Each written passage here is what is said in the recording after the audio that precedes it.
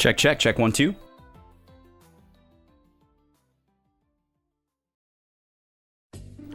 Oh my goodness, we're live. We're live, folks. We are here. I am just about ready. I gotta grab my pen. And I am cleaning my glasses. And then I'll be ready.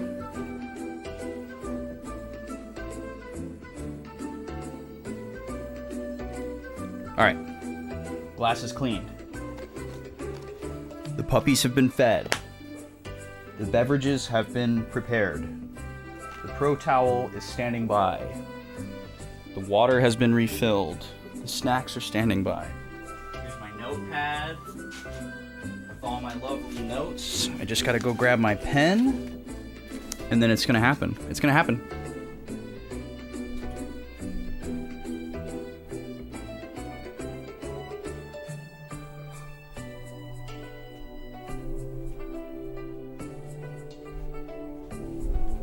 All right, here we go. Oh my God, MN is here. MN, can I tell your story tonight? Can I tell your story for you? Because Gooby really wants to hear that story. He doesn't know that he does, but he does.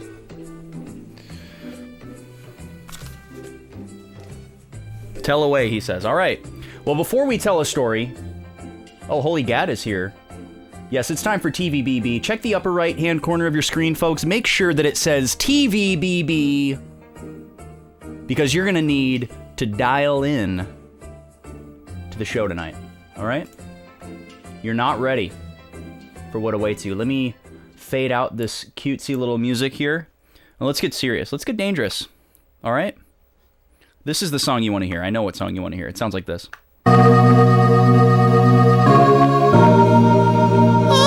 my God!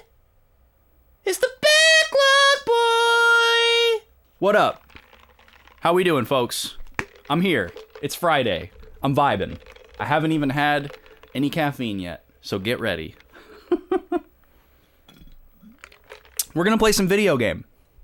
Did you know? Did you know that's what we do here? We play video game. Oh, you like this shirt?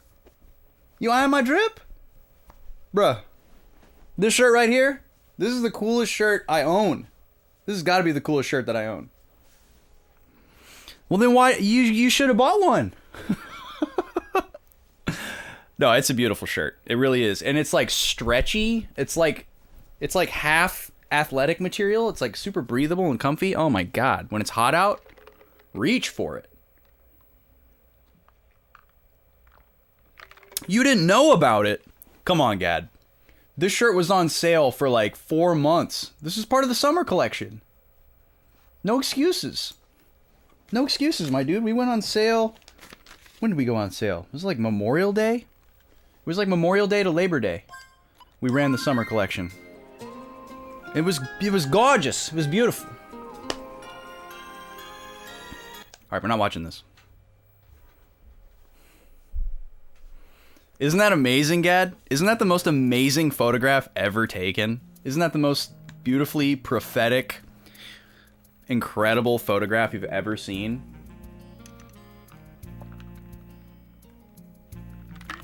I contend that you could get that photo to the top of r/not photoshopped any day of the week. Any day of the week, you could shoot that to the top of r/not photoshopped. I gotta turn my speakers down just a little bit.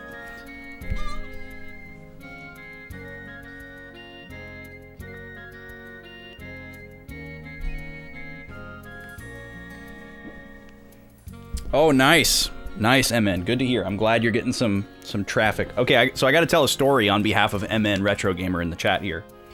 Gooby is gonna be especially interested. So first, before I do that, let me get like a task. Let me get like a task here so I can just play the game a little bit and not like just sit here and tell the story. So let's see. Last week, I literally just wrote someone trapped in a pirate basement. Parentheses final key. Oh, this is my Dragon Quest notes. I was like, we haven't met any pirates.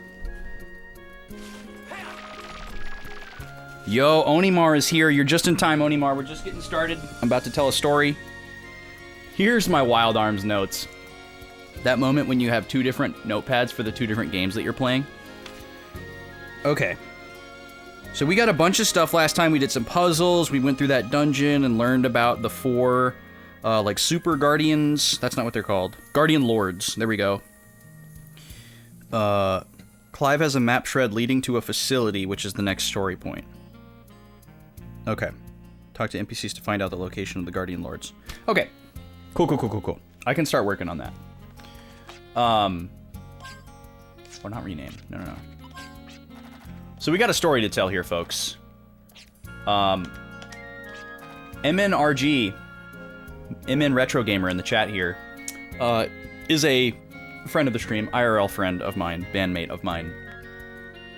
And he is a known gamer and collector. Mostly collector, let's be honest. He doesn't play nearly as much as he collects. But we're not here to throw shade. And his brother, who actually, I don't know if his brother is also a collector or if he's just always got his eye open for MN here. But in his travels, MNRG's brother found a peculiar Donkey Kong Country cartridge at just like a pawn shop or whatever. Oh, here we go. Hold that thought. The murals in the world's footprint contain no words. But the murals convey themselves to each viewer through ways that... Oh, we already went there. We were at the world's footprint. Okay. That's not helpful. That's not new. And he sent MNRG a picture of it. And he was like, hey, that kind of looks... Oh, it was a video game store. Okay, so that's going to make the story even funnier and juicier. So it was a video game store. And he sees this Donkey Kong Country cartridge. It's got a price label on it for $14.99. So immediately, that's kind of suspicious, you know, if you know anything. And MNRG's brother uses a coupon that he happens to have for the game store, and he gets it for $11.99. Little deal there. Sends a picture. Yeah, really cheap for DKC. Donkey Kong Country is like a, I don't know, probably close to a $60 game at this point for an authentic one, maybe more, maybe less, on the secondhand market. And the straits just west of Dune Canyon Sea lead out into sea. Beyond the straits to the north lies... Oh, baby! Oh, baby! Hold that thought. This is big news. This is really big news. This is exactly what we wanted. Okay, hang on. Hold on to your hats, chat. Hold on to your chats, hat. Today is December 9th. We just figured out where Laxus Land is. Okay. Say that again, Roykman. The straits just west of Dune Canyon.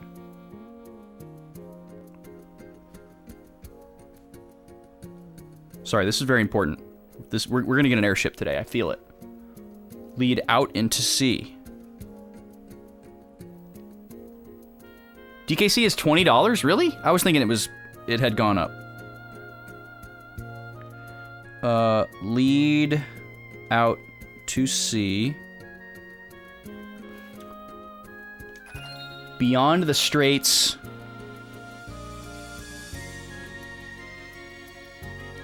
To north lies Laxus Land.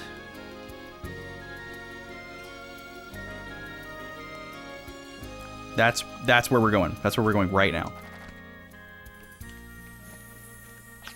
Okay. Back to the story. Okay. So, okay. Sorry, I misspoke. Donkey Kong Country is normally like a $20 to $25 game, apparently. And... So, you know, a good deal or whatever. But the label looked a little bit different. So, he sent a picture of it to brother MNRG in the chat here. And he was like, you should call me. You should call me right now. Like, immediately. And what it appeared to be, if you're familiar with this, was the Donkey Kong Country tournament cartridge. That's what the label looked like, which is not something that MNRG's brother was familiar with. But MNRG himself was familiar with. So he was like, hey, if this is real, this is like insane. And he sent a picture of it to me around the same time too, and I was like, no way, you know, like it's got to be like a repro or just like not even a real cartridge or something, you know. And they open it up, it's freaking real, dude. It's freaking real. My man has a DKC tournament cartridge that his brother got him at a game store for $12. How does that happen in 2022? How does a video game store not know what that is? Why do they not check? Why didn't they look up the price? How did they not notice that that wasn't a regular DKC? And even if they thought it was a regular DKC, they're still undercharging. What are they doing over there? Who are these people? Are they crackheads? Unbelievable. I mean, worked out amazingly for our friend, MN Retro Gamer. But just wild stuff. Wild stuff. But yeah, look up how much the Donkey Kong Country tournament cartridge goes for on the secondhand market. And, you know, put your hand right here so you can catch your jaw when it drops. And think about getting that for $12 and what that could mean for your life. But yeah, they opened it up, they checked the board, they tested it. It looks beautiful. It looks perfect. High price is at $2K. Yeah, exactly. Apparently there was a box for it, which is insane. It's just a loose cart. Okay, Straits west of Dune Canyon. So where the frick is Dune Canyon? Dune Canyon is a town, and it is over there. Straits west of Dune Canyon. Okay. So that's like right in there. Okay. Lead out to sea. Beyond the straits in the north lies Laxus Land. So it's right kind of in this center cluster of the map that we thought it was going to be. But now we know for sure that it's accessible by boat. Hi, Gobi. Hi, puppy. Yes, thank you for hitting my GameCube and my Wii with your tail. I really appreciate that. Okay, so what's the quickest way for me to get over there? I don't think I can get through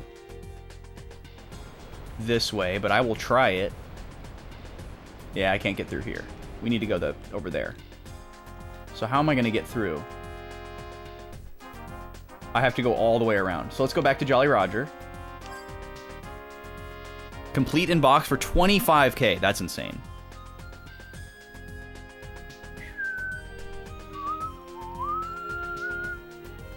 Okay, let's see here. What's the quickest way we're going to get over there? What station is near Dune Canyon?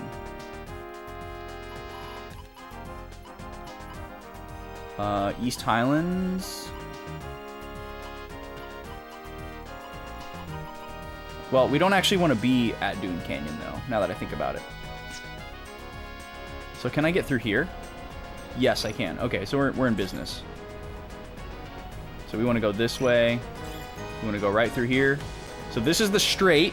This is the straight west of Dune Canyon. Okay? And they lead up north out to sea. And beyond the straits to the north lies Laxus Land. So there's a couple different places where this could be, but obviously we're limited to where there's a beach. So that's where we're going to start. Have we landed on this island before? I don't think we have. No. So let's land here and do some scannies. Oh, it's not yours yet. Okay, so he's hanging on to it because now he knows what he has.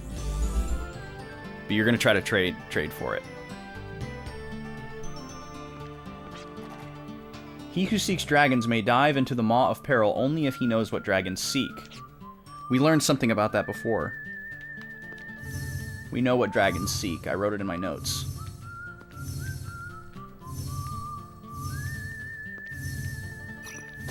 I don't remember what it is, though.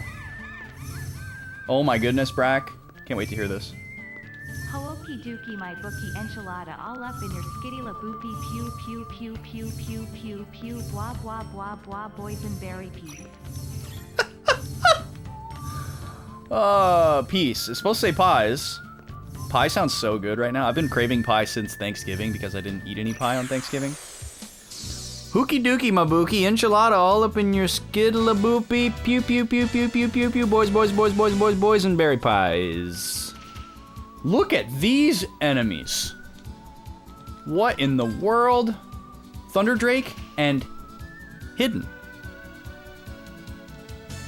Truer poetry has never been written. Brack, my dude, welcome in. Hello, greetings. We love you here. We're gonna spin the wheel. Let's give it a rip. That was kind of a weak spin, but that's okay. We usually do the same spin, so change it up a little bit. It was intentional.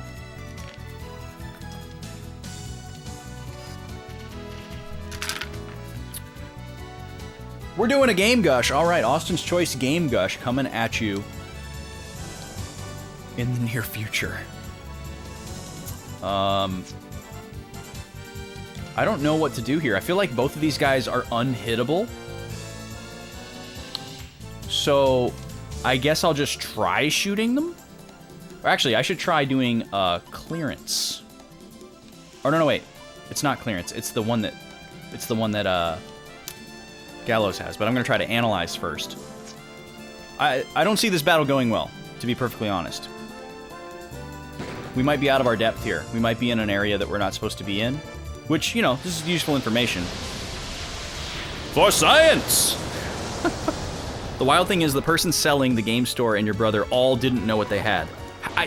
I cannot stress enough that I can't believe that that can happen in 2022. How does that happen in 2022? How do you not look up every single game that comes through your store and see what it is? It's just nuts. Absolutely nuts. Like, how are you gonna run a game store and not look stuff up? And how is, like, a slightly different label gonna slip by you? Like, if you're trying to run a game store in 2022, you gotta be on your stuff, man, if you're gonna have any chance. It's really hard for a brick and mortar game store to survive. So how are you gonna just like, oh, it's a Donkey Kong, $2. You know, like, what? Hey, Johnny, we got another Donkey Kong. What do you think? $14.99 sounds good. All right. Want some tacos? All right, yeah, I'll go get some tacos. Nobody's in here, so, you know, you'll be fine.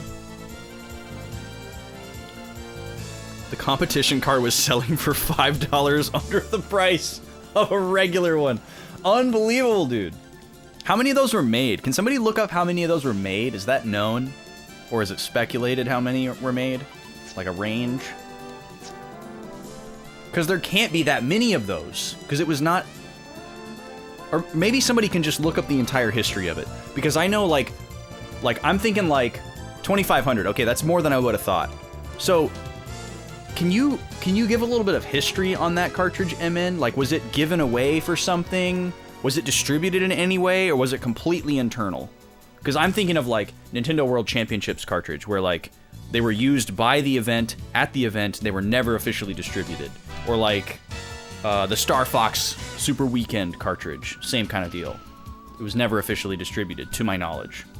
So I'd love to know, like, what did they do with these 2,500 cartridges? Were they used for events and then just put in a vault, or were they distributed to the public in some way through like a contest?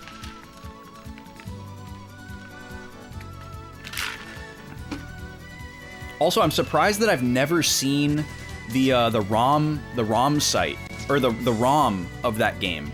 In all of my years of emulation, I've never come across that ROM before, to my knowledge. Because I'm sure it's been dumped. Like, I'm sure it's out there. I'm sure it's easy to find.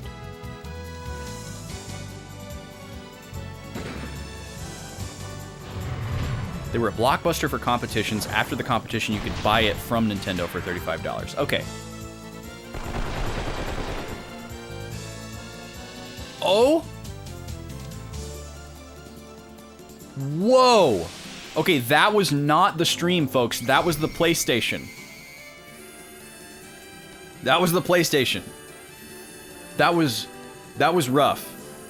Although... I'm amazed that it wasn't just stuck. Usually when a game stops like that, it stops. But it actually made it through that. I don't know what that was, but it was not good. No effect. Okay, that's different than 0. Now we're finally going to try Eraser and see what happens here.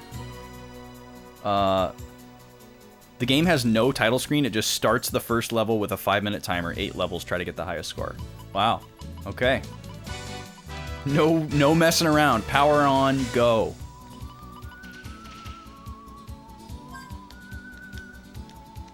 They haven't put any negative status on me, have they? Oh, yes. They put something on Clive. So we'll go ahead and take care of that. Maybe we can get a defense down on you? Banish. That's an instant death spell. Yeah, I highly doubt that's going to work, but we could try it. Why not? The DKC ROM is around. Yeah, I would imagine so. I'm just surprised that I never came across it in my travels. Or maybe I saw it and I just wasn't curious about it because I wasn't, like, I didn't have any attachment to DKC. I didn't have any plans to play it at that time.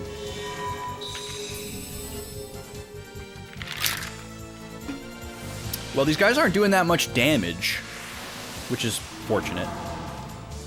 Miss. Okay, what are you supposed to do to these guys?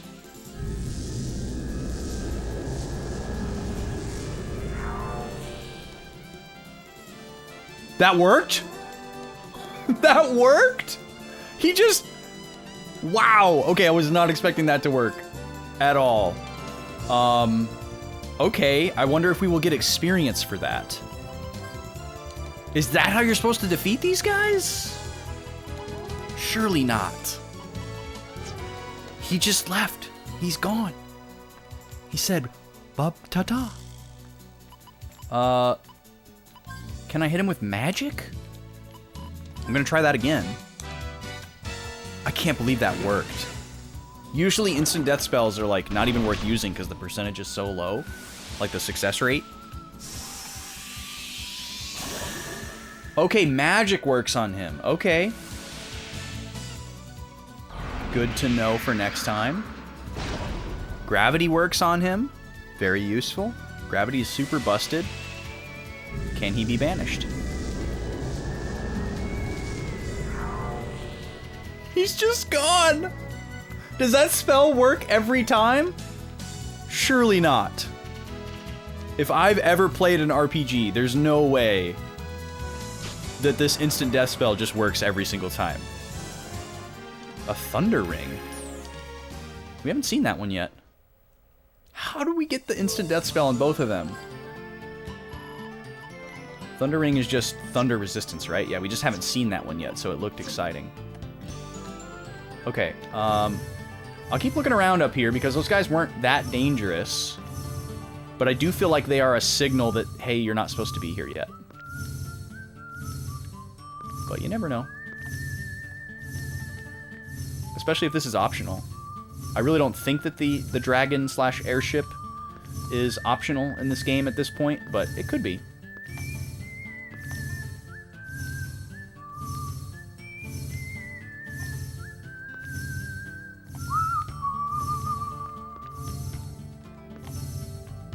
Oh, there's something.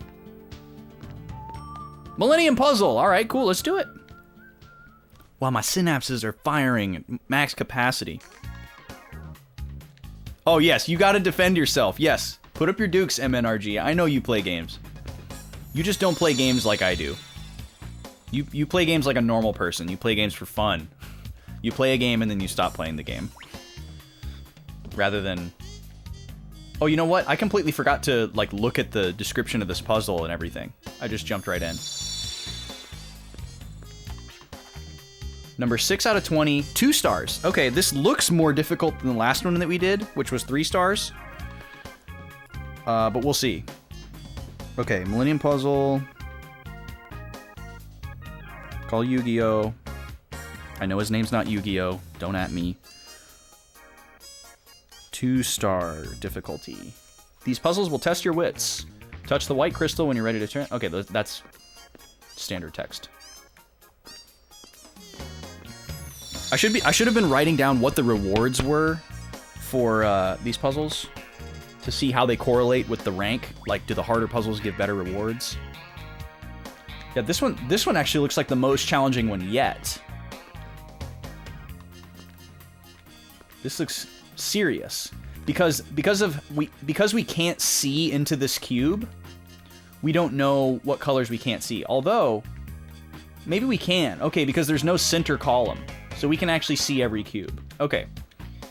So we need 4 grays, and those are all on the top except for 1. So we are gonna have to do 1 set of 3 with gray blocks. Oh, nope, there's 1 more right there. Okay. So gray blocks are even. Gray blocks are even. We might start with that. And it looks like we're set up actually. Yeah, these are all set up. Okay, red blocks. Let's see. 2, 2, 2. Okay, there's an odd number of red blocks.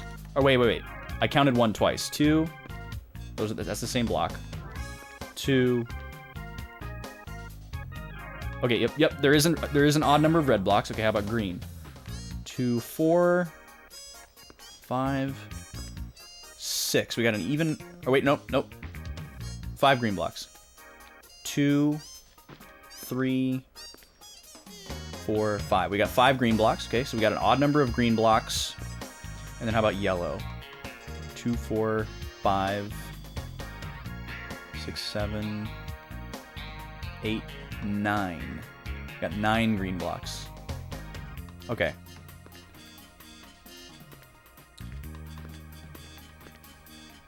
So the gray blocks that we need for these outer corners are all on the top.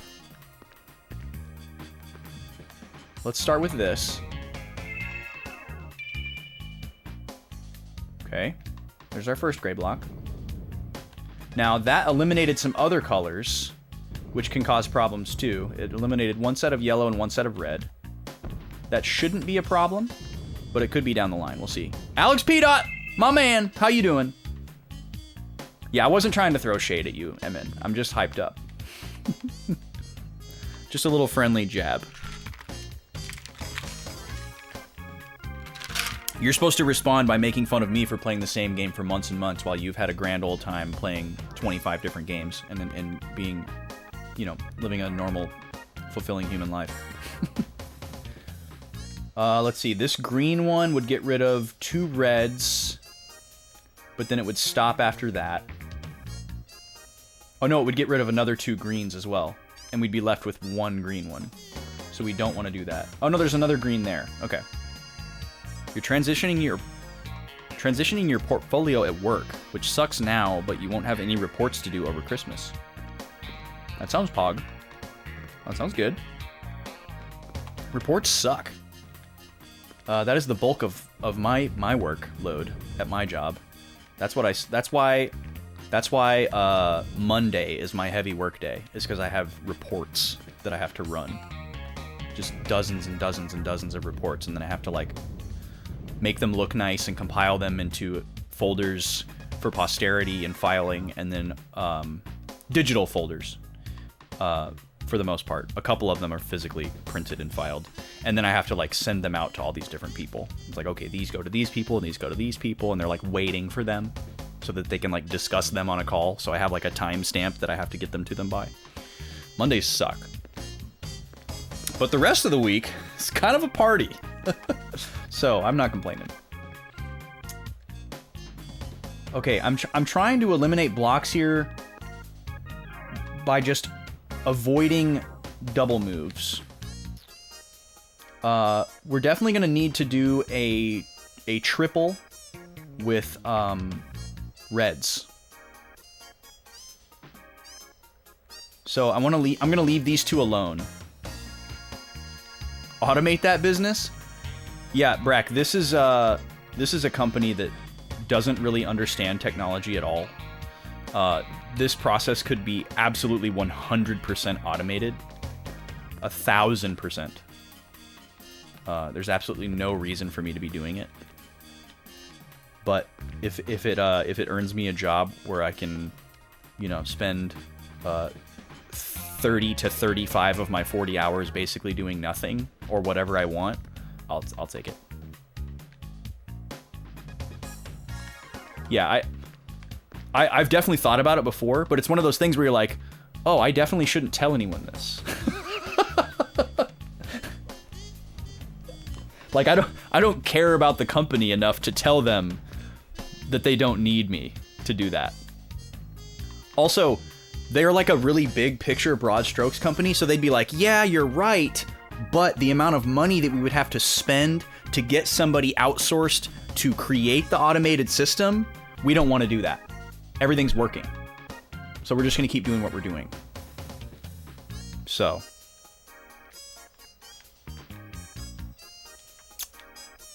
I don't know where to start right now. This yellow one is calling to me. Maybe I'll do this yellow one over here. Let me do that. It won't cause any doubles. I don't want to cause any... Okay. I'll tell you where we'll start. We'll start over. How about that? The Brithm Bros.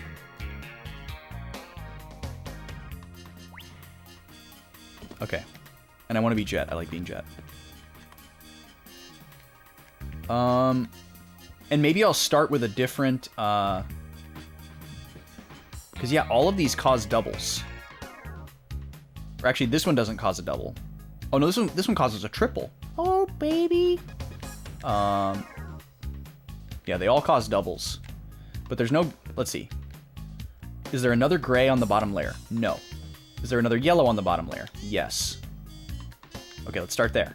This won't cause a double, I don't think.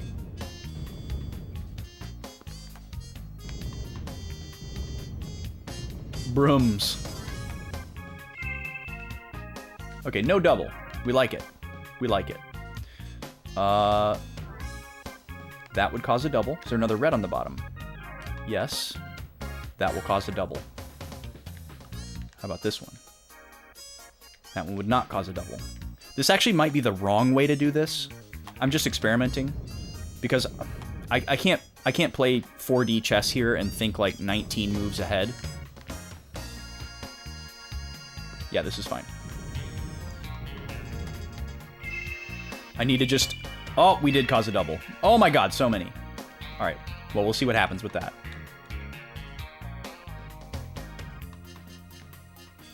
A double, 2 quick ones. I mean, that's technically a Backlog Boys reference. But that's probably not what you intended. Okay, we need 4 gray ones to survive until the very bottom. There are still 4 gray ones if I connect these 2 right here. And then how about red? We need 4 red to survive as well, which we would lose 2 if we did this. And then there's only 3 left right there. So we don't want to do this. We don't want to do this connection right here. I think we've already eliminated too many red blocks, but we'll see what we can do.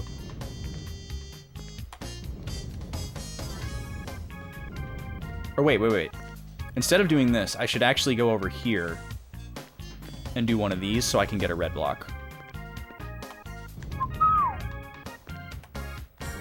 Bow, bow! Me and Mark Rutsu! Now that's a reference that I get.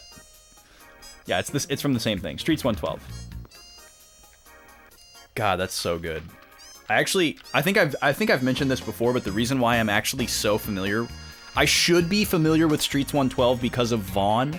Because Vaughn referenced it years ago in a series.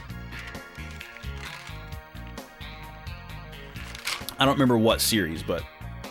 that's where the "this is the run" meme kind of originates from. Maybe not singularly, but it's probably the most notable source.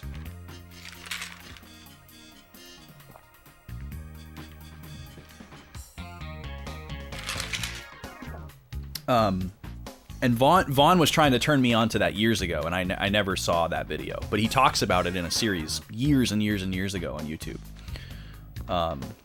But it wasn't until I started watching this one Pokemon streamer, Salty Dolphin, which, by the way, go check him out if you like Ironmon, or like, he's actually doing like Scarlet Violet metagame team building stuff right now, but he's mostly an Ironmon streamer. Challenge Run. Pokemon Challenge Runs. He's really good. Really, really talented Pokemon player. Kind of insane. And every time he gets to the Elite Four in an Ironmon run, before he starts the Elite Four, he gets himself pumped up by watching Streets 112 on his stream. And he has the whole thing memorized. And he, like, jacks himself up and, like, says all the lines along with it. And it's the funniest thing ever. And so from watching him, I am more familiar with the, like, however old meme of Streets 112. It's pretty great. We love Salty. Found him through some other Ironmon streamers that I met first. And he had like a real big, like, blow up partner journey, which was fun to watch. Okay, what do I want to do with this green guy here? How many greens do I have? Let's focus on one color. We've got 3 here, 4, 5, 6. We've got 6 greens, so that's good. And then if I plug these 2 in right here, it's not going to create any double eliminations, which is also good.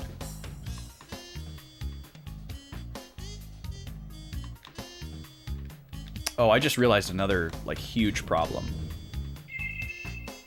But let's just keep going. Oh, we got a double there. That's fine. That's fine. There's still an even number of green blocks. So we can eliminate green here. That will also eliminate these gray blocks right here, and then those red blocks right there. So let's see if that's okay. I don't think it is because of what we're dealing with out here. We have to have gray blocks for out here, because there's no way to get rid of those otherwise. So let's see. Let me just pull this green guy out, because we definitely don't need it there. That'll help me think. Okay, so we got 2 grays there. And then we got 2 grays there. And then a 5th one right there. So we can only afford to lose... We can afford to lose 2, because there's only 3 corners out here that need a gray. So if I plug this green one in over here, these 2 grays fall and eliminate each other. And those 2 reds fall and eliminate each other. But after that, it would stop. The gray count would be fine. We would still have 3 grays left. Which is fine. But what about reds? Reds, we would still need 4. And we would no longer have 4. Because we actually need to do... We need to do... a 3 of reds. Because there's an odd number of reds. 1, 2, 3, 4, 5, 6, 7, 8, 9. Yo, Kelly, welcome in. How's it going?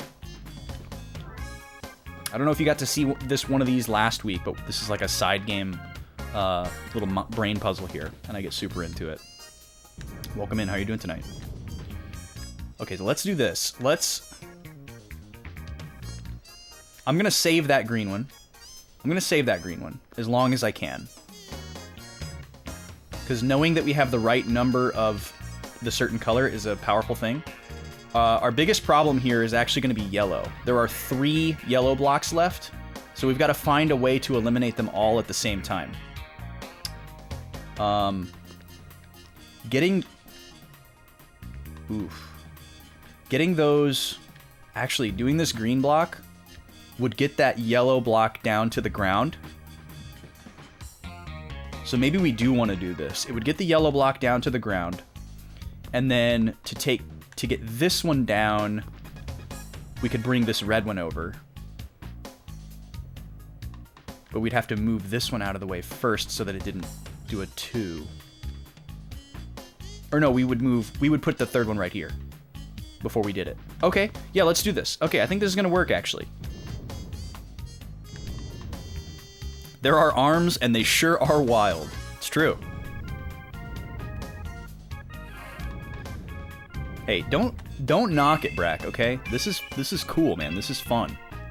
This is gaming. Okay, so all we got to do here is pull this back 1, and then we're going to bring one of these loose red ones over here. That's going to do a 3 on the yellow. Yellow will be done. Green is already done. And then how are we going to be looking on red and gray? This gray is going to fall on the ground.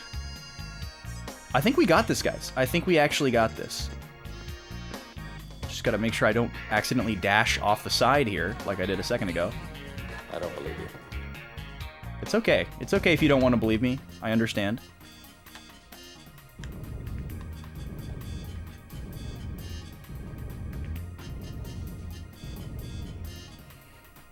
This and Mark Rutsu. Now watch. I can't circle. I don't have my telestrator today, but what? Here comes the pizza. See it? Here comes the pizza. See it? Oh, cheese. Cheese. Unnecessary. Do you guys think he says cheese or do you think he says G's?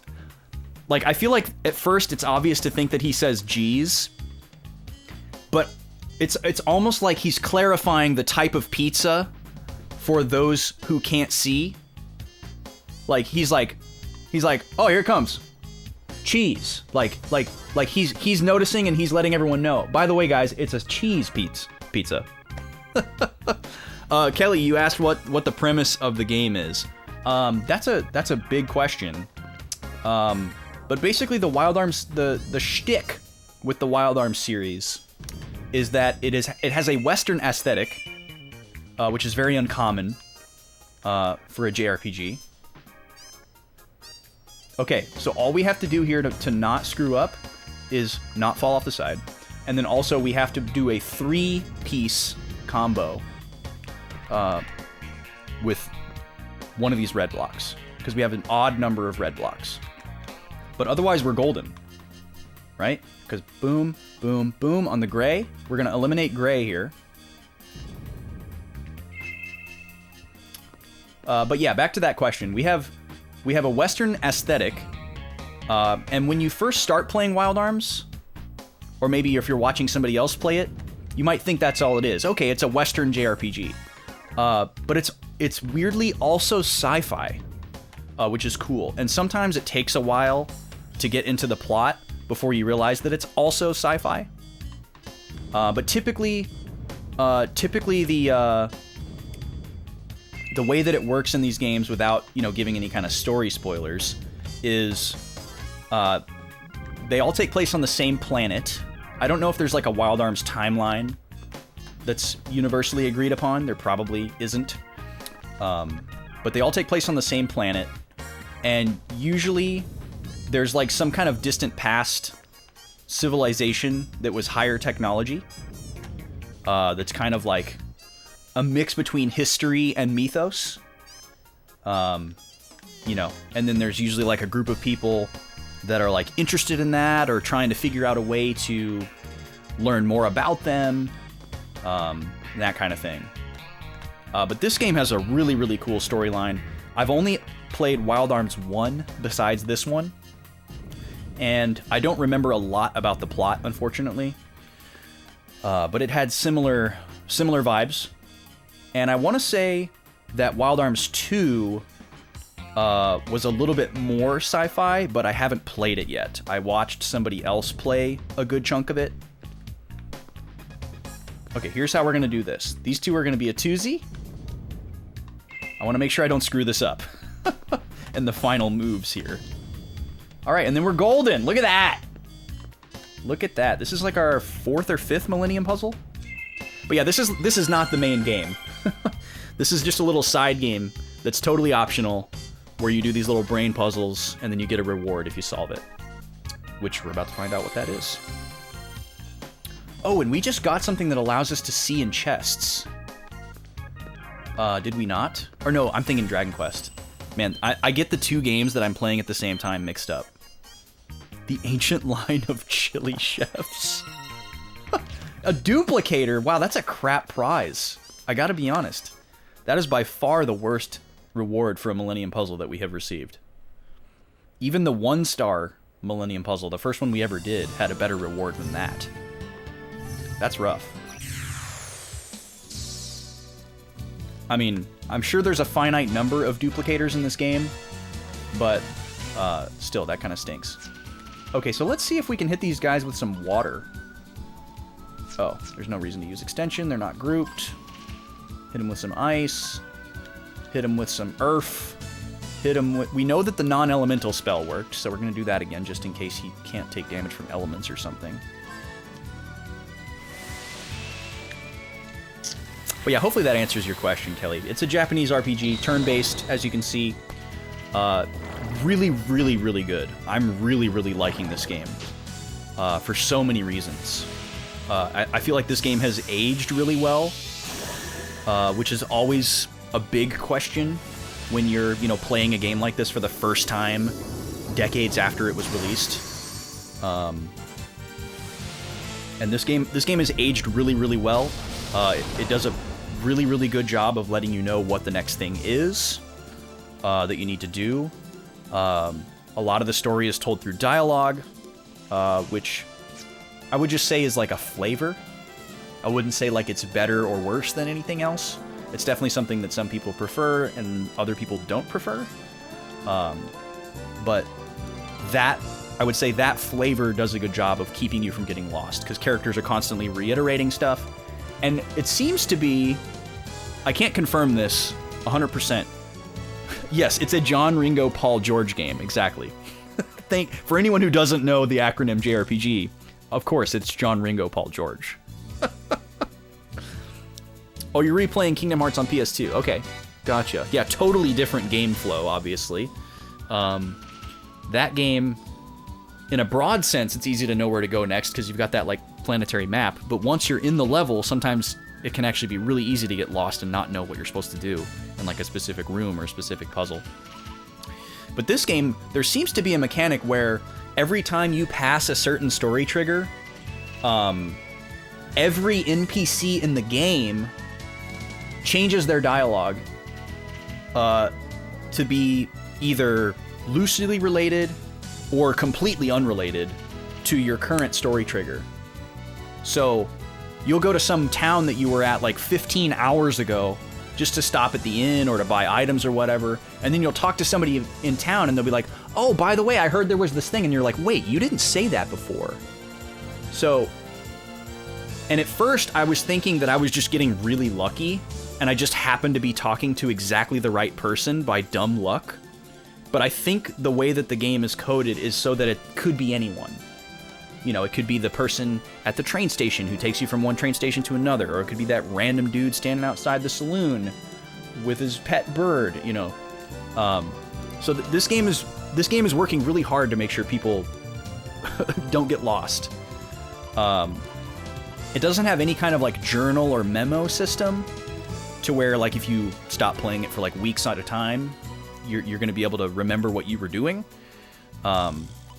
So there's always that danger, as there is with many JRPGs. But other than that, you know, it's aged very well. The graphics have aged super well. This game looks phenomenal, especially on a CRT or through an upscaler, which is what y'all are seeing. I love the bright colors. I love the cell shading.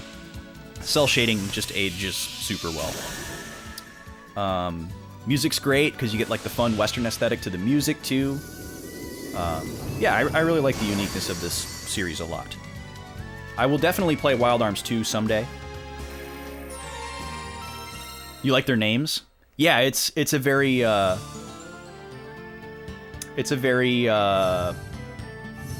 am I trying to say? They're very like on-brand names. Like they all sound very Western-y.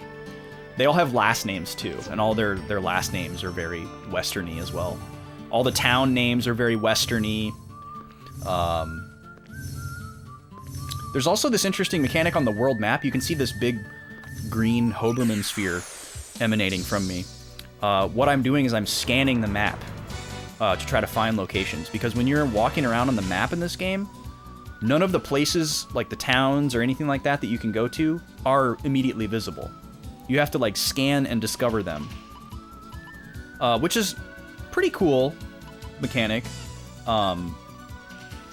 But what's interesting about it is it seems to be gate-kept by story triggers as well. So like, even if you knew exactly where some like optional thing was because you'd like played this game before or something like that, it doesn't seem like the game will let you find it out of order. Like, we've actually experienced this exactly, where we went to this one specific island as soon as we got a boat. We started exploring, you know, because that's like the JRPG impulse, like, oh, we got a boat, we can go explore the whole world map now. You know, and I was lured in by that impulse. And we went to this island, and it's like, okay, there's this little island, there's a beach on it so I can land, and it really looks like there should be a town here, and I'm scanning and scanning and scanning and scanning and scanning, nothing's popping up. And I was like, man, this is so weird. It really seems like there should be something here. And so every time we got through a story trigger, I would end up back at that area and be like, where is it? There's got to be something here. And I just eventually gave up. And then we had a story trigger that was like, hey, you need to go to this one place and they described it. Oh, I accidentally didn't use magic. I'm an idiot.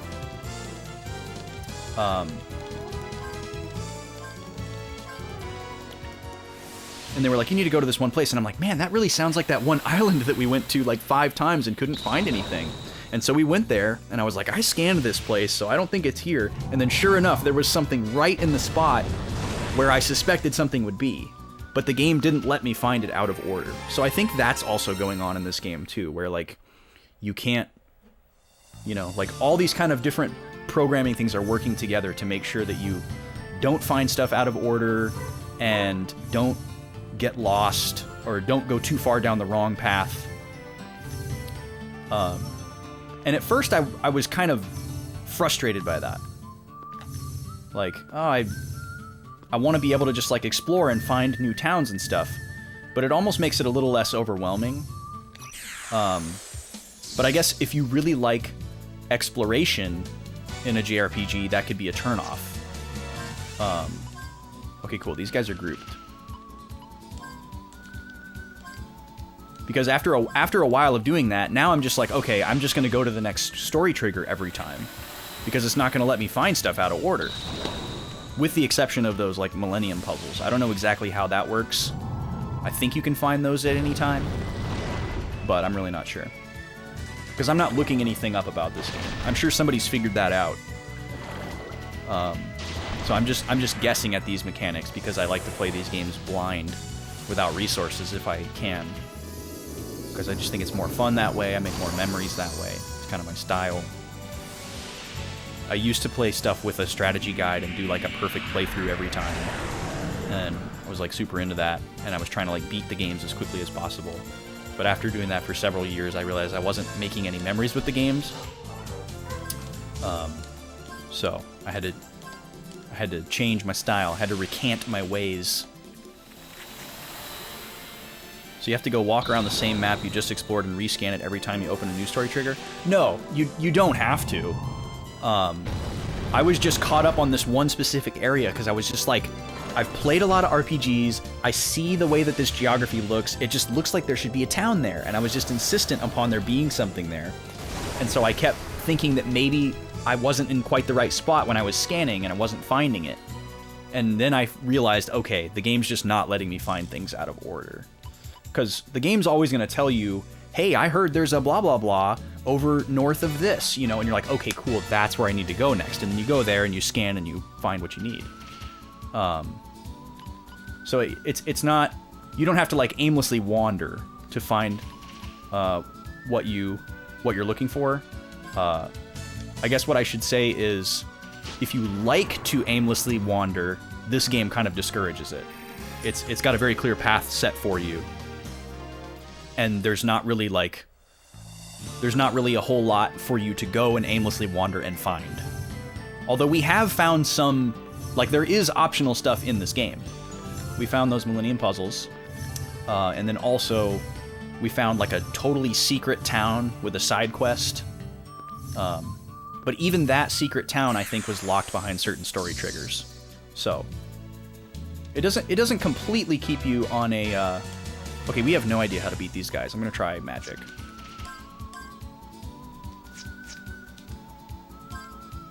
The only way we killed these guys before was just by removing them from the battle with the instant death spell, which I don't have enough FP for, so I'm gonna have Clive shoot.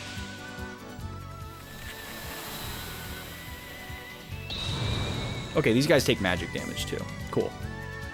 So that's all it is.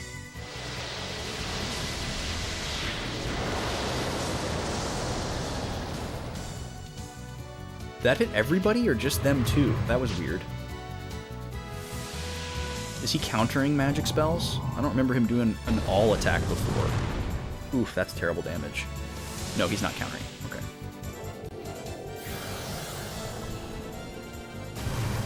But yeah, it plays a little bit differently than other RPGs, which is a welcome change for me. I've played a lot of them, so a little bit of, you know, change up is welcomed.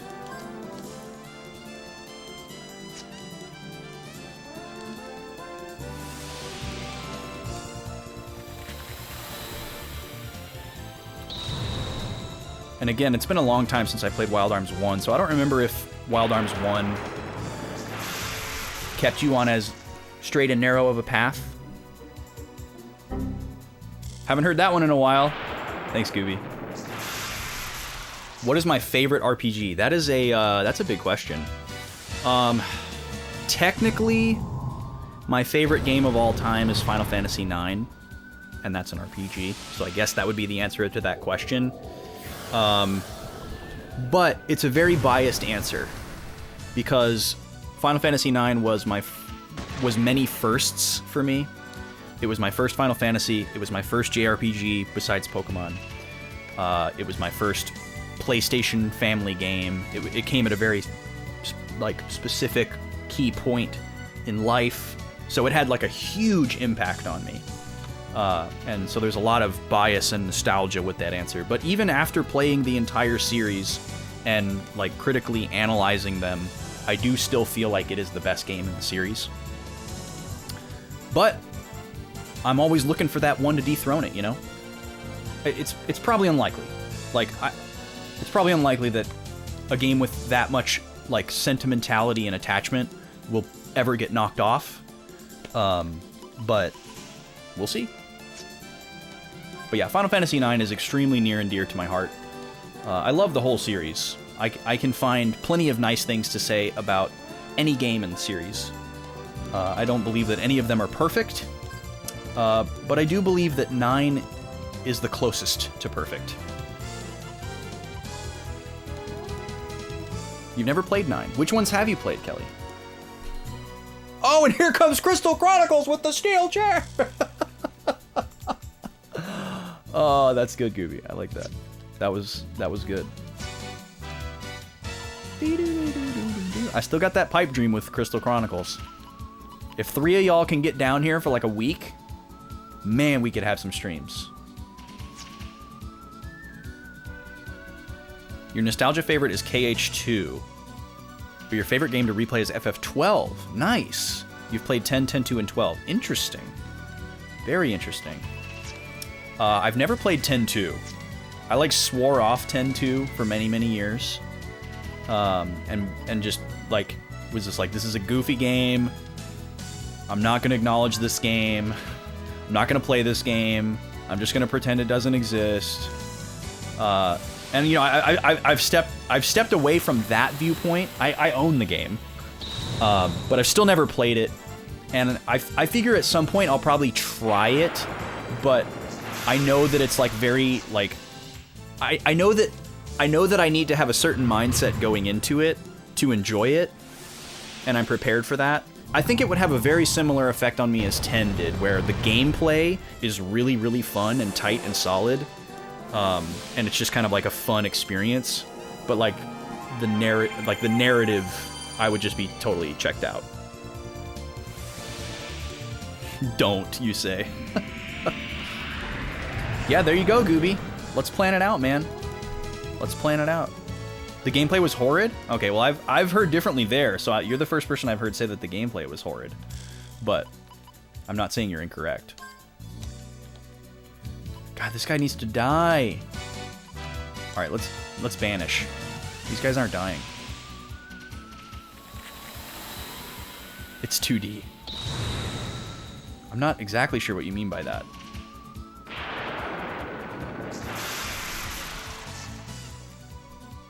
But yeah, it's certainly not high up on my list. I have an RPG queue a mile long, and 10-2 is not on it. Oh, bad depth perception. Sure.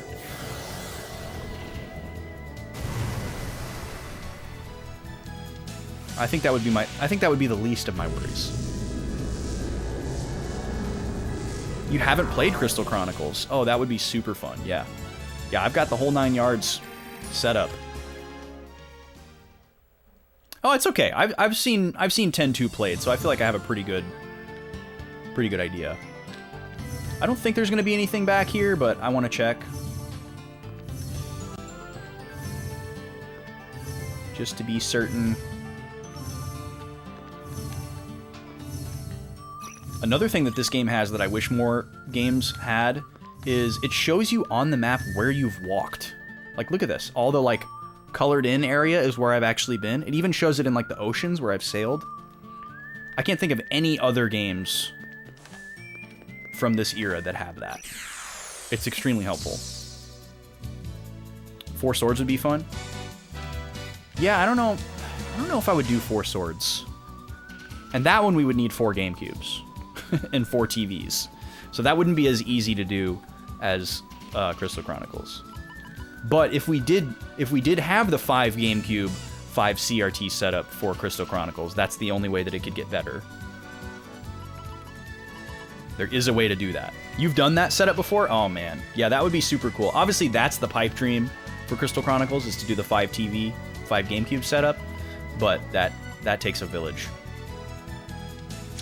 Please let these guys be grouped. Of course not. I haven't been paying attention to these guys' money experience. That's normal. You did it with two people, so 3 TVs, yeah, and 3 GameCubes.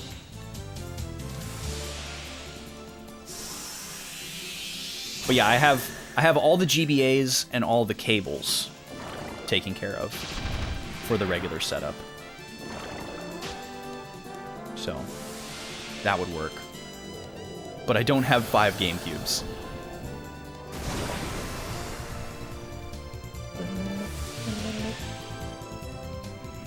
If that game had more replay value and I had like a regular group of people, I would maybe consider investing in it. But or yeah, you can use, that's true. You could use a Wii. You can use a Wii as the 5th GameCube. True. As like where the game disc goes. That's true.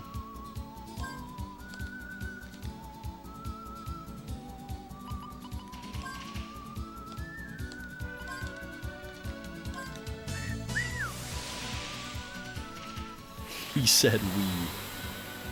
Yeah, as long as it's not the GBA player console. Yeah.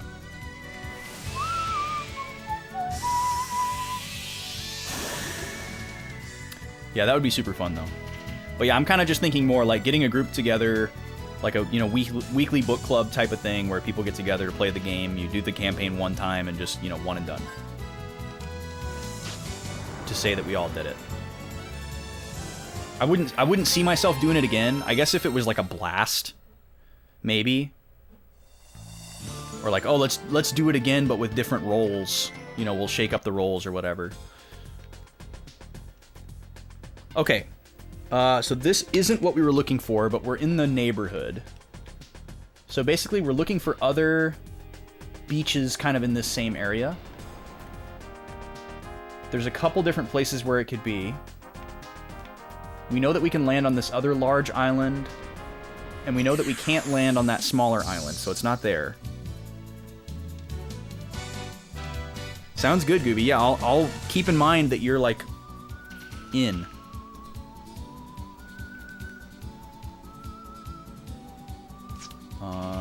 Charge. Guard.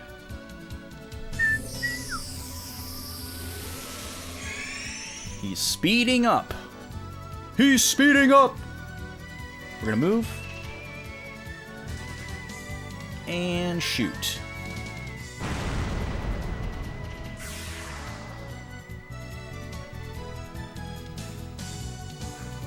And charge. He's on fire! Oh, NBA Jam. And you missed!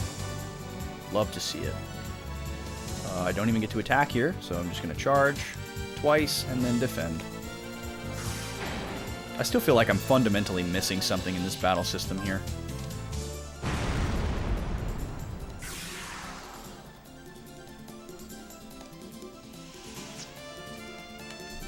There's got to be a better way to do this. It just seems really, really inefficient. All right. This is the turn where we win. We move. We move again. And we shoot everything. Thank you, come again. Or actually, don't. don't. But yeah, Kelly, I'm interested to ask you about Final Fantasy 12. You said that's the one you like to replay the most.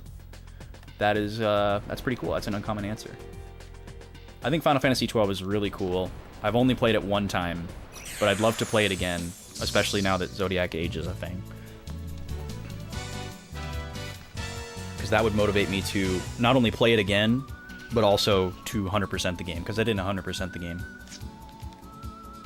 For a series that I love as much as I do, I haven't 100%ed all of the Final Fantasy games.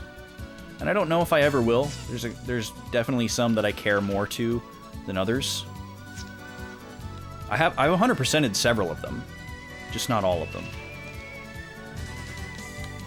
Let's see, which ones have I 100%ed? Oh, I guess it also depends on how you quantify 100%, because it's not as clear as some other games. I know I got all of the strongest weapons in Final Fantasy 1, but I didn't play the GBA version, so I haven't fought the like optional bosses. So I guess if I ever played it again, I would play that version, so I could do something I hadn't done before. Final Fantasy 2, I don't remember if I got like everybody's best weapons. I don't think there's any kind of like optional dungeons or super bosses in that game, although there might be on the GBA version, which again I have not played. Final Fantasy 3, I absolutely 100%ed on the DS. I even wrote a guide for it, for like the Onion Knight stuff, for like how to get the best equipment for Onion Knight, because it didn't even exist at the time. So I was a moderator of a Final Fantasy forum at that time, and I wrote a guide for my fellows and my friends on the forum, so that they too could get the best Onion Knight gear, because that information just wasn't out there. And then Final Fantasy IV, I did beat Zeromus. I'm assuming I got all the best weapons, but I don't remember. Final Fantasy V, I absolutely 100%ed. I maxed out every job with every character, all that kind of stuff. Final Fantasy VI, I 100%ed. Mastered every Magicite with every character, which was really dumb. Did the Magi Tower, or whatever it's called. Beat the dragons. Did the fighting arena. Like all the optional stuff. Got all the characters back, obviously, which doesn't really feel optional, but it is. 7. 7 is a murky one. 7, I beat the optional bosses. You know, got a gold chocobo, but I don't know if I got every materia. I don't think I did. I don't think I got every single materia. I think there were a few that I missed. I've definitely never got all the enemy skills before. So, by some people's definition, 100% might just be beating Ruby and Emerald Weapon and getting, like, the major optional materia. You know, and getting, like, all the limit breaks. I got all the limit breaks. You know, I did all the gold saucer stuff. But I'd like to do, like, a perfect file on that one. That's one that I would go back and do again and do a perfect file. FF8, for me, I did good enough to 100% Final Fantasy VIII. I got everybody's best weapon. I did a low-level run. I beat Ultima Weapon. I got to... Thank you, Gooby. I got to the end of the game at the lowest level possible. I got all the character cards and Tetramaster, or Triple Triad. You can tell I'm an FF9 fan. I said Tetramaster instead of Triple Triad. It's usually the other way around. So that one's good enough for me. There are probably things in that game that I could have done that I didn't do, but I would never do like a perfect file type of playthrough for Final Fantasy VIII ever again. If I was going to play FF8 again, I would just do like a casual, because I did the crazy playthrough and I'm good on that. And then 9, ironically, my favorite one, I've never done a 100% playthrough of. I've never beat Ozma. I haven't gotten all the chocographs. I haven't gotten all of the ultimate weapons. And I've been planning a perfect file run for FF9 for years. And I'll do it at some point, but I don't know when. And then FF10 didn't 100%, FF12 didn't 100%, FF13... I don't remember if there were any super bosses in 13, but I definitely got everybody's ultimate weapon. I spent a lot of time grinding platinum ingots on the Adamantoids. I remember that vividly.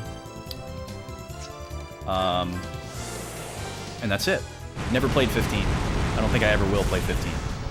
I think 15 is garbage. It's not a real Final Fantasy, if you ask me. It was never intended to be. And I don't play MMOs, so no 11 or 14 for me. Can we get on to... Oh, that's where we just were. So we want to go this way. We know we can get on this island. We've been on this island before, but we didn't find anything. But like I said before, could have been a story trigger thing. So we're going to scan again, see if something pops up. Get this radar out of my face. And those are my Final Fantasy statistics. Is this a new enemy? It is a new enemy. How have we not seen this guy before? El Bucky. It's white, so that makes me think that it's light elemental. I'll do some non-elemental magic on it. And have everybody else shoot. Just to see what happens. Jet's the worst magic user, so this isn't a great plan. Just spitballing here. Don't play with meow. Oh, he's trying to inflict misery. Okay. So this guy can probably drop the status resist item for misery. That's good. That's good knowledge. That'll get you through college.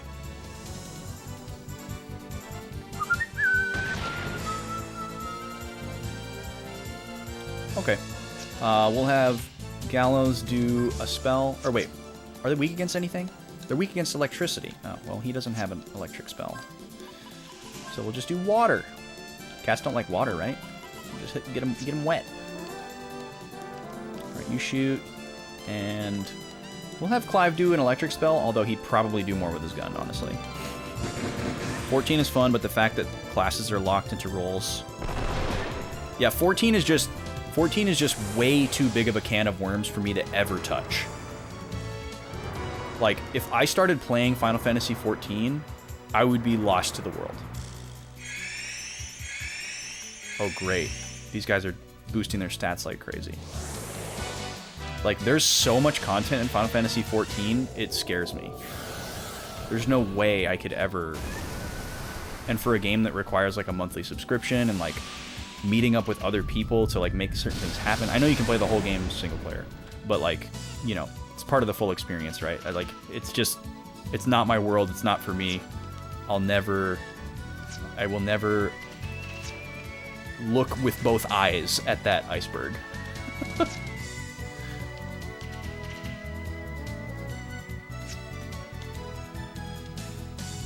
Well, the electric spell was pretty good. Did 500. You stopped playing when Dark Knight was released as a tank class. That's the other thing too, is like I know Final Fantasy XIV now is very new player friendly, but like all of the like there's so much like MMO vernacular and like custom that I would be learning from zero, and that doesn't interest me.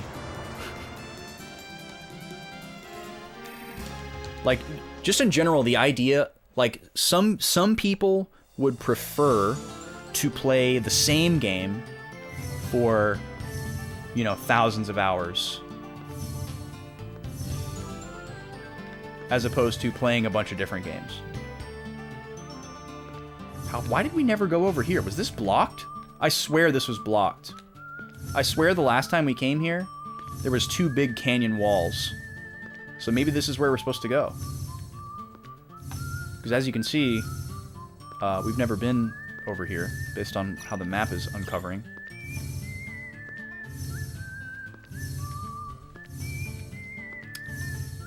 But yeah, I'm not saying 14's not a good game. I'm sure it's a fantastic game, but I'm never going to play it for my own mental health reasons.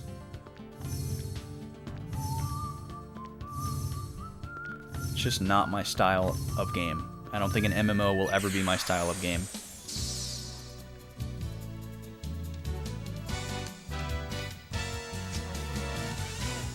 My PC is usable from a standing position only by design. So there's no way I'm going to be standing in front of my computer playing a game for like several hours at a time. I like to sit down when I game, unless I'm playing like Wii Sports or something. And yeah, there's just so many reasons why I would never do that. But it's not a slight to the game.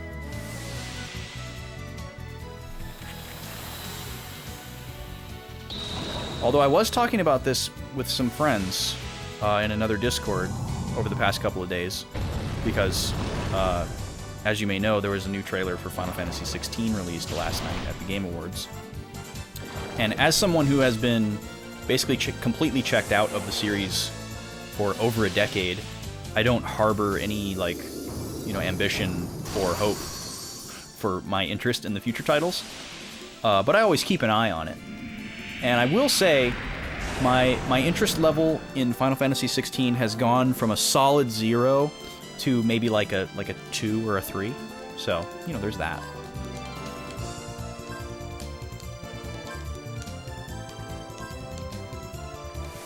Whereas my interest for Final Fantasy 15 was like a 1, and then I played the demo, and then it went to a 0. Yeah, big gains for FF16. I'm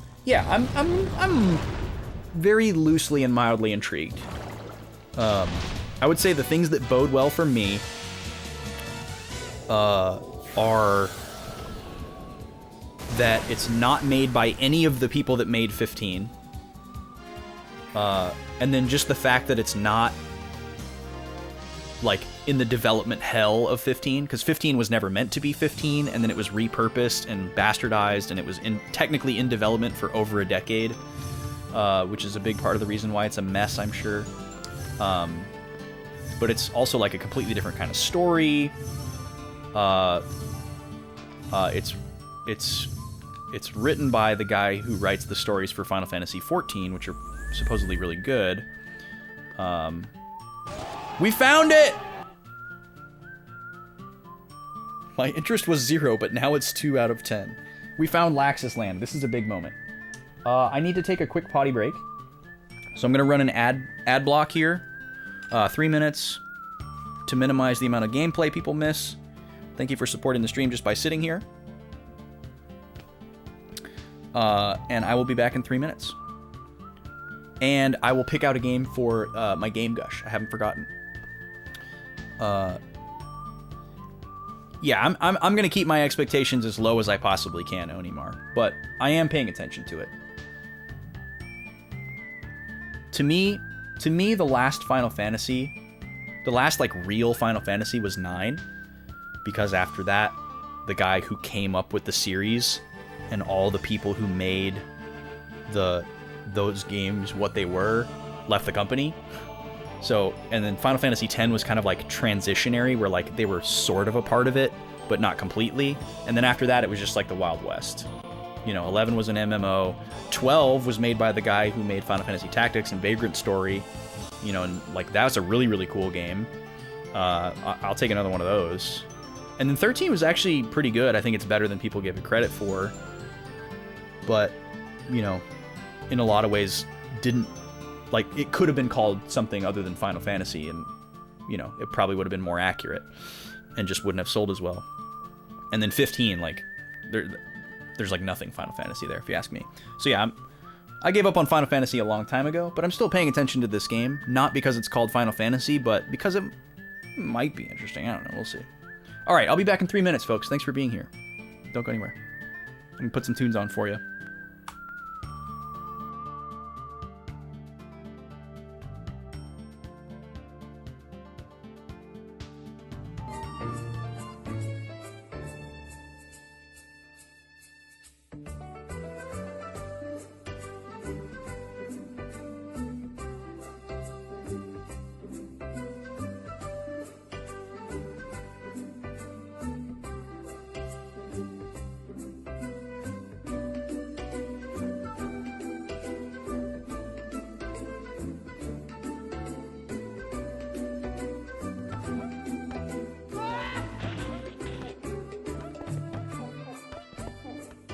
Lava.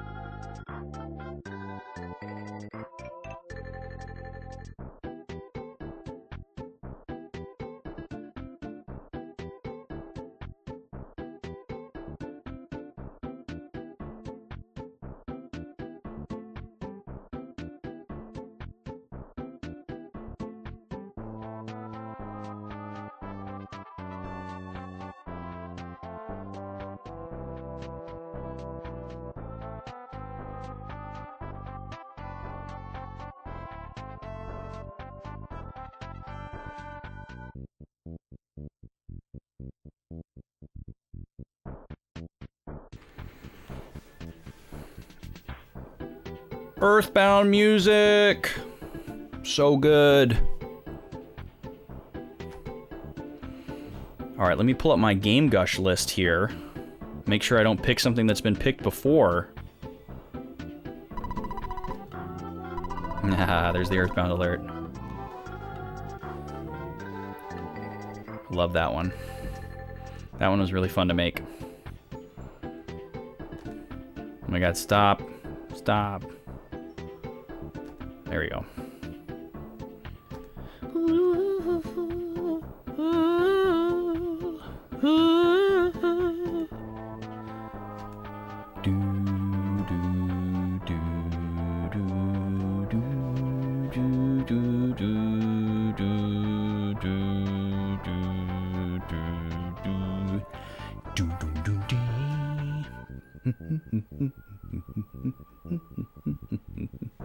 Okay, let's see here. What do we want to gush about?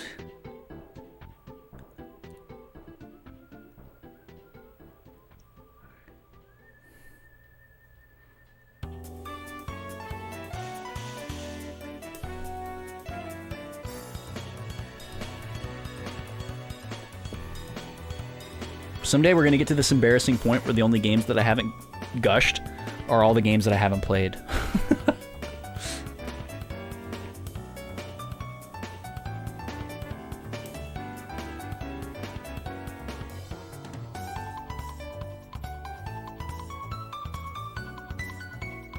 Okay, I got one.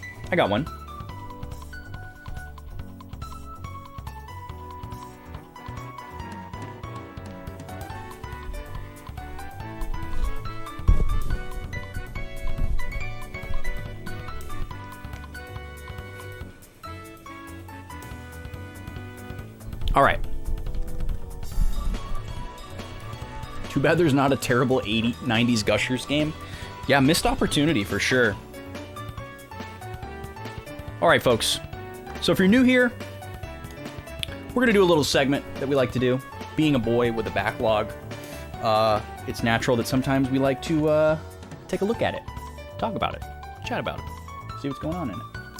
So, in this segment, normally, chat redeems channel points to pick a game from the backlog, which, by the way, you can look at by typing in !backlog.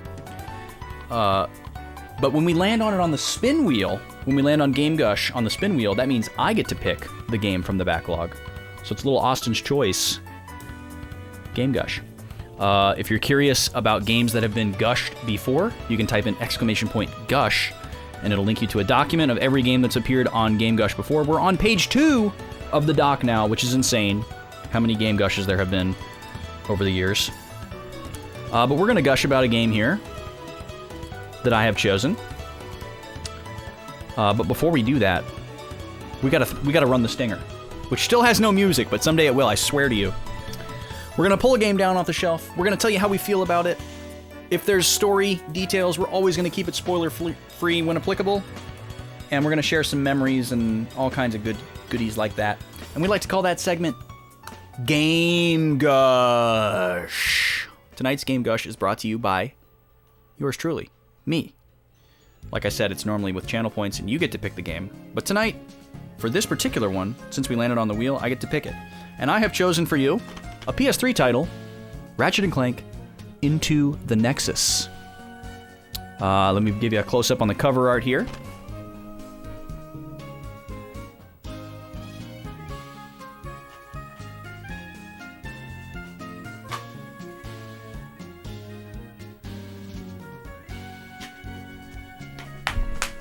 All right, so there are a number of Ratchet & Clank PS3 titles.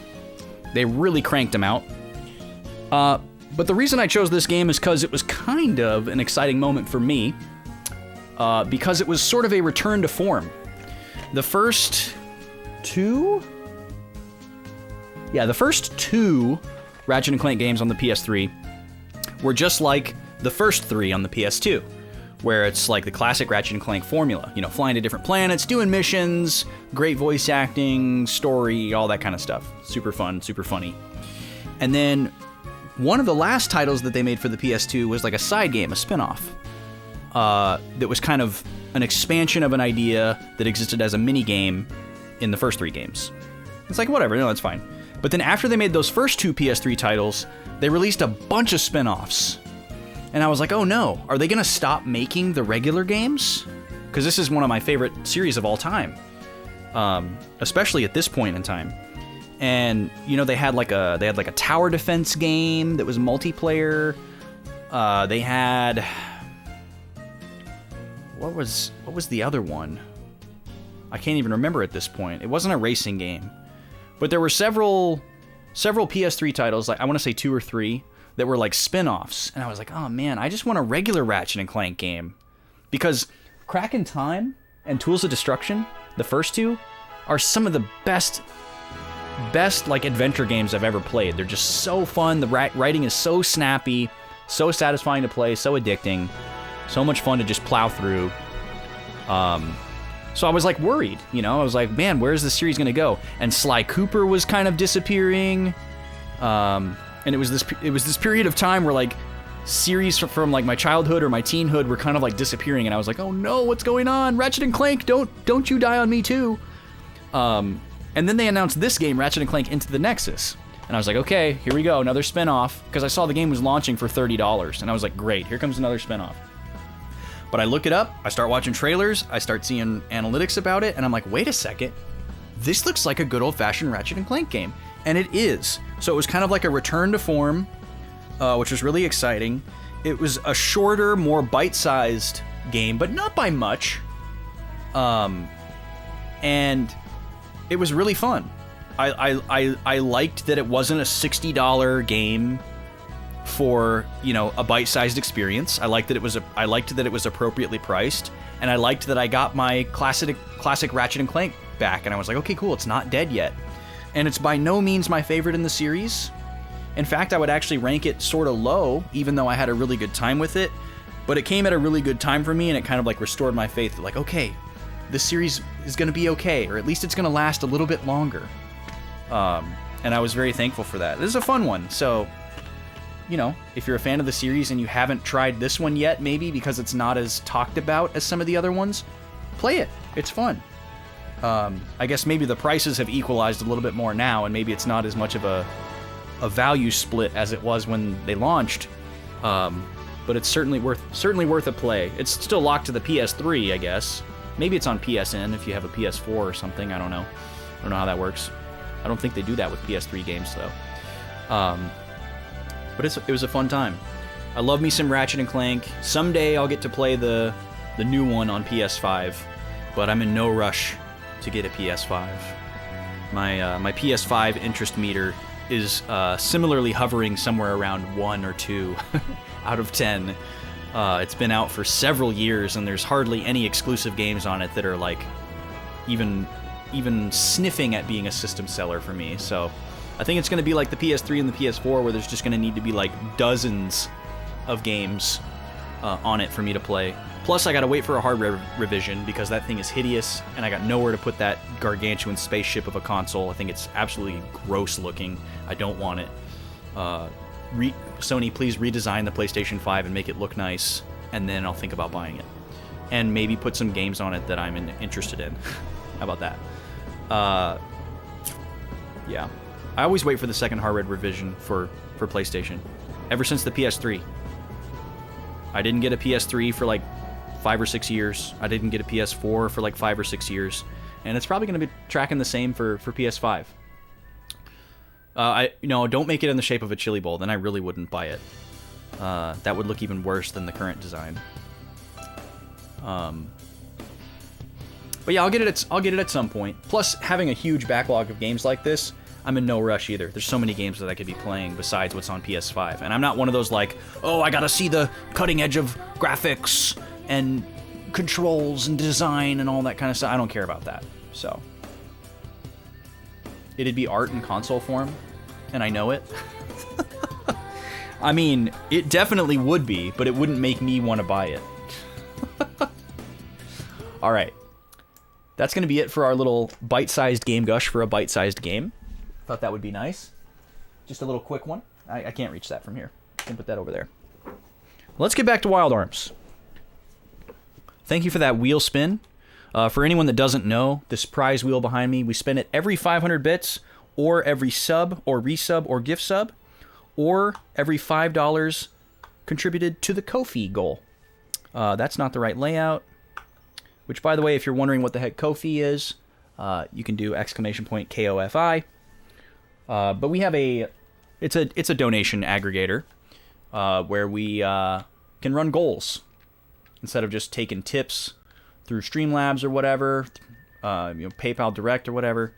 Ko-fi is a lot safer for the person sending, and also we can have goals, like I said. And the current goal is a long-running goal that will take a while to chip away at, but it is a 1-week streamathon where I would take a week off from my job and basically stream full-time for that week, 8 hours a day for 5 days. And chat would get to vote on what I play. So someday that'll get met, and we'll do that. It'll be cool. That's what's rolling over at Ko-fi. In the past, we have raised money for fake display food. We have our chili bowl and our dripping pizza over here, along with a beautiful Kaiser roll and cheese sandwich that were gifted to us. So, yeah, all kinds of shenanigans over on Ko-fi. But I also have commissions on Ko-fi, which I haven't talked about a lot on stream. It's probably something you've seen if you're in the Discord. But I have commissions on Ko-fi, which basically means if you tip towards a specific thing, or donate towards a specific thing, however you want to think about it, I will do something for you. I'm a musician. I will write and produce a song for you with little, a lot, or no instruction, whatever you decide. You can make your own custom alerts. We have a bunch of silly alerts here. You can design one. You can tell me what to make, and I'll make it. All kinds of fun stuff over there. I will read something for you in funny voices. All that kind of stuff is on there too. Anything in the boxes? Oh yeah, we got something. All right, so we're in a new town here. We've been looking for this town for a while. These people know about dragons. That's great. That's lovely. Awesome. Oh, is this a story trigger? I don't want a story trigger. Okay, good. Oh, no, I hit a battle. The sample pack of Austin commissions.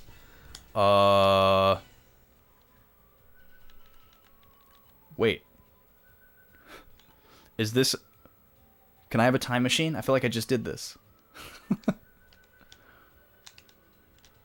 Maybe I forgot one. Oh, there's no game audio. Yes, thank you for telling me. I forgot. There you go. I've been doing a good job of remembering to mute it so there's not double audio, but I haven't been as successful turning it back on. I wish there was some way to automate that. There probably is, but it's probably not easy to set up. And I don't even want to think about that right now.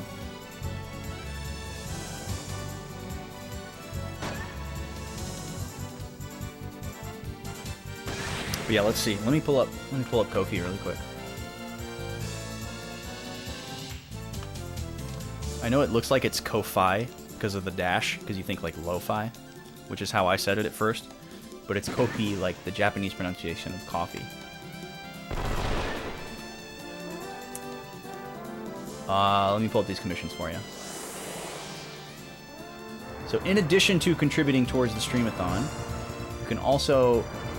$5 for a new stream alert.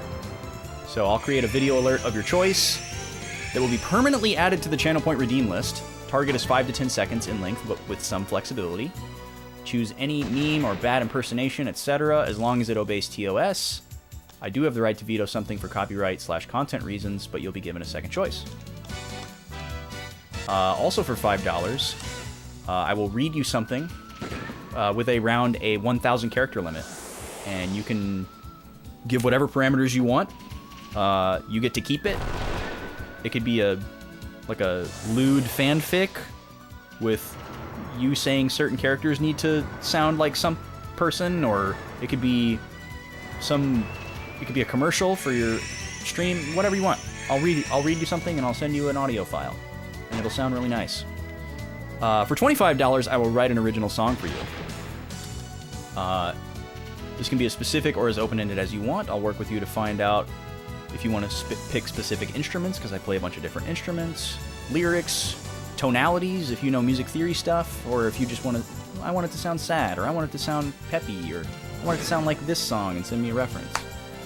Or if you would just want to say, make a cool song, that works too.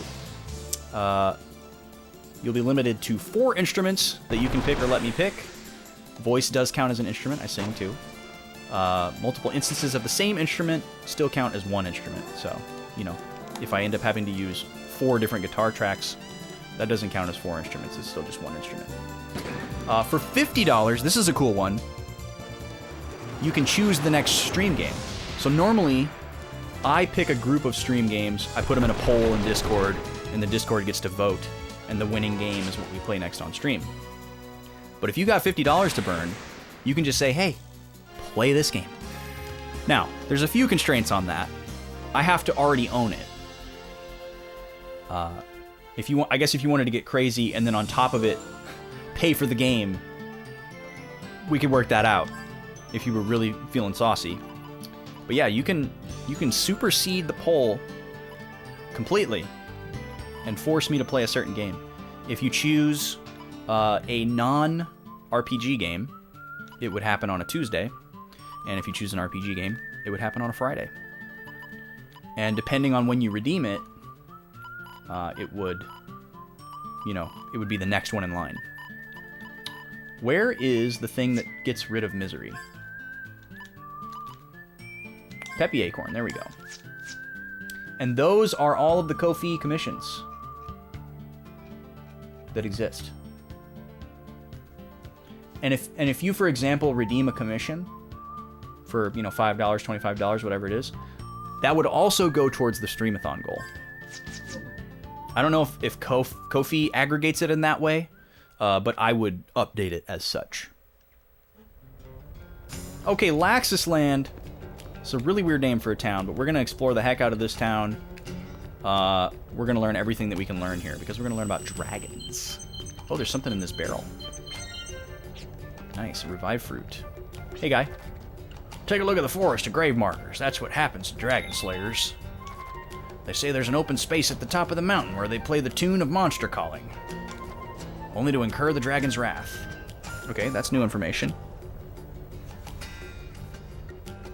Play tune of dragon calling at top of mountain.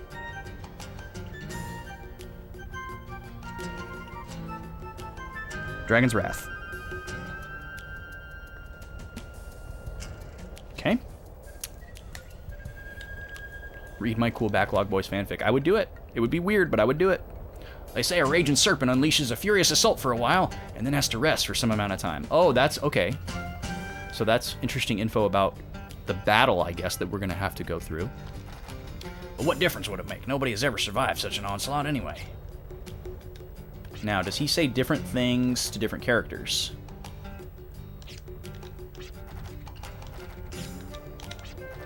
No. Sometimes there's one character that gets different dialogue than everybody else in a town.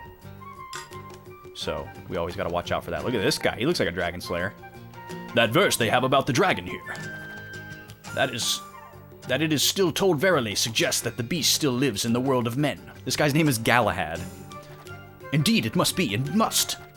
And who shall posterity honor as slayer of the dragon? None other than I, Galahad, yes. Alright, dude, calm down.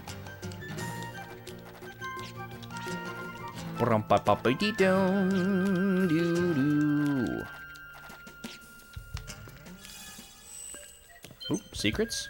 Yeah, in the barrel. Another name tag. Don't know if we'll ever use one of those. Howdy.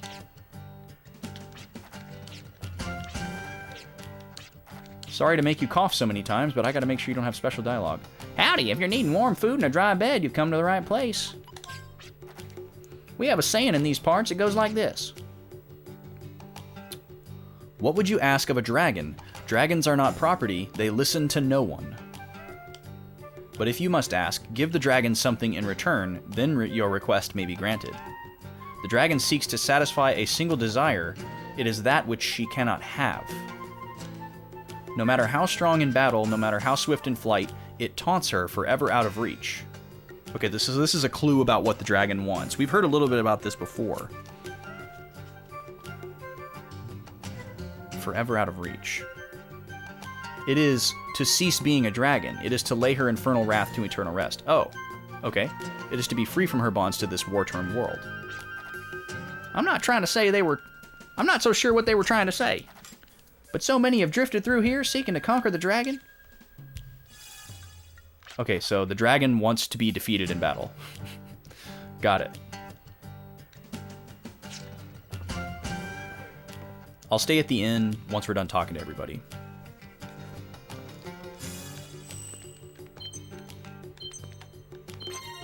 And there's a lot of secret barrels here.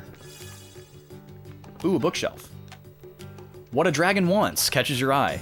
Very different than what a girl wants. What a dragon wants, what a dragon needs. Do mechanoids dream of electric sheep? Could they be capable of dreaming of things beyond their reach, as all living things are? Here in Laxus Land, town of draconic tradition, we have an intriguing anecdote. It says that dragons bestow their powers upon the brave warrior who slay them. But it also says that one who quenches a dragon's limitless thirst also assumes the might of a dragon. Okay, so we don't want to defeat the dragon, we want to subjugate the dragon, right? The dragon's going to be our airship. You'd listen to What a Dragon Wants? That's a reference to the novel that inspired Blade Runner? Wait, what? Really? Or are you joking somehow? It doesn't sound like a joke, but it also sounds unbelievable. One who quenches a dragon's limitless thirst. Now, is that literal? Is there like a special beverage or potion? Or do we just give it a real good battle and it's happy?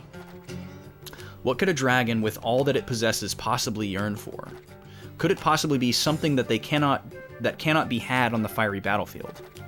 Ask not for what dragons can do for you, ask what you can do for dragons, as the old saying goes. Wow, JFK made it into this game.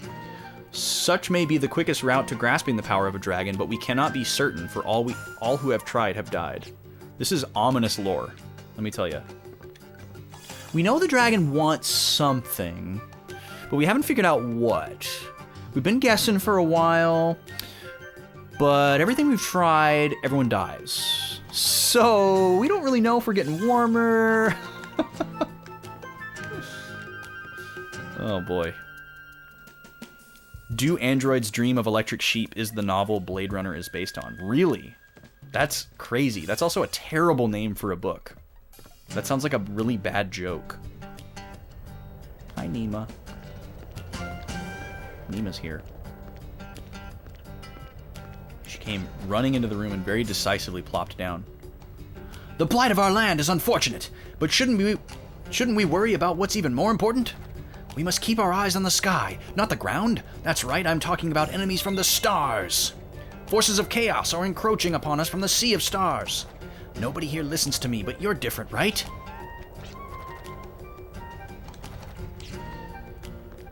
Yes. Yes, I'm different.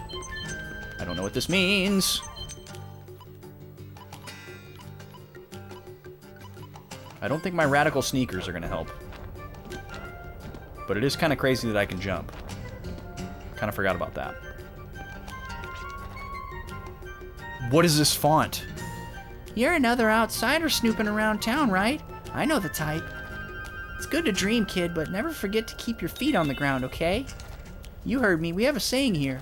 He who soars on dragon's wings often forgets how to land. Best remember that. Yeah, because, you know, we'll probably... Or are you insulted to hear that from me? Yeah, we'll probably get the dragon since nobody's ever got it before. So yeah, good for us to remember that. We've seen that font a couple times in this game, and the only thing I can think is that at one point that was the font of the text boxes, and then they like changed their mind because it was hideous and hard to read. And then somehow like some of them didn't get changed. Like there was some weird labeling issue with each text box in the script where some of them didn't get affected by the like, you know, Control F find and replace all or something. So wait, this is it, huh? This really looks like it leads to another part of the town, but it doesn't. This is the whole town? This is it? Man. I was expecting to learn more than this. Ah, customer, what you want? Young Sprout, you want to take cursed dolls for me? They say bring gory death to owner. Please, wait. Okay, this guy has, like, broken English. You want take cursed dolls for me? They say bring gory death to owner. Please you take for me?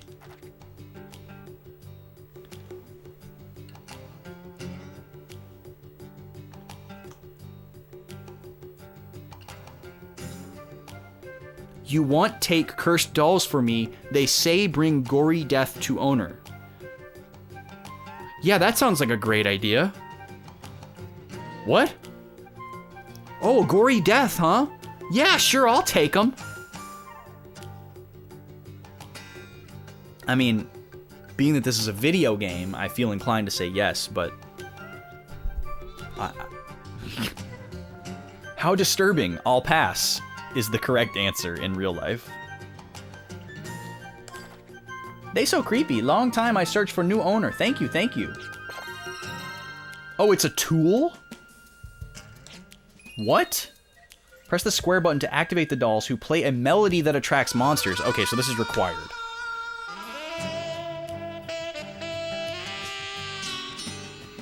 This is the melody we play for the monsters. Okay, so maybe this is... They stimulate imprisoned monsters and draw them out before the party. Those dolls under evil curse, bad.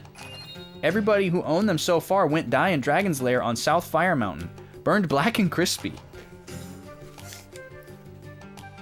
Fire Mountain, so volcano, probably. Fire Mountain. South of Laxus Land.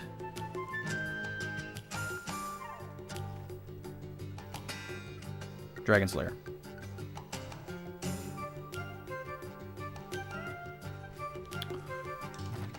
Each time dolls went, come back here. No can get rid of them.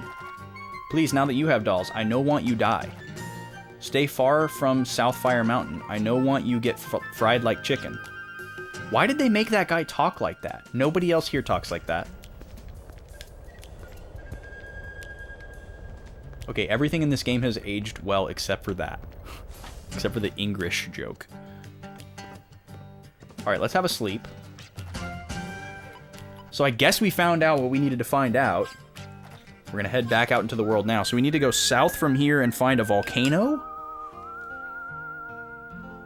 We were on an island before where it said don't step into the crater.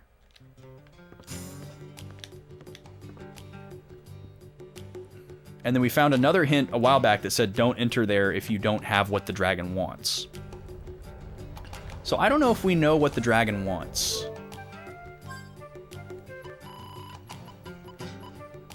Maybe now is the time that we go and read the adventure story? What do you think, guys? An old worn-out map. The location of the ruin is marked by red ink. Where is that? The coordinates are illegible, but it may be possible to pinpoint the location by analyzing the surrounding geography.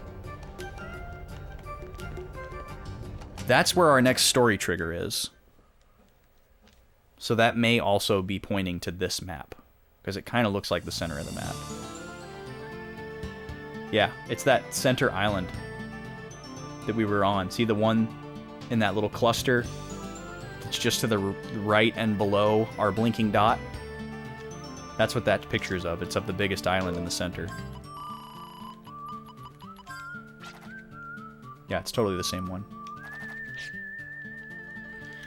So that, I think that's where that volcano was. But hey, we found Laxus Land. So yeah, I think this is what we're required to do next in the story. Seems pretty clear now.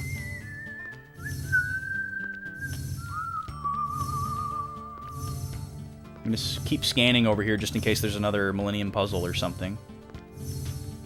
I don't think we've ever found more than one in the course of a stream.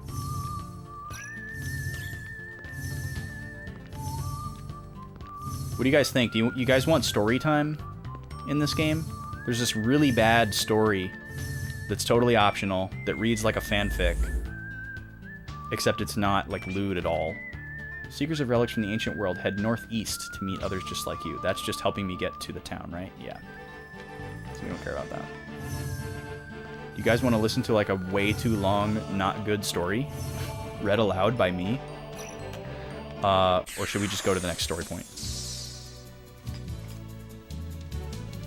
These guys again? Oh my god. I'm gonna try running away from them. Because they're just annoying.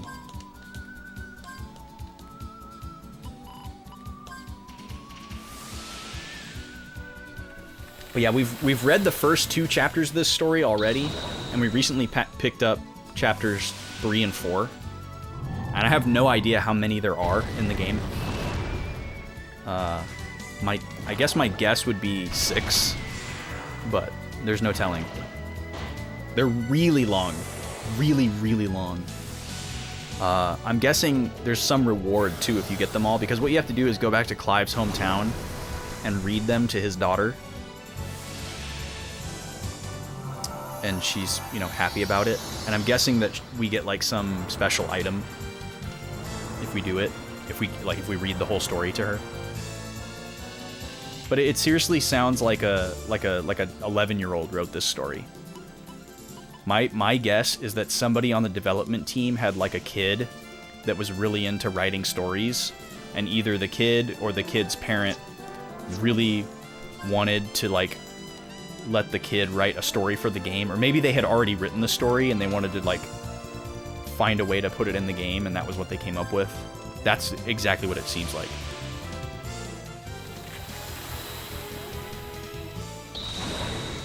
You'll get exactly what I mean if we start reading it. But I won't be remiss if nobody wants to hear that, based on the description.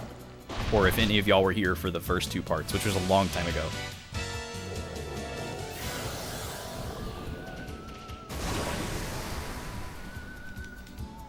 Alright, that wasn't that bad. Kobe girl. That puppy's staring at me. Okay, get in the boat, Jet. There we go. Okay, so how am I gonna get there? I gotta go out and around. I gotta go this way.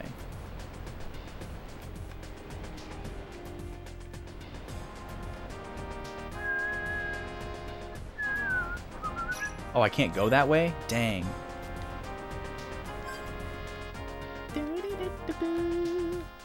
I think it might actually be better to go to Jolly Roger.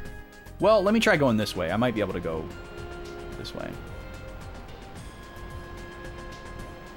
Gobi, stop. No.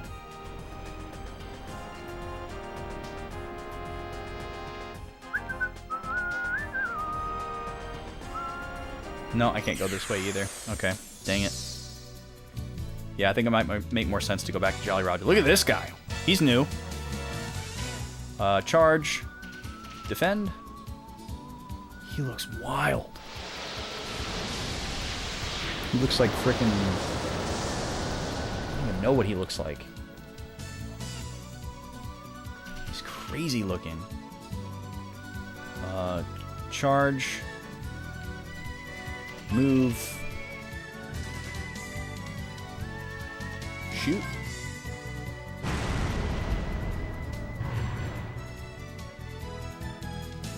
And charge. Defend. Oh, we need to heal soon, too. Would be another good reason to go back to Jolly Roger. Load. And then we'll do a move, move, shoot here. Move. Oh, we can't do 2 moves here.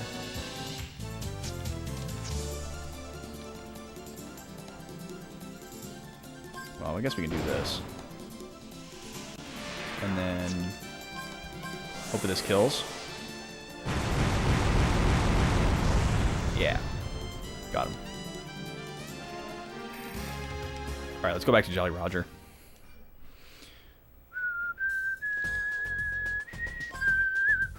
That's a really useful feature too, by the way. It wouldn't be weird at all if the game didn't have that feature to like automatically return to the port town with the press of a button. It's actually very strange that it has that.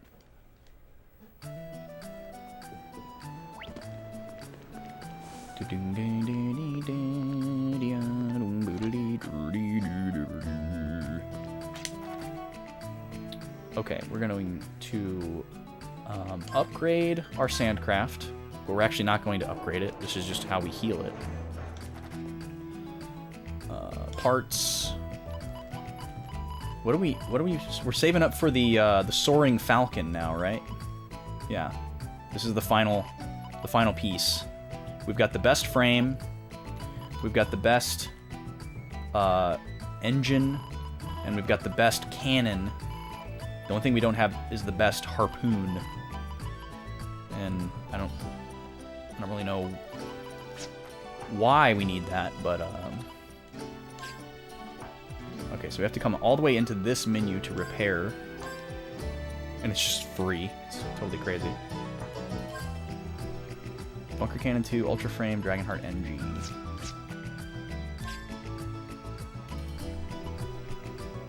Oh, we don't have the best gun. We don't even have close to the best gun. This is the best gun, the Arc Smasher. Okay. So we should be saving up for that, not the harpoon. I'm glad I checked that. So we need 50 dragon skulls, or dragon fossils, for the Arc Smasher. We're currently at 21, so it shouldn't take too long to get to. That'll make a huge difference. We only have, like, the 2 levels up from the basic weapon, and that made a huge difference. I thought we were using the ultimate weapon this whole time. So, that'll make a huge difference. Of course, if we're about to get an airship, we may not ever use this thing ever again, so if we get the dragon before we get to 50 dragon fossils, might not even bother with the ship upgrades. All right, let's go ahead and rest so we can get our ECN back, because we're gonna need it.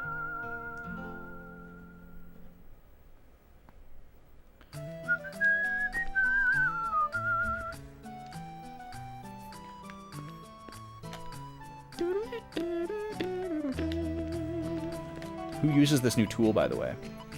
Gallows.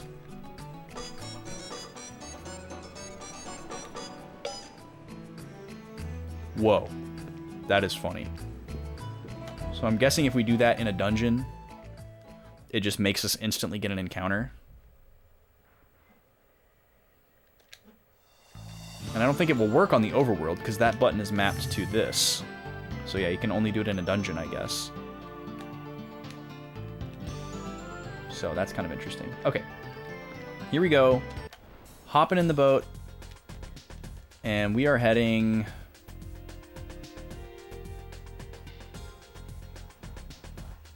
this way.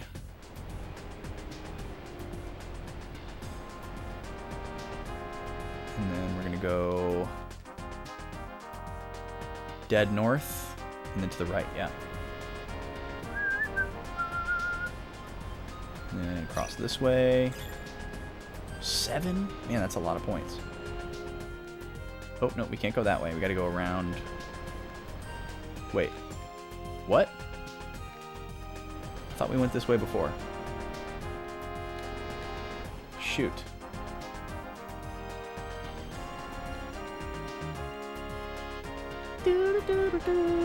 This is exactly where we were before. How do we get over there?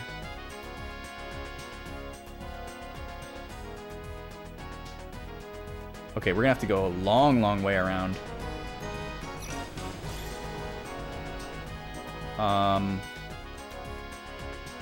No. So let's see, we're gonna have to go around that way? Oh my gosh. It's gonna take forever.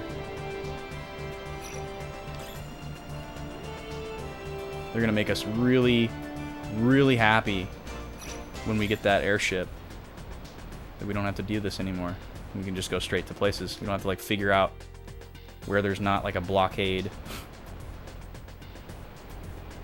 And by the way, sticking to the shorelines here cuts down on the encounter rate, if you're wondering why I'm not just going in a straight line.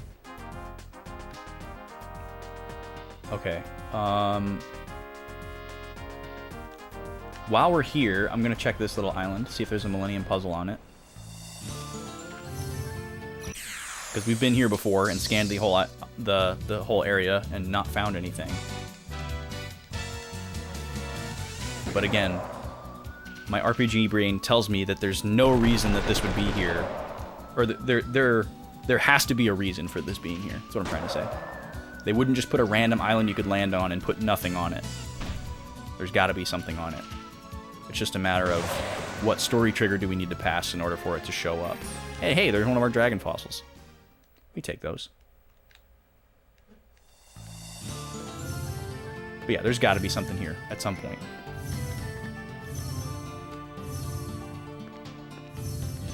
But not yet, apparently.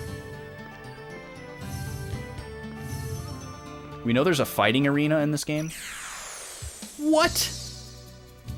Are you kidding me? As we got on the boat, I didn't even know that was possible. Wow. That's crazy. Okay, move. And shoot. Okay, good. He's weak as heck. Get out of here, dude. He looks like he's strong. But not anymore. Okay.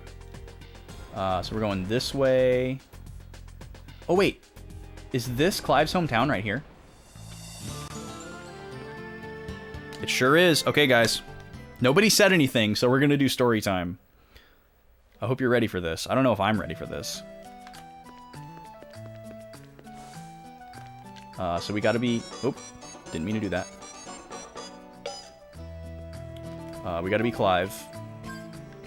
First of all. I'm gonna do a save. For no particular reason. And then, so we have these items that we found in a lot of optional areas. So yeah, we've read 1 and 2 to Clive's daughter, but we have not read 3, 4, or 5. I'm not committing to reading all 3 back to back here because they're really long. But we'll see how we do. So we gotta go into the menu here and then use the item. Yay, a book, a book! Will you read it to me? Continue reading the next chapter? Press the start button if you get tired. See, they give you an out. They know how long it is. Okay, here we go. I don't remember much of what happened in chapter 3 or chapter 4. In chapter 1 or chapter 2. But it's like, kind of like anime trope where there's people at school. They're like kids. But also there's like this haunted castle that they went to, and there was a vampire guy. There was some time travel.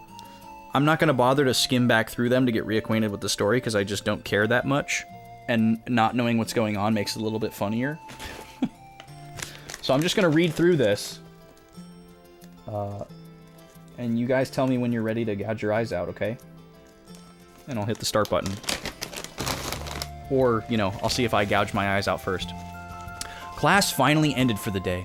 Reese, you really look like the pianist Karina Farlane. What she does has nothing to do with me. So you're really her son? Hey, can you get me her autograph? I'll even pay you for it.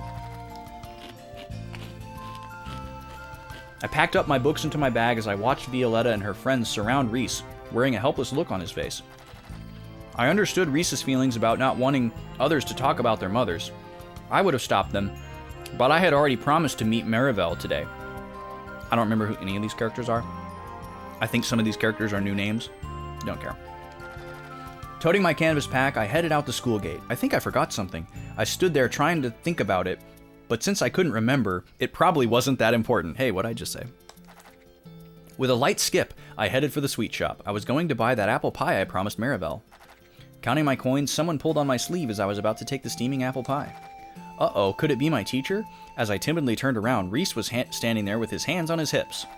You shouldn't buy sweets after school. Oh, it's you, Reese. Let me go, please. I playfully put my hands together and winked at him, but Reese looked at me with a stern face. No way, it's against school rules. Darn, why is he being such a goody-goody? I pulled my sleeve away from him. Don't be so picky. You're getting on my nerves. I just wanted to... You. He flinched away but rebutted in a small voice. What? I just wanted to... You? What? That makes no sense. He flinched away but rebutted in a small voice. I can't hear you. Speak up. Oh, so there's like a word that we didn't hear. That's the implication. I see. I just wanted to... You. I can't hear you. Speak up. I took the pie out of the lady's hands, who was taken aback by our conversation. Reese called my name as I ran away, but the voice was soon lost in the distance. Yo, Z-Bobs, welcome in. Perfect timing. This is an awful fanfic because there's no sex and there's nothing interesting at all. It's like a child's story.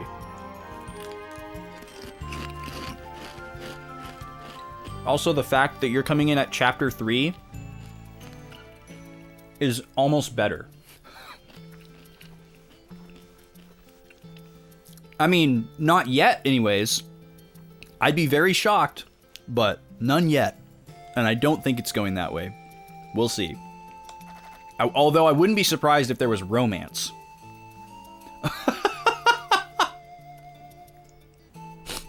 Yeah, I understand. The soft sunlight falling on the rooftop deck was as clear as glass. The sky above us was blue as a robin's egg. Wow, someone uses their crayons. As I enjoyed the sunbath, Marivelle cast a side glance at me. If it were winter, the sun would have set already, griped Marivelle as she looked up at the sun through her sunglasses. She is also wearing a costume today to shield her from the sun. Seriously, did an 11-year-old write this? Yeah, probably, I answered passively as I held the craft in my left hand and measured the wind with my right fingertip. What? Okay, I don't know if you were here earlier, Z-Bobs, but my theory is that somebody on the dev team had a kid and that liked to write stories, and they wanted to put them in the game, and that this was actually written by a child. There's no sincerity in your words. Not answering to that, I aim the craft at the sky. The sound of my heart pounding rings in my head. I heard Marivelle hold her breath. I have no idea what's going on. Like, I don't understand what I'm reading. A gentle east wind blew on my cheeks. Then, feeling a gusty wind coming, I let the craft go with a holler. Go! The craft sliced through the winds and flew down with a great speed to the inner court of Crimson Castle. Okay, that was the castle in the first couple chapters with the vampire guy. Or lady? Vampire lady? Oh, music's changing. The autumn sun fell as I searched feverishly for the craft, wandering around with a lamp that red and blue lent me. What? Marivelle, who was out of her costume by now, called my name. How did she get out of her costume? Is she naked? Okay, maybe this is a good story, Z-Bubs. Yeah, I don't know if it's going to take a turn that way, but we'll see. We stood there silently as we looked down into the beautiful mosaic-patterned fountain where the broken craft laid. What did I do wrong? I think this actually might be a flashback that takes place before Chapter 1. I mumbled to myself as I stepped into the fountain and picked up the craft. We'll look into that later, Jack. If you catch a cold... We'll look into that later. Jack, you'll catch a cold if you don't come out of the water, said Marivelle with a kind and gentle voice. When I thought about it later, it was the kindness that triggered it. But at that time, I was stupefied by the sudden tears gushing from my eyes. Jack? Marivelle called me with a wandering tone as I stood still in the fountain. Seeing my face, she slightly held her breath. Thankfully, she didn't say a word. Wordless, I sat on the edge of the fountain and tried to wipe the endless flow of tears with my sleeves. Jack, use this. Sitting next to me, she softly handed me her handkerchief. I don't remember there being a picture before. Is this the first time we've seen a picture? Will you listen to my story? She nodded quietly. Oh, I'm saying that. She nodded quietly. I'm obsessed with aircrafts because a long time ago, my mother, who is a migrant worker in Slayheim, bought me a model aircraft as a gift. Marivelle's face was hidden from the backlight. Was it a screenplay now? So, I was always playing with the aircraft. I started modifying it so it can fly farther, and it made me feel as if I could fly with it to my mother. But I always failed, failure after failure. I feel so lousy and worthless at my helplessness. This is also really poorly translated, I think. There, Jack, it might be so, but her words stopped abruptly. That line almost would have been better, Z-Bobs. Who's there? A small scream was heard from the shadows, surprised by Marivelle's incisive voice. For a moment, complete silence fell over the area. Marivelle stood in front of me and yelled, "Give up and show yourself." Out from behind the bushes came Reese Farlane. I'm sorry, you forgot your homework, so I wanted to hand it to you. So I followed you into a castle. All the blood in my body rushed into my face. Of all the people, he had to be the one to listen in. You've been eavesdropping. My earlobes were hot from embarrassment. I didn't mean to. The pounding vessels in my head blocked his words. Reese continued to apologize, but I pushed him aside and ran to the transporter. Transporter? I'm sorry. What? A sudden rush of weightlessness struck. The next second, the world turned white. Transporter. Guys, there's a transporter, apparently. A week went by. Oh, yep, that was a good stopping point. I completely ignored Reese, who was giving me an apologetic glance every once in a while. I wasn't happy about the fact he got to know Marivelle after that either. I thought to myself, hey, grow up, but I'm still just a kid. Today, Marivelle promised to fix the noise on my grandma's radio. Okay. Tossing my textbooks into my pack, I saw Violetta coming towards me. Hey, don't rush so much or you'll... Hey, Jack. Reese is going to come to my house and play the violin for us. Would you like to... Just as I thought, Violetta tripped on my pack, which contained my craft and the radio, and crashed loudly. Just as I thought. Wait, did you plan this? This is the most... This is exactly future past world. Yes. Yes. By the way, the title of this story is Adventure.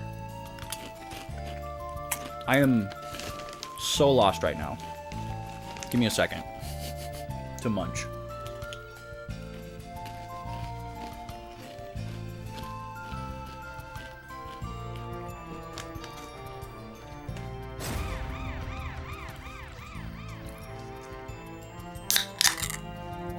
How much Which bork could a bork bork bork if a bork bork bork bork bork?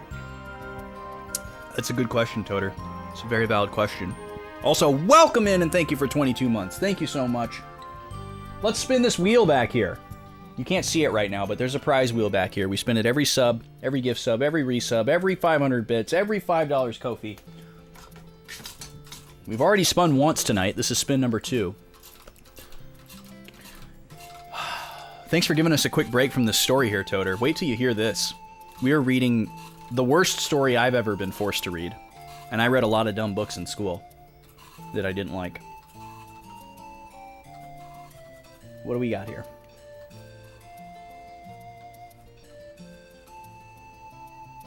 Oh, we're gonna be tasting a snack. Very excellent. I've got a little basket over here. Actually, this little basket was given to me by the Toter. What do you know about that? Many years ago. And I have 2 different boxes here. I have the original snack log, which is a legendary box, and that contains just general snacks. And then this special little box here is where I keep all the snacks that I have not tasted before. So we're going to choose a snack from here, and we're going to give you live impressions on the show. It's going to be great. And I think I already know which one I'm going to do. It's going to be that one. We're going to do that in a minute. We'll do that when that'll be our reward for finishing chapter 3 of this story. Yes, this is a weird thing to tune in on, and it is exactly a bad fanfic. My theory is that someone on the dev team had a kid that liked to write stories, and they wanted to find a way to put them in the game. Because this reads like an 11-year-old wrote it. It's also poorly translated on top of that. We don't know how many chapters there are. We've already read 1 and 2. They're very long. And we have not been back to this place. This is totally optional in the game, by the way. This is not required. We haven't been back here since we got chapters 3, 4, and 5. I'm not committed to reading all 3 of them in a row, but we are going to do all of chapter 3 here.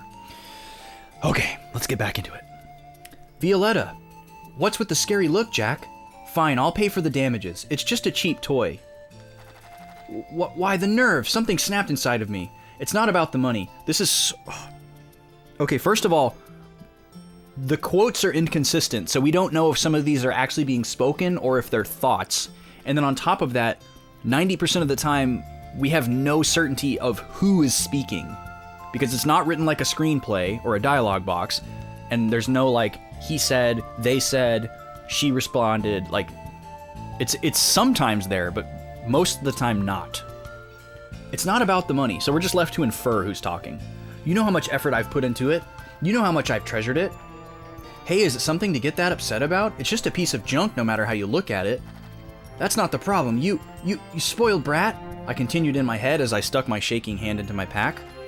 As expected, the craft was broken into bits. Luckily, Grandma Dahlia's radio was undamaged and its mahogany finish glowed in the sunlight. With both bitterness and relief mixed together, I stood up without saying a word. Marivel invited me to the underground laboratory today. Marivel has an underground laboratory, okay. Now this is amazing. There were many kinds of monsters inside water tanks lined up against the wall. It was an unearthly sight. Where did she get these monsters? Why are monsters not scary? I don't know. Haha, this one can only live underwater. Can you see its lungs?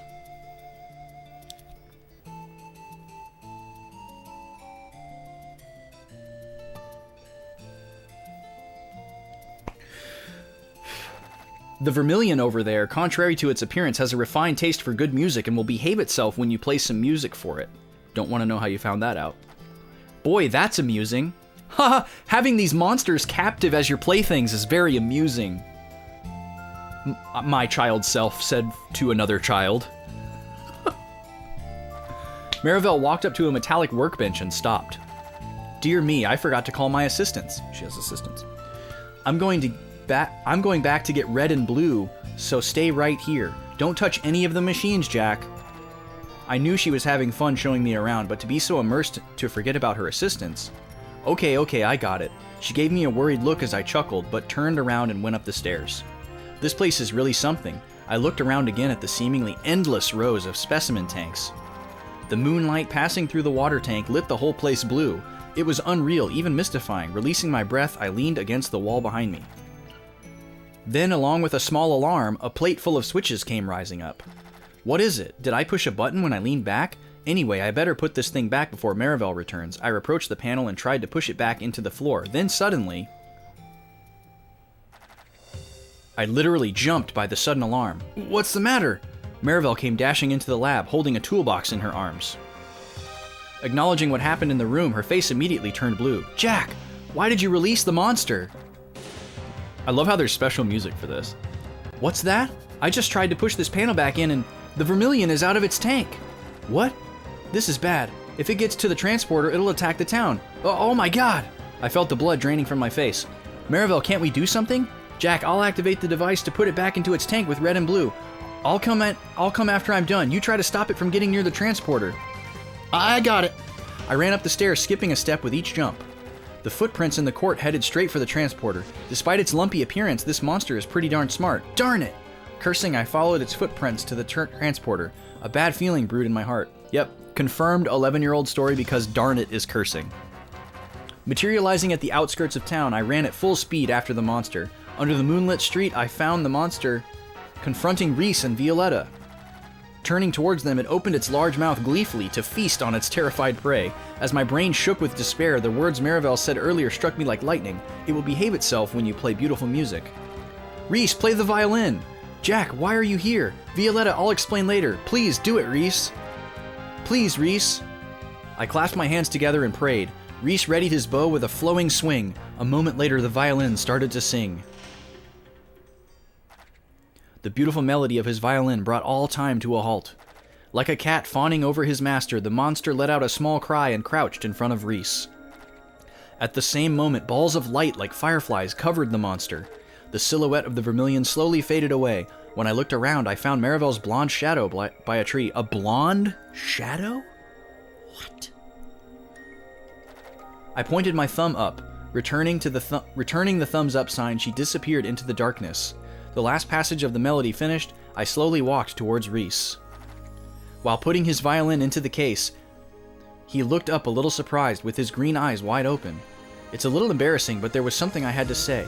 I steadied myself and bowed my head down. Thank you, Reese. I was wrong about you. I took you for a coward. I'm really, really sorry. Saying everything in one breath, I lifted my face and nervously looked at him. Reese was smiling.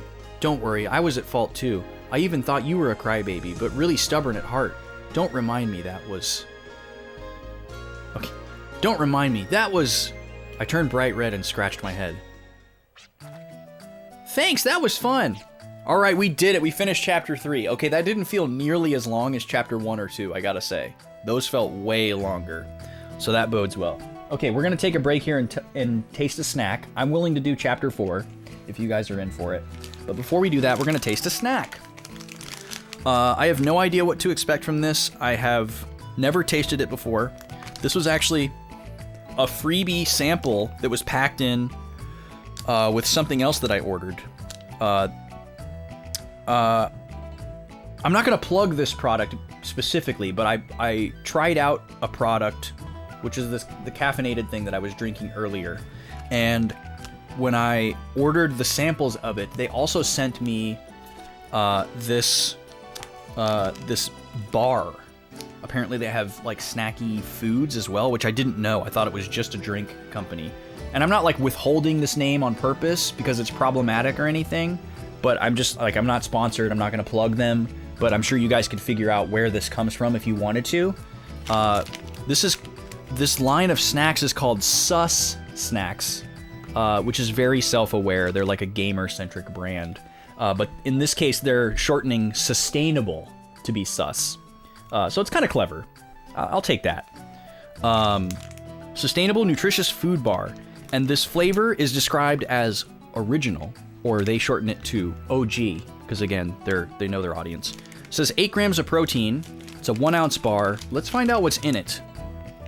The first ingredient is dairy protein crisps. Okay, so you can't have this if you're dairy-free. Second ingredient is almonds, so you can't have this if you're nut-free.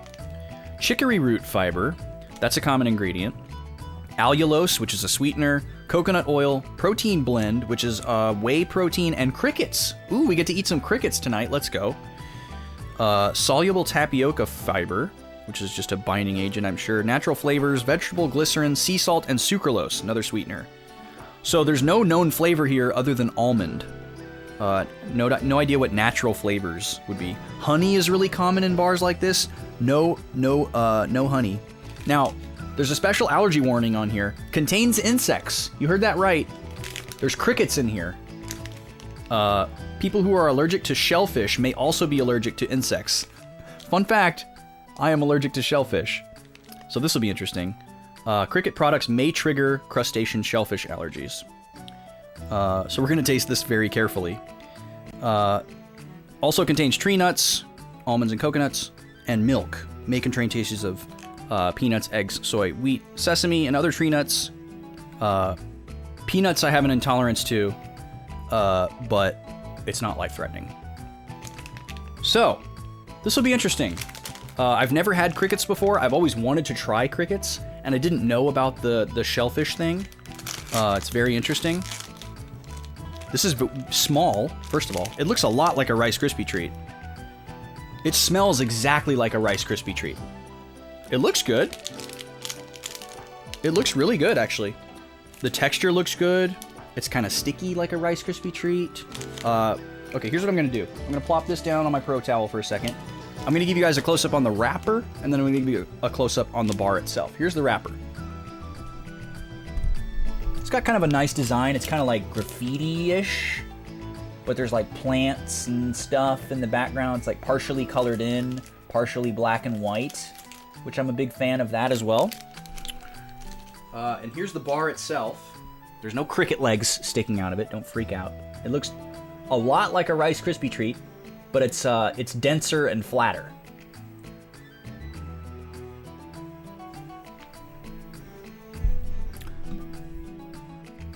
Rice Krispie treats are natural. Yeah.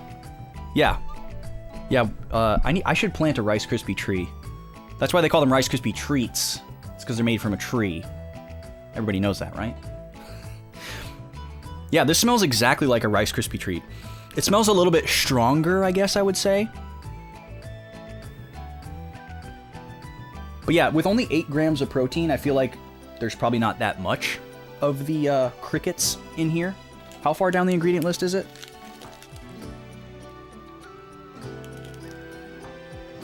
Yeah, it's like the 5th or 6th ingredient. So I'm not super worried about it. I'm not worried about an allergic reaction here. Maybe I should be. Just to be safe, just to be absolutely safe, I'm going to taste one small little bite, and then I'm going to wait like several minutes before I eat any more of it. But this will be enough to get impressions and a taste test here. So it smells exactly like a Rice Krispie treat. It's kind of sticky. It feels like it's going to have a really nice texture. Here we go.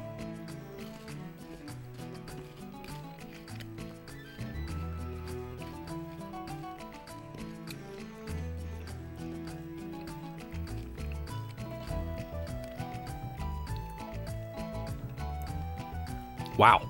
Okay. If you blindfolded somebody, I don't think they would be able to tell that that's not a Rice Krispie treat. It's basically the exact same thing. The texture is a little bit different, I guess, because this is actually more like a homemade Rice Krispie treat, if you've ever made them yourself. My allergic reaction to shellfish is a traditional, like, anaphylaxis type reaction. I've only experienced the reaction one time in any serious capacity, and it was from a bite of lobster. And basically what happened was, like, I was like coughing, my throat got scratchy and like a little, swollen, and like my heart rate increased. I don't know if my heart rate increased because I realized what was happening or because of the reaction itself, and I was like sweaty. So, my mom had it too. She had the shellfish allergy too, and she had it to the point where like she could eat it, but she would just regret it. No, I don't have an EpiPen. Winging it. I've never actually been like officially diagnosed with the allergy. I've just known that my mom had it. And whenever I was a kid, anytime I would eat shrimp, I would tell an adult that it made me feel weird, or I would refuse it, saying that it made me feel weird, and they thought I was just being like a weird kid, you know? But then later in life, I tried lobster for the first time and had that experience. And I was like, oh, okay, I have it. So, yeah, we'll wait a couple of minutes. Make sure I don't freak out here. I'd like to eat the rest of that because it's tasty.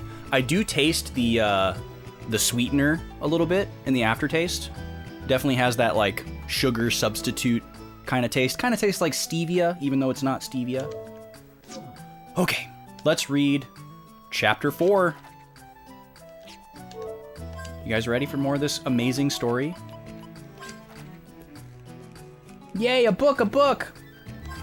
Okay, here we go. Chapter 4. The Colors of Autumn. So we're jumping forward in time again. Leaves turned yellow and red flow with the smell of nuts in the wind. Nuts in the wind. That's good. That's really good. Ah, I love the autumn, muttering to myself like old Forrester Canavan. Just new character names out of nowhere. Love it.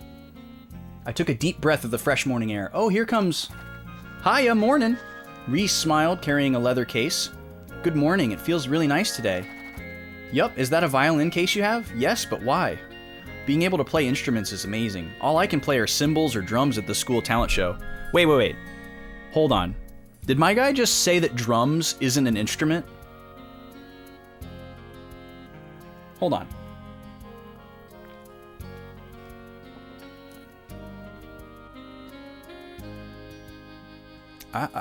I'm not happy about that. Not happy about that. After laughing at my long sigh, he took the violin into his arms. I was planning to practice in the music room after school. I didn't want to bother my uncle at home. Uncle? Who's that? What? That's not a real question. What? Okay. Come to think of it, I've never heard him talk about his family. Courtley is a tiny town. There's only 17 students at grade school, all grades combined. So when a new resident comes, the whole town spreads rumors about them, whether they like it or not.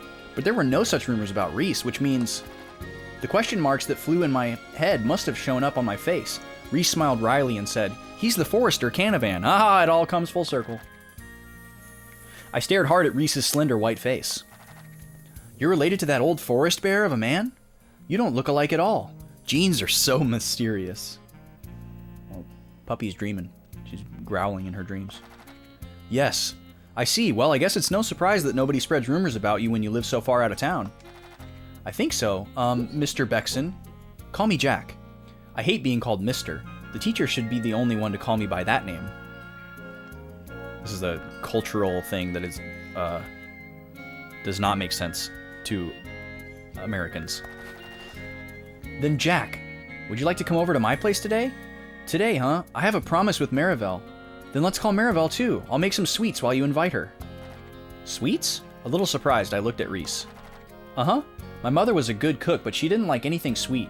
If I wanted to have some, I had to bake it myself. I'm pretty confident about my cooking.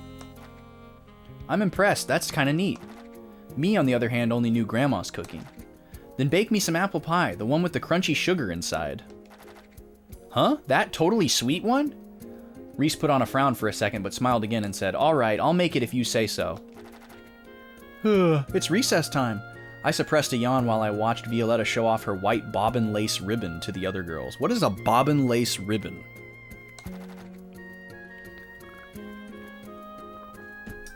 Does it feel so good to be envied by others? Grandma said all girls are like that, but I guess I can't relate since I'm not a girl.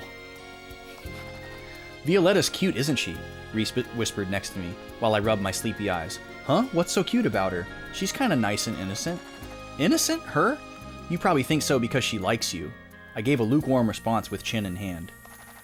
No, it's not that. Besides, I'm used to having girls like me. Oh, must be nice. You say the wildest things sometimes. I thought my jaws were gonna drop off. I have to admit, it's a pretty ribbon, though, I thought to myself as I watched the girls frolic. Yeah, just two guys standing idly by at recess watching girls frolic. Nothing to see here. Jack, the teacher's here. Okay, thanks. I rushed to take out my textbook and slate from my desk. Oh, apparently we're in the classroom.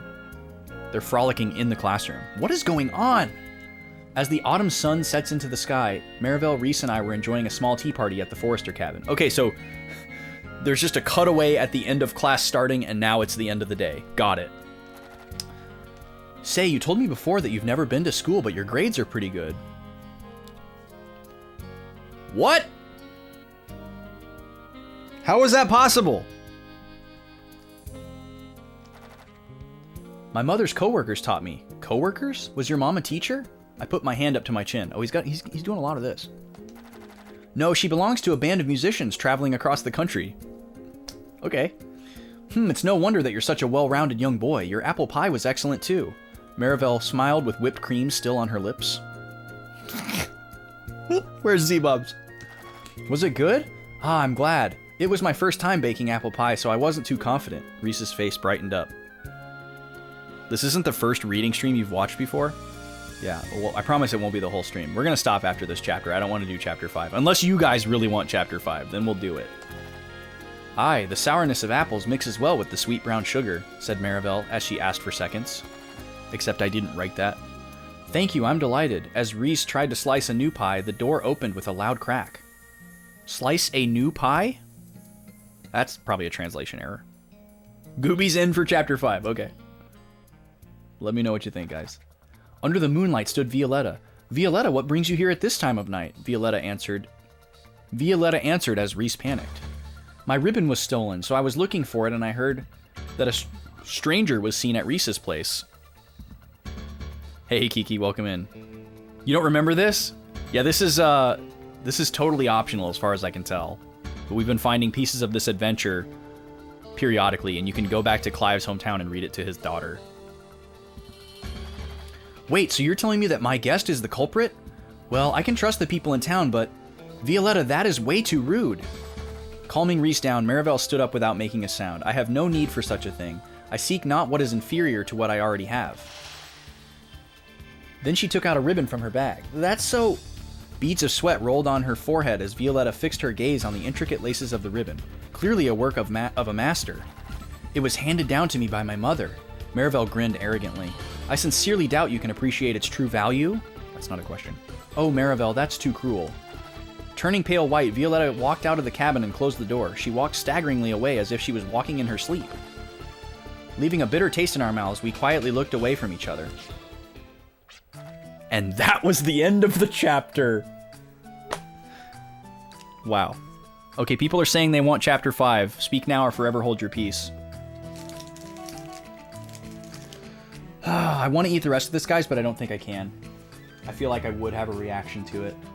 I got a little bit itchy on my face and on my wrist. I don't know. That's it, though.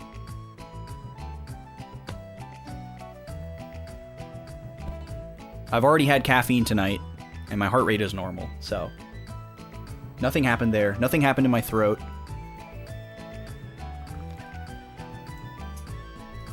We'll see. I'll take another bite after Chapter 5. I really want to eat it. It's tasty. Chapter 5. Here we go, guys. We're invested now, right? I mean, we're all in. I'm sorry that I don't have it in me to do voices for these. Plus, you can't even tell who's talking, so... You get the feeling that it's deep into autumn when gentian flowers bloom. Oh, sorry. Chapter 5, The Lady in White. I looked back at Reese's voice as I walked, kicking the falling leaves. Yeah, it's gonna start snowing soon. Mm-hmm. They even say November is snow waiting month. What? Snow waiting month? That's gotta be a translation thing. No, it's nothing like that. I've never seen snow, so I'm really looking forward to it. I just thought of snow waiting month because it seemed appropriate. Oh, she made it up. Okay. When it snows, Grandma makes me shovel the snow off the roof. I don't look forward to it that much. Aha, I guess living in snow country has its own problems. Reese laughed and shrugged his shoulders. Then his smile suddenly froze. What is it? I tracked his line of sight as his lips trembled. Focusing my eyes on it, I gasped. Reese was looking at the headlines on the station newsstand. The headline read, Popular pianist Karina F. in love with Slayheim Orchestra violinist? There's the snow. Well timed, Gad. Well timed. Froze? You look exactly like your mother, Karina Farlane. Violetta's words from some time ago crossed in my head. Could it be? I quietly peeked at Reese's face. Ugh, his big eyes were all misty. I couldn't stand watching him so sad. You want to go see the snowplow that's inside the station engine house? Mission failed. I didn't want to make it seem like sympathy, but it came out too blunt. As I clicked my tongue looking off to the side, Reese rubbed his eyes and smiled gently. I've never seen a snowplow. Alright then, good timing. Although it would have been better if we can see it moving. It's got a pointy head and shoves all the snow off flying like this. It's really cool. I kind of over-exaggerated it. I'm not good at explaining, okay? But continued to describe it to Reese. I like how this is written like a diary almost. Really? It makes me want it to snow even more. Oh? Reese stopped walking again. We didn't even know he was walking the first time. What? Hey Jack, isn't that Marivelle? Reese pulled his hands out from his pocket and pointed towards the station platform. You sure? Why would she come here? Over there, you see? You're right. There was no mistaking that strange costume. What are you doing, Marivelle? Oh, it's you two. A friend I made over shortwave radio owns a cottage near this town. Just making friends over shortwave radio, no big deal. We promised to meet when she comes over to see the crimson foliage. Is she a girl? Reese asked casually. Yes, she's a girl just like me. A girl just like you? What is it, Jack? Do you have a problem with that? Well, I continued to say no, but the steam whistle blew over my words. What? Marivelle waved her hand at one of the passengers getting off the train. There was a train sound. You there? Oh, you there! You must be Anastasia? Hearing her name called, the lady turned around slowly. Her long black hair gently swayed and I smelt a nice fragrance. Smelt? I don't think that's the correct use of smelt. Wow. She was a beautiful young lady, about 3 years older than me. The beauty mark under her eye makes me, my heart thump. I tried to hold myself while my heart beat loudly. Yes, you must be Marivelle? I didn't expect you to really come in a costume, she continued. Marivelle smirked. Oh yes, these two are my followers. This is Jack and Reese. My followers? Wait, what? That's like 3 steps past getting friend-zoned. We're her followers. These are my apostles? My simps? Followers? Reese whispered and crinkled his nose. Taking no heed of him, Marivelle continued. Look at her costume, by the way. Is that her regular face or is she wearing a mask? They insisted on being your guides today. Use them to your heart's content. Isn't she going too far? Yeah, very savage. But when I was greeted by a smile from this beautiful girl in a white coat, the brusque words from Marivelle disappeared from my head. I think Marivelle is actually, if I remember correctly from chapter 1, Marivelle is from like a different time period. She's from like the future or something. And she's just like masquerading as a normal transfer student. It's one of those kind of tropes. But she's like a robot or something, or like a cyborg. I can't remember from chapter 1. Nice to meet you. Oh my, don't be so nervous. You're making me nervous too, Miss Anastasia laughed jokingly. Nice to meet you too, yes. Me and Reese nodded up and down, saw each other's cheeks blushed red, and felt really embarrassed. I'll leave the planning up to you two. Miss Anastasia looked down at us with an apparent enjoyment as she exchanged a meaningful glance with Marivelle. Something smells fishy, but I'll just let it go. So after a small discussion with Reese, how does a picnic by a nice stream sound? There's a great view of the town's trademark bridge, too. That was the plan we came up with. Miss Anastasia gave us a nice smile and patted our shoulders in approval. Yes, that's a wonderful plan. Let's go. We turned our backs to the station and walked off. Isn't it too cold for you? Although the weather was nice, it's already late autumn. The cold might be too sharp for people from the city. If it's about me, there's no need to worry. The nice sun will warm me up. There's like bird noises right now, by the way. I don't know if you guys can hear that.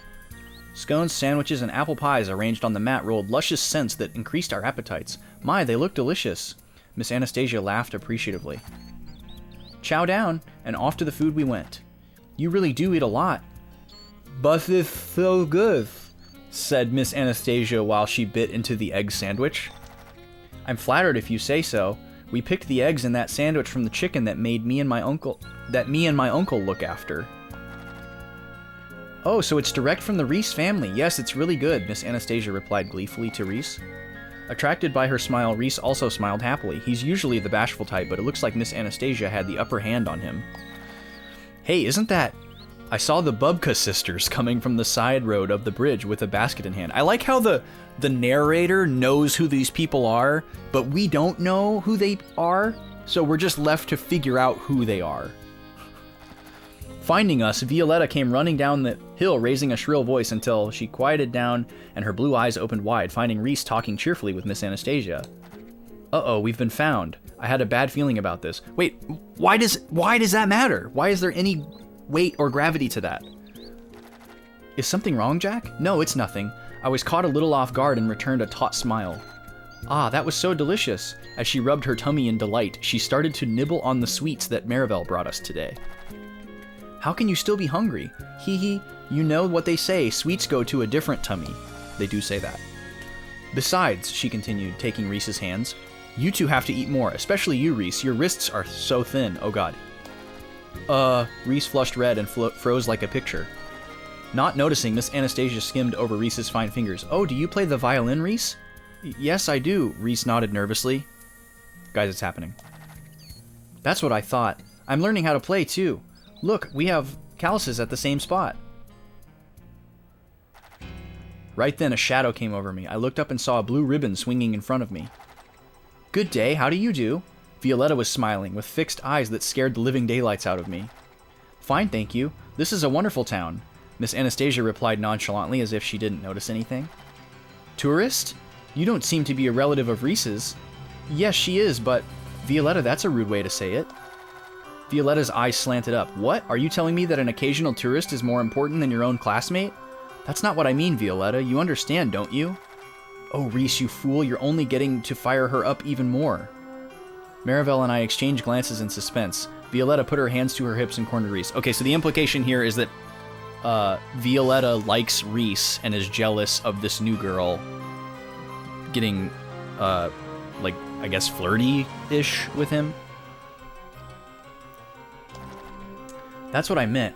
Didn't you feel anything when she pawed your hand so indecently? So indecently. Indecently? Reese was bewildered by the word that may not have even existed in his world. That's a really weird sentence. That's right. She kept fondling your hand. Violetta pointed her chin up and glared challengingly at Miss Anastasia. But Miss Anastasia still had the upper hand in every respect. She gently warded Violetta's glare and replied with a smile. Uh-huh, yours truly is a very kinky lady. She said as if it were nothing. Excuse me?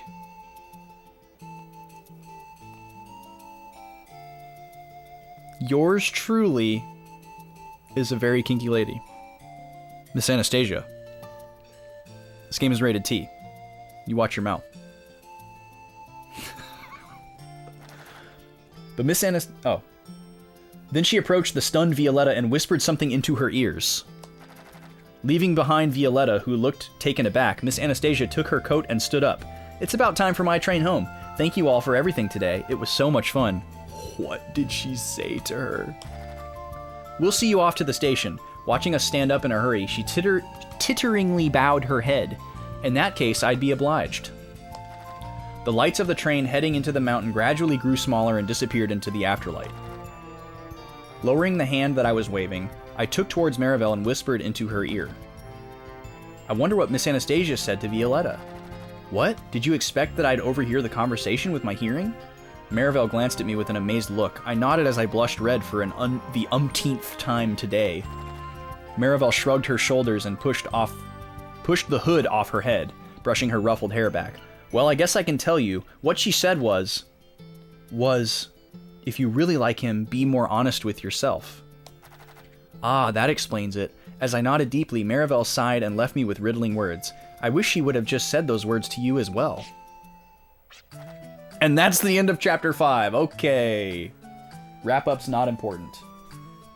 Yeah, I definitely can't eat the rest of this, guys. I'm definitely having a reaction to it. I'm, like, itching. So, unfortunately, I'm not going to eat any more of it, even though it's really tasty. And I recommend it if you don't have a shellfish allergy. I do recommend it. Check it out. Tasty. Okay, we've now caught up on the story. We've read everything that we've got. I don't know how many parts there are, but the story is going nowhere. So, I don't know. Also, like, you could find intermittent pieces of this story and not get the beginning or the end. So maybe they're written so nonsensically, sort of on purpose, so that no matter which chapter you read, you just get like a self-contained story, because each chapter is kind of like a self-contained story. Like, it's slightly a continuation, but there's not a whole lot of reference to previous chapters. Okay, back to the game. We are on our way to the next story point here. And we're trying to get there by our sand ship, and it's kind of challenging. So I'm gonna try going.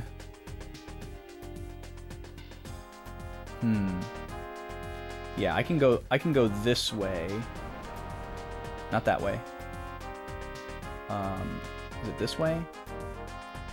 Yeah, it's this way.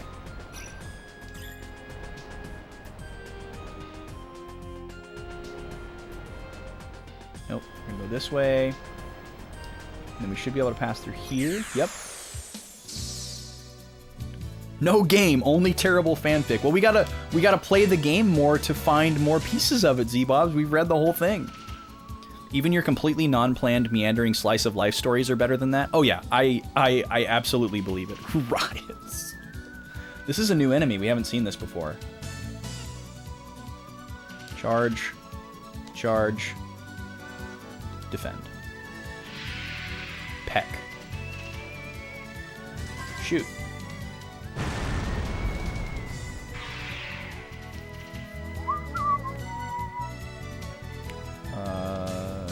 Charge. Charge. Load. And defend. That increases evade? Yeah. Alright, hopefully we don't miss. Actually, I think this increases my accuracy. Simmerg. I wonder if that's a reference to something. Ooh, a crit. Bye. Z-Bobs, have you played this one? I forgot. You may have told me already. I'm sorry if I forgot. But have you played this one? I know you've played Wild Arms 2? Something's telling me that you've played 2. I don't know where that's coming from, though. And maybe you've also played 1. Oh, this is a beach. Oh, yeah, there's a beach.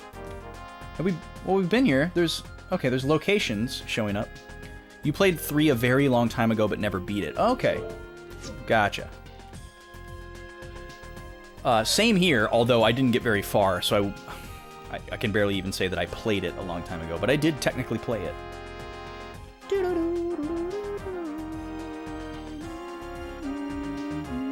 Oh, this isn't gonna work either. This is the wrong spot.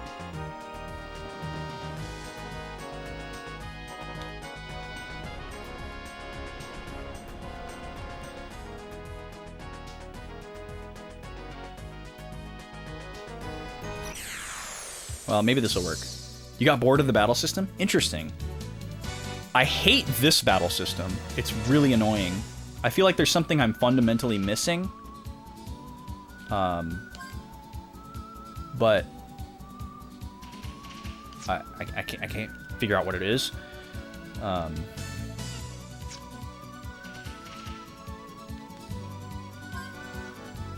But the regular battle system I like. But it does get extremely repetitive, like with the random encounters. But being able to like skip them is cool. I like the actual stratagem of like the boss battles and stuff like that. I like the strategy element of being able to combine the mediums in different ways. But it does get repetitive. Okay, I'm like between. Okay, cool. This is where we want to be. This is where we want to be. So there's a little island over here. This one. We've been here before, but we didn't find anything. So this time, we're going to find something. Presumably. We were talking about this concept earlier. Yeah, this battle system really sucks.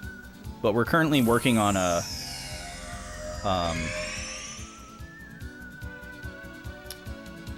getting an airship, and hopefully it'll just make this thing completely obsolete. We won't have to use it anymore. All you remember about this game is being frustrated with the skills mechanic because you had the mediums so customized to each character, switching them was such a pain, and then hating the final boss. Yeah, that's the thing, is like, you have to really commit to what characters the mediums are assigned to, because if you try to change them up, you lose everything. You lose all your like added skills, which is crazy. Super crazy. That hasn't been a problem so far. Like we haven't been put in a situation where we wanted to change them and we were dissuaded. There's definitely some combinations I can see that we're not able to take advantage of because we we have certain skills on certain characters and we don't want to move them around. So that's a problem. It almost broke your enjoyment of the game. But yeah, like if we get to a certain boss that requires like a specific combination of abilities that would require me to like redesign my team, I would be pretty pissed. Because we would lose so much.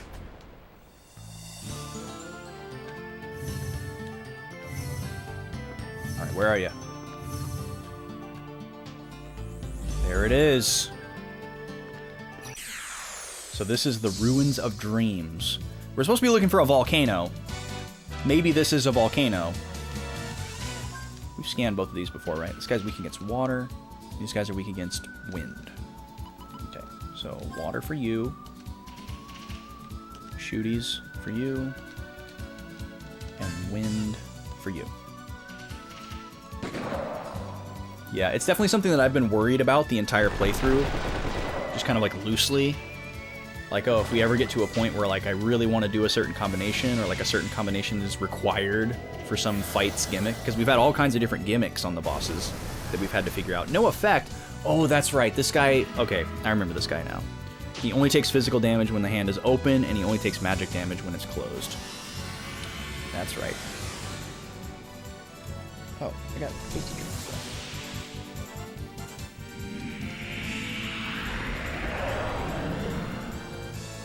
But if the game continues to let me do what I want with the skills, I'm fine with it. Being able to grind the rare drop items for the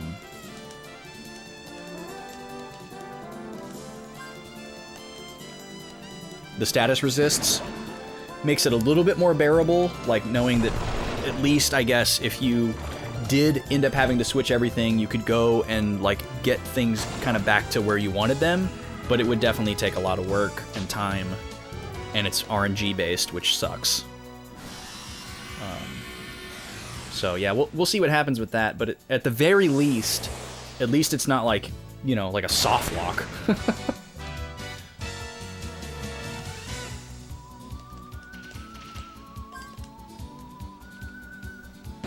We'll see what happens. I could see specific combinations being a requirement for maybe like an optional super boss. I don't see them doing it for a story boss or like the final boss of the game. I'm sure the final boss of the game is really pesky and stupid. That I don't doubt that at all. Based on like we've had some really pesky gimmicks so far, so that doesn't shock me at all. That the last boss was very frustrating. I won't be surprised. Won't be surprised at all. Whenever that time comes. But there's a lot of different forms that can take.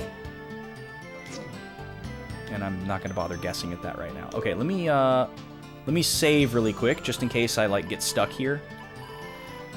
I doubt I will, but I'm gonna save really quick. I want to see if this place looks like a volcano. To make sure that we're at the right place.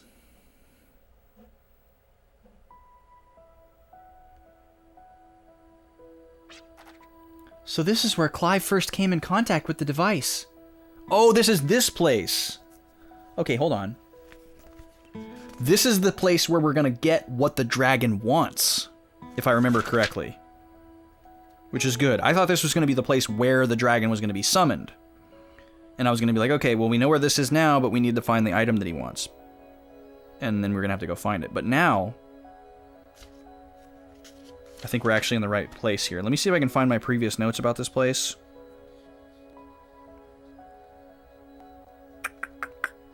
Yeah, I have notes here that the facility where Clive used to work is the next story point, which is where we are now. That's good. Cradle of Metal Gods. We don't know where that is. Center continent south of Boost Hill in the Western Heights. Balak Rise. Only accessible by air, so not that.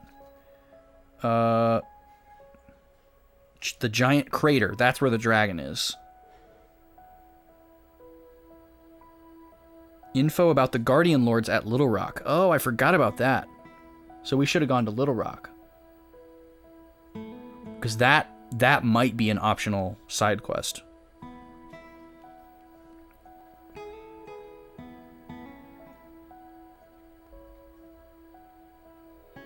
There's another direction to the crater.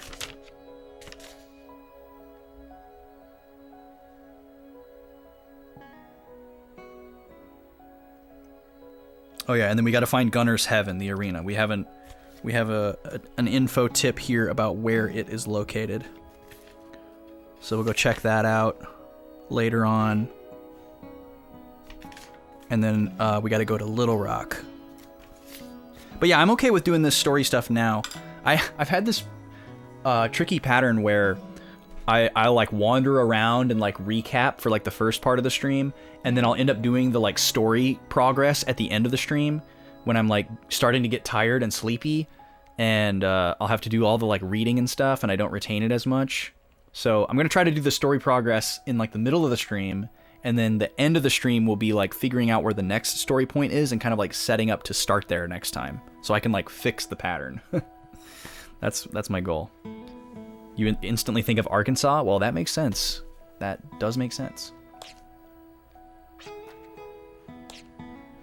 So Clive is really sad because he worked here with his professor, his mentor, and his mentor person. There was like a mistake that happened at this facility that I think was Clive's fault, and it was his future father-in-law. He was engaged to this woman, and her dad was the professor. And the mistake that he made caused the facility to like break down, or like this machine was gonna like explode or detonate or something like that. And the only way to stop it from happening was for somebody to stay behind at this control panel and like do some kind of protocol. And so the professor guy stayed behind to stop the machine from like blowing up, but the process caused him to be like trapped inside of this like quarantine area. So he basically, died in there, presumably, because he had to like seal himself inside with the machine. So Clive has lived with this kind of like guilt. And he still married the woman. That's the mother of his child. We were just reading the story to. She was at the house too, the wife. Clive? No, forgive me. I was lost in my thoughts for a moment, but I'm all right now. Are you sure? Thank you. I'm fine. This ruin has long been abandoned, but the security mechanism may still be active. We must take precautions. All right. The Ruins of Dreams. All these dungeons have like very like bombastic, theatrical kind of names. Obviously referring to Clive's dreams. Okay, we got one new enemy, I think. Ugh. God, that thing is horrifying. It's kind of a palette swap of a thing that we've seen before. And then everybody else can go after a Grabsk. Keep them out of the way here. I always like to analyze the new enemies because the information that you scan from them like stays forever, which is kind of cool. You don't have, like, if we ran into this enemy later on, we wouldn't have to scan them again. And it's super useful because, like, if you throw out like a debuff you can see if they still have the debuff on or not. Or if they've, like, boosted to some degree, you can see if they're boosted. So this guy's weak against wind and ice. And then you can also, if they're a regular enemy, you can see how much HP they have. Or say we forget what they're weak against. If we came back here later, you know, we could double check that without having to scan again. It's really nice. I like how they do that. You don't get like a bestiary, whatever your preferred name is, that you can look at outside of battles. So this is kind of like that bestiary that exists within battles. Were they grouped? I forgot. They are grouped. Cool. And they're weak against ice, right? Yeah, ice. Okay. So extension, refrigerate, hit them both with ice. Everyone else, shoot the hand. Talk to the hand.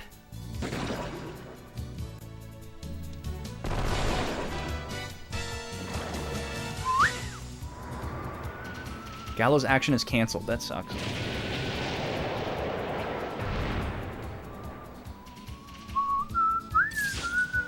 Wonder if that attack has a chance to paralyze. It looks like a paralyzing attack, but may have just been a misleading name. There's a lot of misleading names in this game.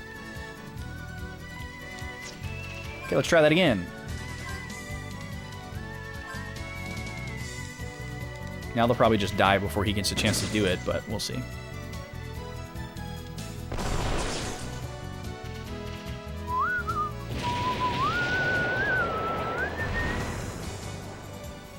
Come on, Gallows.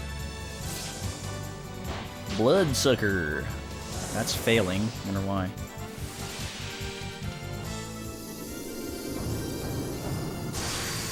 Ooh, that was big damage.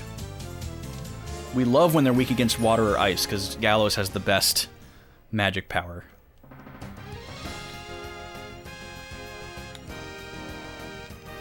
That doesn't do anything? Okay. Alright. Okay, I gotta remember that I can jump. Because that may be required for puzzles in here. And that hasn't fully sunk in.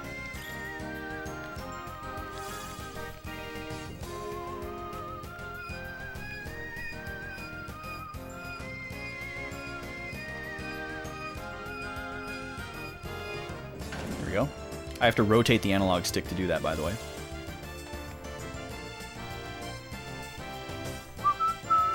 This is new dungeon music, I believe. I don't recognize this. If it's not new, we haven't heard it in a long time. The planet will transform.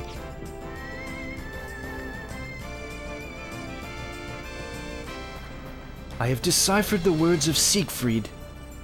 Siegfried is like the newly revealed antagonist of the game. He's a demon knight thing. It is planetary recreation.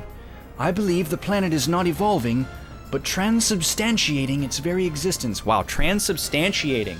That goes all the way across the board in Scrabble. Let's unpack that word for a second. What does transubstantiating mean? Does that mean changing what it's made out of? Is that what transubstantiating would mean? Because to substantiate something is to, like, fortify it or support it. You know, like if you're substantiating a claim, you are lending more credence to it. And then trans means to change or to move. So you are... yeah, that doesn't super go together. I'm gonna look that up here because I'm curious how it's defined. Or is this just like a... is this just like a movie science word? Transubstantiation. It's a Christian theological word. The conversion of the substance of the Eucharistic elements into the body and blood of Christ at consecration. What?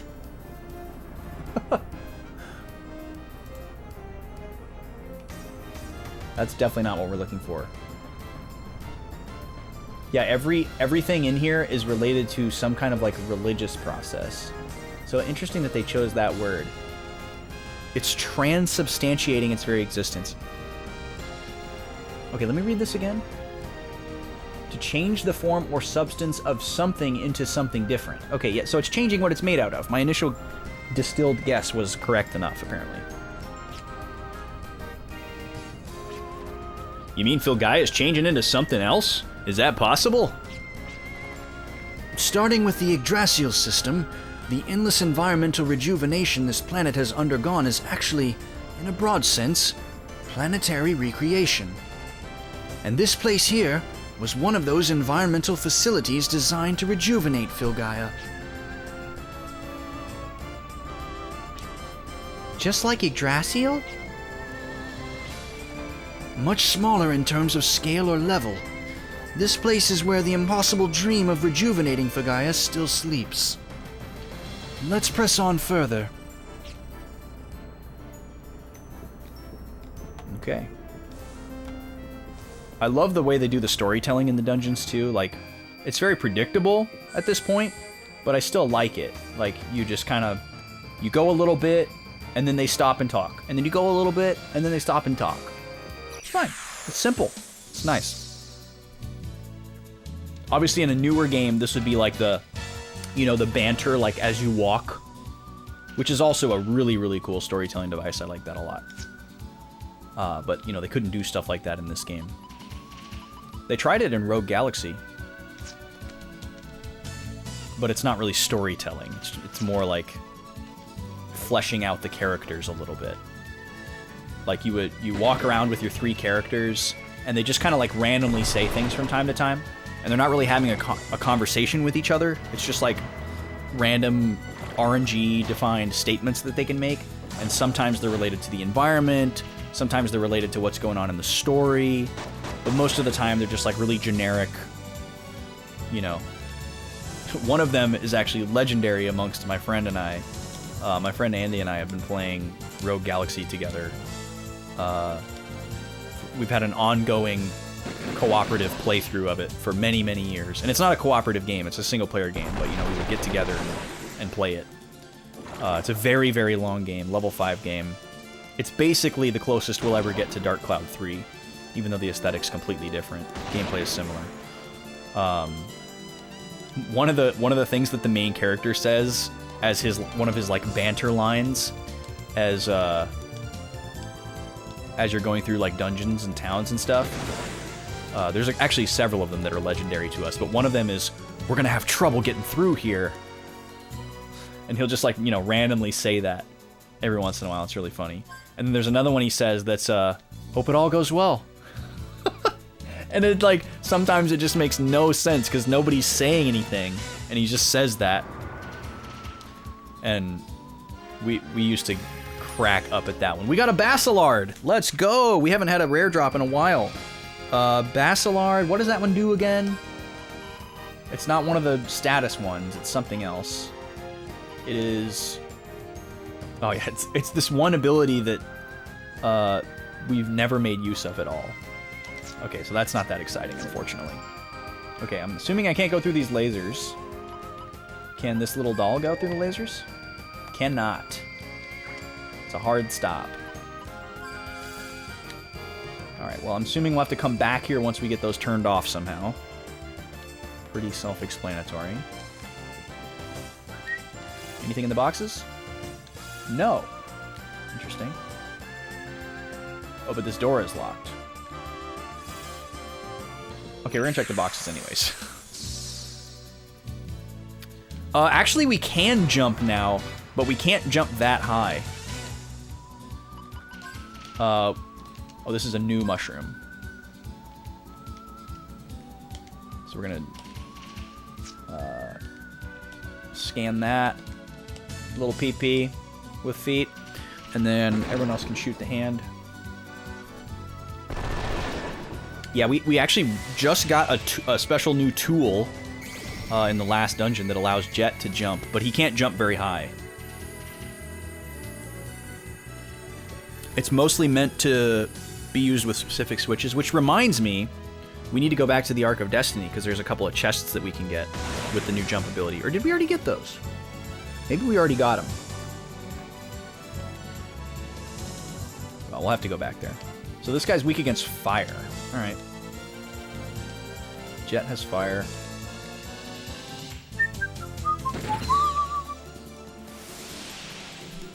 But yeah, we definitely won't be able to jump over those lasers. It's also a really weird jump. Oof. 2 confusions? Come on.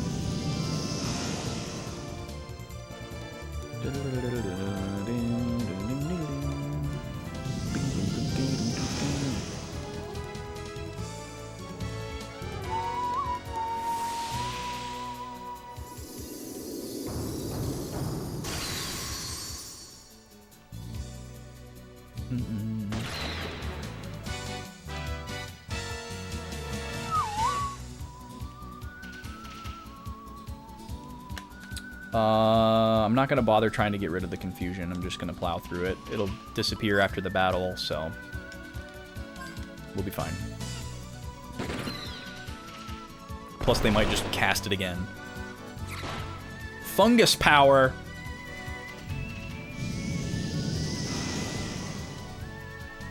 Yeah, he's just going to keep casting it. 2 of our characters are immune to confusion, luckily, so we don't have to, like, stay on top of it. It'd be great if this guy dropped a clear chime,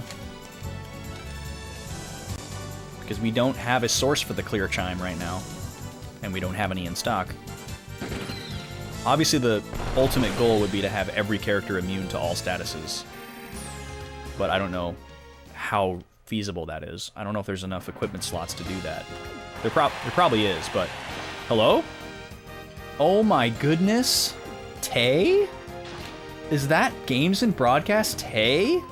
Rating me? My dude. Hello. How are you this evening? Everyone, say hello to Tay and his crew. Tay is a longtime friend of the stream. Great to see you, buddy. What are you doing ending a stream before me? Tay is a late night guy most of the time. So this is a rare treat. But yeah, everyone, please go and follow Games and Broadcast Tay. He's a fine human. Really fun streams. Really interesting takes on just about anything. He will talk to you about anything, and he will have something interesting to say about it, pretty much guaranteed. Plays a really fun, interesting variety of games. What was going on in Retro tonight? V hungry? Yeah, get you some food, man. You don't have to stick around. I'd love to see you come back, but take care of yourself after stream. But yeah, welcome in, everybody. Hello, Geneva. If you're new, my name's Austin. You may have seen me in various chats around Twitch as BB_Austin. But this is the channel that I stream on. The reason why I chat under a different account is because there are 2 Backlog boys that we both stream on this channel. So we chat and sub under different accounts so people know who's who. But I am one of the 2 Backlog boys, currently the only one streaming on the channel. My co-host Vaughn has been out of the country for over a year, but he is back in the US, and we're very excited about that. He plans to return to stream soon, but no definitive date set yet. But he will be back. But right now I'm streaming on Tuesdays and Fridays. On Fridays I'm streaming JRPGs, working on Wild Arms 3 right now. And on Tuesdays I'm playing variety games. We're currently playing through Pokemon Violet because I kind of jumped the line when that came out because I wanted to play it. Wrong button.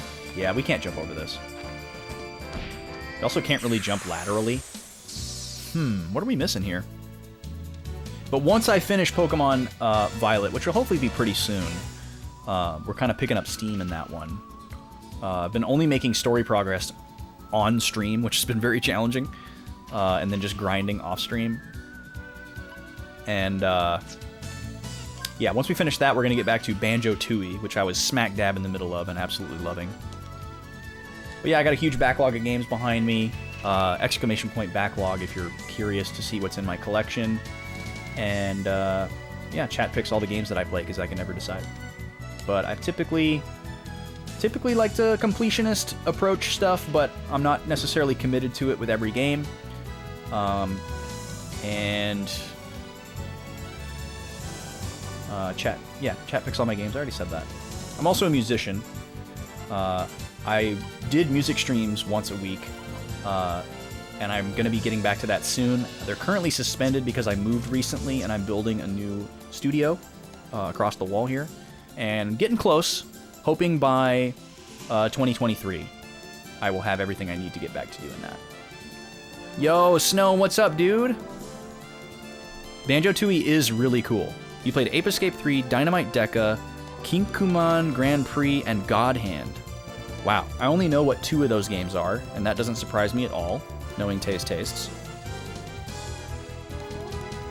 Yeah, I'm fully expecting that to happen, Tay, but I did do a really good... I have taken really good notes, so I'm feeling good about that. I made sure to write really, really detailed notes when we left off of like what my next couple of things I could do were, so hopefully I'll be able to ease back into it pretty okay. I'm super looking forward to get back to it. Also, it is worth noting that I do bonus streams on Sundays sometimes whenever this rolling sub goal gets hit, and resuming Banjo-Tooie is on the docket for those bonus streams too.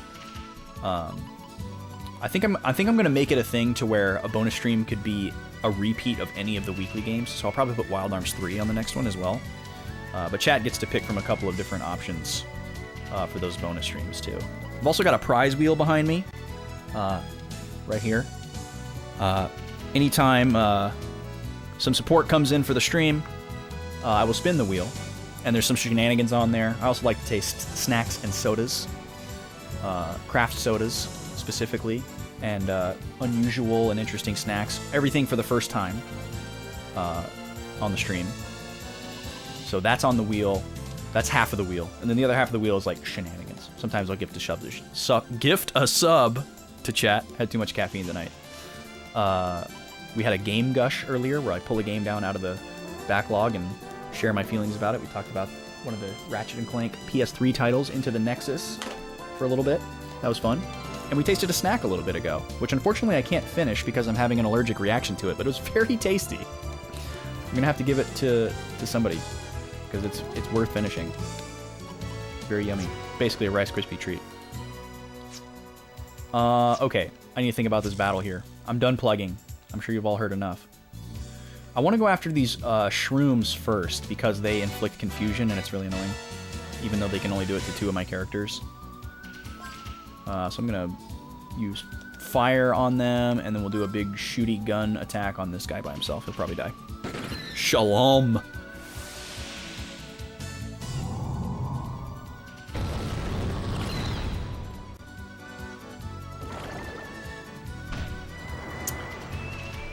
Yeah, I'm very excited about the new studio, Geneva. Very excited. I've finished as much of the acoustic treatment as I can until I go a little bit further. So the room sounds a lot better for when I'm like practicing and stuff like that. But the pretty much the only remaining barrier for the studio right now is some key pieces of gear that are very expensive. So basically what I'm doing right now is just kind of like hitting the woodshed, practicing, while I just wait to save up enough to comfortably purchase these pieces of gear responsibly, which is very challenging for me. Especially when I could technically get them right now. It would just be very irresponsible of me to do it. So, that's what's going on with that. But yeah, I think kind of like win, lose, or draw around like, you know, Christmas time or so, I'm just going to pull the trigger. Hopefully there's some kind of sale I can take advantage of. But if not, no big deal. Because come 2023, I'm going to be itching pretty hard to get back into the music stream thing. But yeah, I'm going to be moving to like a 4-camera setup that chat's going to have control of. I'm super, super excited about it. It's going to be wild. It's going to be fun. But yeah, I play... I'm primarily a guitar player. That's the instrument that I have by far the most experience with. But when I do my music streams, I also play bass guitar and keyboards. And I'm going to be newly incorporating drums. And I am also going to try to incorporate more voice into the streams. Because I do sing. It's just not something that I've done on stream a whole lot. I did do a singer-songwriter bonus stream one time, but singing wasn't a big part of my my music streams. Yes, backwards guitar. Yes, my very impressive upside down backwards guitar. Stand in awe. Yeah, I've been missing the music streams dearly, but I've been doing really good with my practice schedule lately. It's like the best it's ever been. Well, maybe not the best it's ever been, but the best it's been in like a really, really long time. So I'm trying to get back into a trying to get into a groove with that.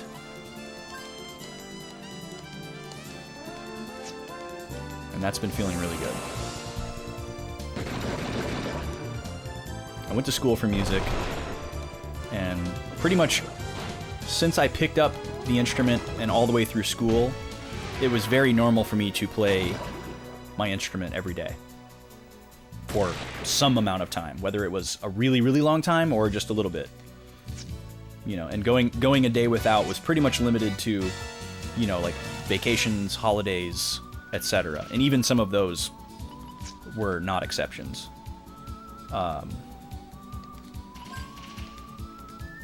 I feel like this battle's dragging on forever, but it's because I'm failing to play the game while talking. There we go. But yeah, that pretty much playing every day diminished rapidly around, like, I'd say probably like 2015 or so. Just because, you know, life, you know, work got more intense, relationship, responsibilities, all just kind of like increasing.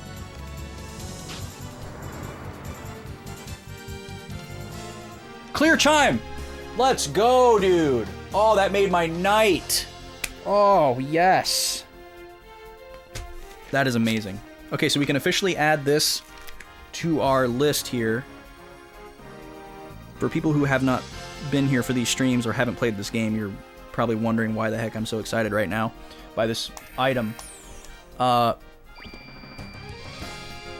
you're gonna invest in an electric kit so you can get back to practicing. Yeah, I mean, you got it. Like, if you're a drummer, I feel like in this day and age, if you're a drummer, you gotta have an electric kit.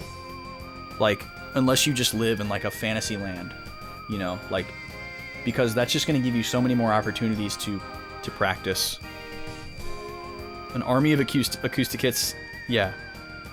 Yeah, exactly. Nap time, bedtime, like, you got to be able to take advantage of that creative itch, or just, you know, regular regimental practice time when, you know, it's not convenient for other people.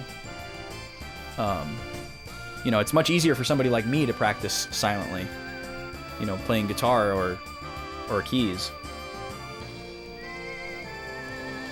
You got to have that for yourself. So I'm excited for you. Hey, thanks for the follow. My follows are anonymous, so feel free to just lurk and chill if that's your thing, but if you feel like introducing yourself, go right ahead. We're happy to chat. I'm very chatty tonight, but happy to have you either way. We gotta figure out how to get these lasers off. I don't know what to do. It really looks like I should... Oh! I didn't even see that. There's a thingy. Does my boomerang go over this fence? No. How? Oh, I bet I gotta throw a box at it. We've actually never had to do this before. Kind of surprised. That was well hidden. That was well hidden. Okay, there we go. Door's open. The hatches are open! So now we're up here. Can we disable the lasers? Are these destructible?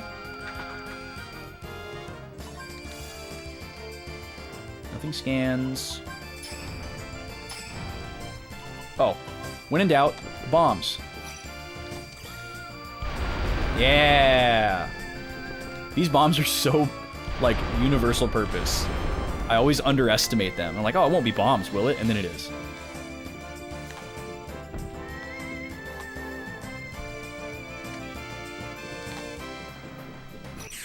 Ah, dang. These guys are called Myconid, right? Yeah. And then what's the name of this place? Something of Dreams? forget.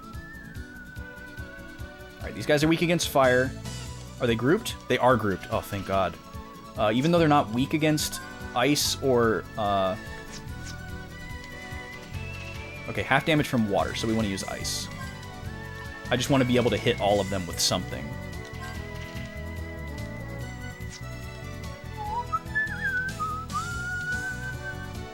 Fire.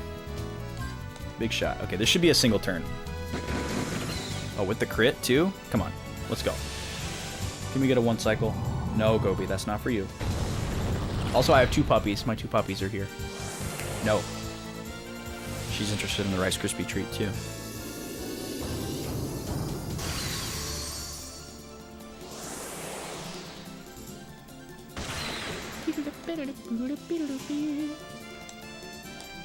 Not a 1 cycle.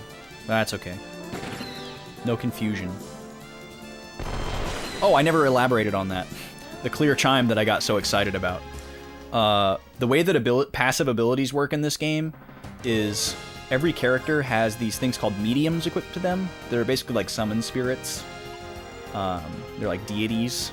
And you like equip them to a character, and they have like certain skills associated with them. And then you can also equip passive skills onto the mediums. So it's kind of this like stacking. I don't believe you. You don't believe me? So here's a clear chime equipped on Gale Claw, which is one of the mediums, and it gives the status ward Confusion. So in this game, pretty much any enemy that can inflict you with a status effect has a chance of rare dropping the item that gives you resistance to that status, which is very convenient. So basically, if an enemy is trying to cast a certain status on you, you're like, oh, cool, I can probably grind against this enemy and eventually get the drop. And that has proved 100% true so far. So you can see we have a bunch of different status resists on different characters here, but not everybody has the same ones. Due to various constraints. So Gallows doesn't have Confusion Resist, and Jet doesn't have Confusion Resist. So we could give it to one of them. Gallows is our healer, so I'd probably prioritize that. And then he has 2 different mediums equipped, so we'd have to decide who gets it. This one has 2 slots open, and this one has 3. So I'm kind of the mind of spreading things evenly. It doesn't really matter, because if we took this medium off and gave it to another character, we would actually lose all these sub-abilities, which really sucks. And you'd have to grind all these items again and get them equipped on the medium again on the new character. Luckily, we tested that really early on. If we didn't know that right now, we would be in for a world of hurt later. I mean, I guess we would just reload a save, but, you know, if it happened at the wrong point, you'd be really screwed. Okay, so now Gallows has that skill, and we can start putting some points into it. Let me take some points away from... I don't really want to take points away from either of these. So we'll just give it the 2 that we have, and then we'll max it out when we get 2 more. So maxing out, as far as we can tell, maxing out a status ward gives you full immunity, which is fantastic. I've never seen the status get through a fully stacked one. And then I'm assuming it's just kind of like a percentage. I don't know if it's 25, 50, 75, 100. That would make sense. Or if it's like a parabolic curve. I think that would be way harder to program. But what do I know? Let's see. What do we want to put on Virginia here? SOS Invisible was really useful. She's also a healer, so that's kind of good for her. Maybe we'll just wait till we have enough points for that. We haven't been getting hit with any light or earth magic. And then Defender is not really a good ability for her. We wish that was on another character. So we probably won't utilize that. We would want Defender on Gallows because he has the most HP. So yeah, we'll just save up points on that one. And then how about Jet? Oh yeah, Jet. We were using this Gela boost ability to get more money. And we also had a crit boost. But then we found this disarm and luck boost ability combination here is giving us the maximum chance of getting those rare drops. So we have to keep that maxed out. So we'll probably I'll go ahead and put these on, or put that one on crit. Because Jet is mostly a physical attacker. And then Clive is sitting pretty here. He doesn't have nearly as many abilities, so he can just max out what he's got. Okay. Moving on. So that's a little teaser of the ability system in this game if you haven't seen it before. It's a little overwhelming at first, but compared to other games... Oh, he's jumping. Clive, why are you jumping? You don't jump. Jet is jump. Huh.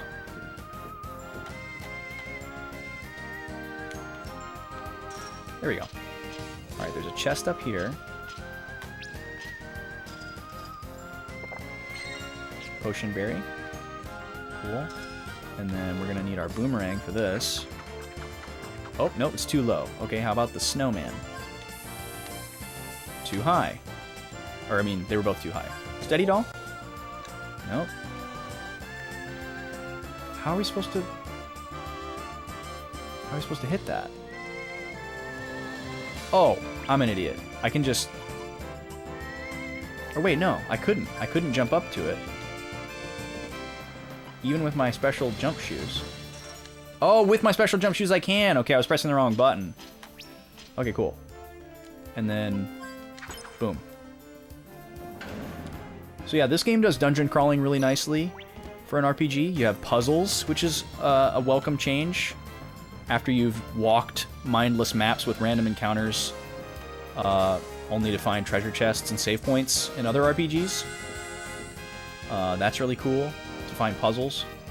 And then also, there's this tool system, which is kind of part of the puzzling, where different characters have these different abilities, basically. And you have to figure out which one you need to use a lot of the time. So, what's going on with this button here? What do I press buttons with? This lady? Smack. Nope, not her. Snowman. Nope. Strong glove.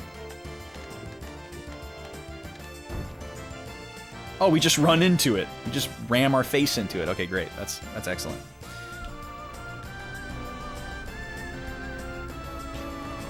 This facility incubated a machine designed to control the planetary environment.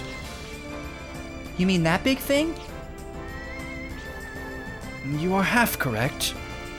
It is a molecule-sized machine created from this big plant. It's called the nanomachine. Nanomachines. The nanomachine? Could that be... Yes. It is believed to have the same properties as the nanomachine that was injected into your body. As a matter of fact, I did not know about the existence of the nanomachine until I met your father. To this day, I still do not have a full understanding of it. But this nanomachine is meant to control the environment on Filgaia, right? What does this one have to do with the one that affected my body?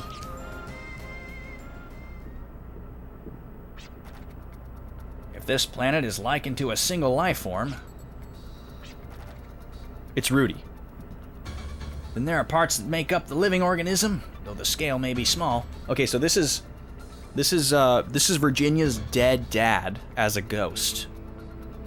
Spoilers.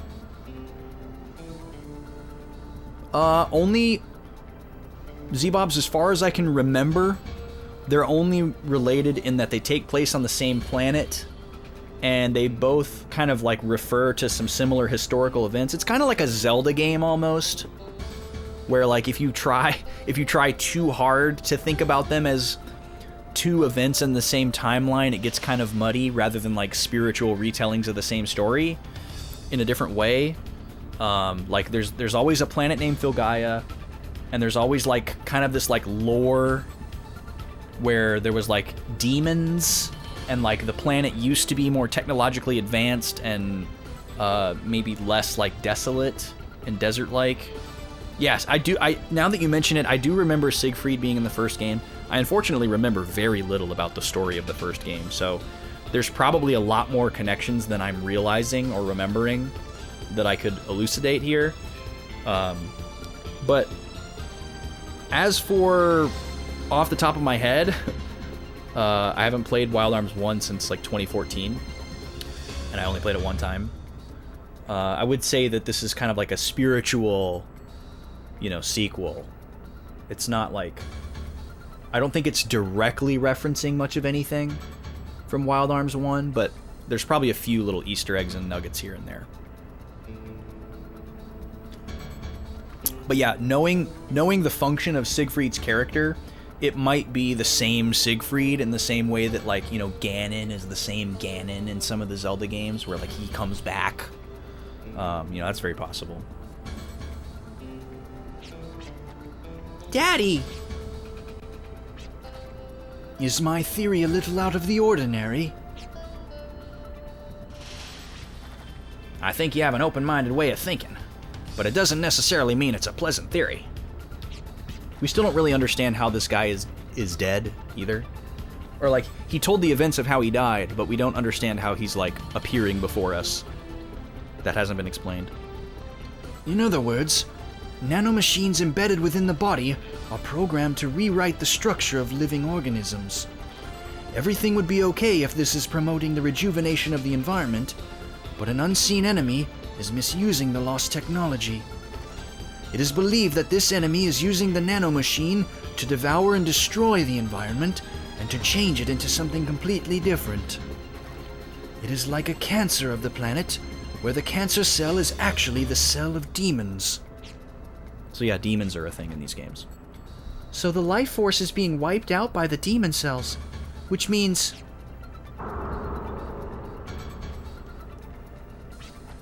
Janus Cascade.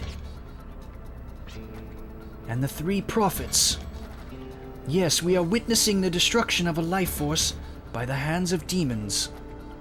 This planet will transform. Perhaps this means that the planet is being demonized. A birth of a colossal demon on a planetary level. So that could be referring to them trying to summon Siegfried, which he's here now. What was that? A demonized planet, Thulgaia. We can't let that happen. We have to stop this blue menace and the Guardians that the Guardians warned us about, or we'll lose everything. Even Shane dreamt about this too. That's right, we may not actually... Our party might not actually know the name Siegfried yet. We got like an omniscient narrator perspective, where the three prophets, which were the antagonists of the game up until a certain point, were like meeting with Siegfried because they tried so hard to summon him and they were unfortunately successful, even though we beat them up like 50 times. And Siegfried was like explaining to them how things were going to go and what their role was going to be. But the party characters weren't actually witnessing those scenes.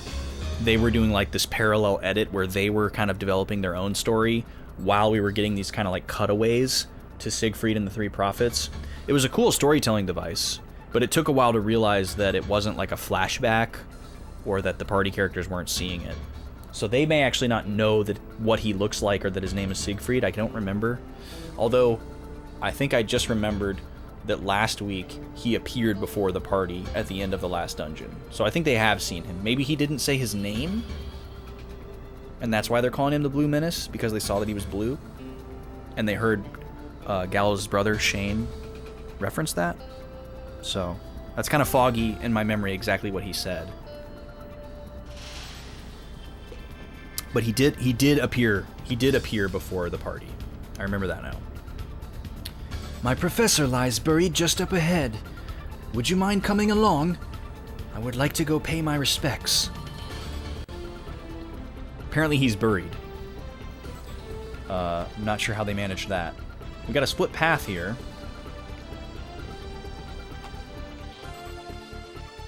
This is a treasure room? Yes. We love a treasure room. Is there going to be a mimic? Yep. Alright, the mimics in this game are really not that scary. Oh, there's only one, too. Oh, this is a new guy. This is a higher level one. Okay. This is new. This is new. We're going to scan him. I was just about to say, and see, this is a nice reason to analyze the enemies, because then I don't remember the guy's weaknesses and HP, and then I can jump in and look at it. Oh, thank you for the hydrate, Gooby. Yeah, let's drink some actual water. I'm drinking seltzer over here, which is, water. but I got actual water too. But this guy is like a higher class of mimic. So I'm going to do my like opening turn gambit that I would do for a boss, which is to scan him for any elemental affinities or buffs. We're going to use a slowdown ability. We're going to use a defense lowering ability. And then Clive, we just have him shoot to make sure he's not like immune to physical damage or, whatever. All right, we got the slowdown. Perfect. And we got the defense down. Awesome. Those can miss. Seems to be more likely to miss on bosses. And I'm not sure how this guy falls. Okay, he's only got 350 HP, so he must have huge defense or something. How much damage does Clive do here? Okay, he missed, so we don't know how much damage he does. Oh, kill him in one shot. What the heck? Is this guy like a weaker version? That's so weird. We didn't even get to scan him. We got an amulet. And another name tag. What does amulet do? Don't we already have one of those? Yeah. Nullifies status ailments only while you guard. Okay, yeah. We've actually... This is a really good ability. But it requires too much prediction, which is why I'm not using it. So it's basically like a ribbon in Final Fantasy, where you are completely immune to status effects, but it only works while you're defending in defense position. So you'd basically have to know when the enemy was going to use their status attack. Or you would have to just defend forever and never act. So it's kind of pointless, in my opinion. I'd rather try to farm the actual immunities passively and slap them on every character if I can. So, but, there could be like a gimmicky boss later on where this totally stops them in their tracks. So then we might make use of it. What does Weathervane do again? Oh yeah, that's a really good ability. But we already have it, which is why we haven't given it to somebody. Is it a used name tag? It might as well be. All of our name tags are unused because I don't know why you'd ever want to use this. Get this. Is this not the weirdest name you've ever, or weirdest item you've ever seen in an RPG? It's an item that allows you to change an NPC's name. So, you can just walk up to any random NPC, and if you're standing right in front of them, you can go open your inventory and click on this item and just rename the NPC. Why would you want to do that? That's so confusing. I mean, I understand it's completely arbitrary, but like, it's just so weird. I guess it's kind of an interesting concept if there's like a recurring NPC that you really like. But it's so weird. You did that a bunch in the Wild Arms remake? You named a little girl Stinky? Yeah, I mean, it's funny. It's funny. Like, if you wanted to be funny in this game, holy crap. You could go nuts with it. But yeah, this game lets you customize everything. You can rename all of your spells to whatever you want, which is really interesting. And I remember in Wild Arms 1, you could even customize the icon for the skills from like a library, which is wild. But I kept everything default because I was worried that I would have to like look something up and then it would be like, use this spell, and then I wouldn't remember which one it was. Cattails? What's Cattails, Kiki? I've never heard of that. I'm assuming it's a video game. But beyond that, no idea. Raises MTC by 1. I feel like I should be using these, but we haven't been using summons. And then we also have this rare candy, which is insane. Just increase somebody's level. This was the item that you duplicated in Wild Arms 1 with a easily exploitable glitch. Basically, Warrior Cats, the video game, a life sim. Warrior Cats. What is Warrior Cats? Is that a show? Or a comic? Or I assume it's some kind of media property. Is there another way to go over here? No. Just flavor. A really long-running, wow, novel series. Interesting. Is anybody grouped? These guys, but I can't. Darn. Okay. Go for the Myconids first, because we still don't have immunity to confusion.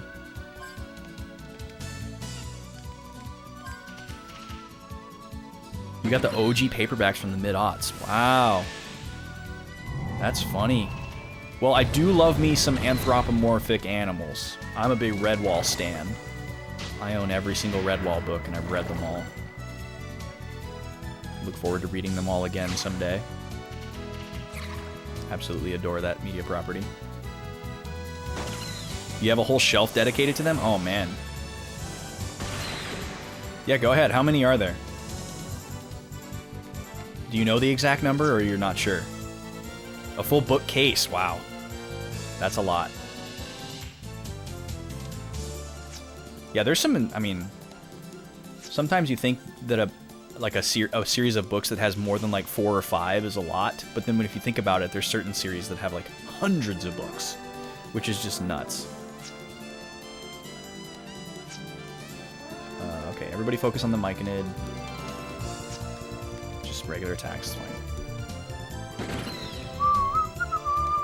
I should make more use of the auto battle too. I always forget that it's there. I have trust issues with auto battles most of the time, but sometimes they work well.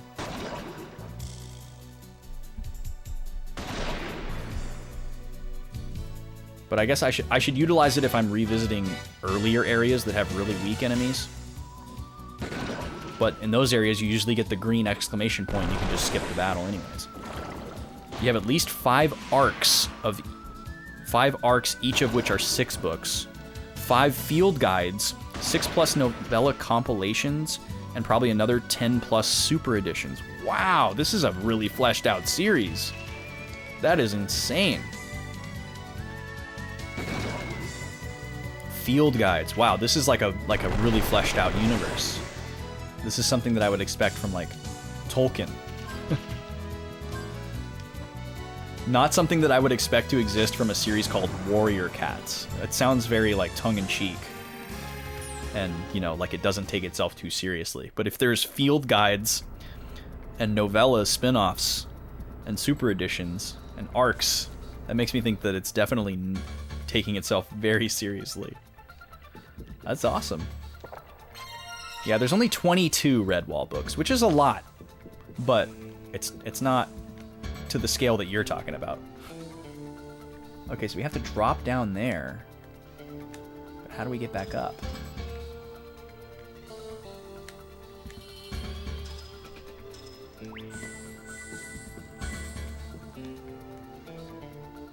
Do we jump? Oh no.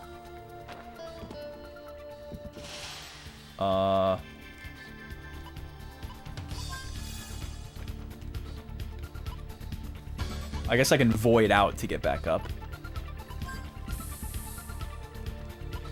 So we're not stuck down here, but... Is there a box up there? Oh, most people call it Warrior Cats, but it's just called Warriors? Oh, interesting. Warriors is just such a generic title. Yeah, that's a really odd thing to go with for the title of like a whole media property. Just call it Warriors.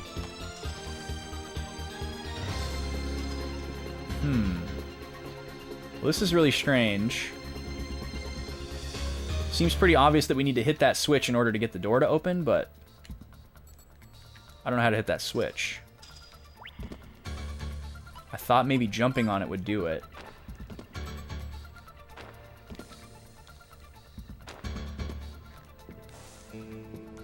I'm also not able to jump high enough to grab this this chain thing to get back up, so that's odd as well. And I don't have anything that I can, like, set down other than a bomb. Never activated a switch like this with a bomb.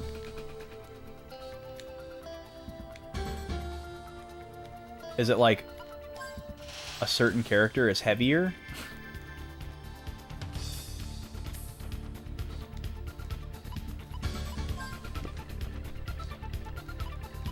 No, that's not it. Huh. Weird. Did we miss something? Meow ears.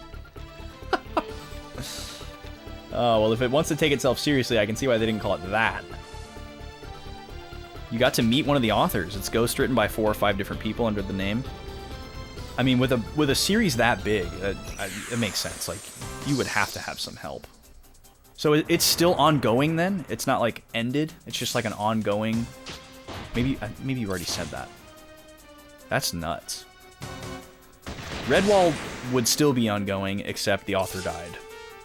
Which is very sad. He died about 4 or 5 years ago, something like that. Which I was like working my way through the series at the time. I read some of the books as a kid, because they're like young adult, like teen kind of reading level. It's not like an adult series.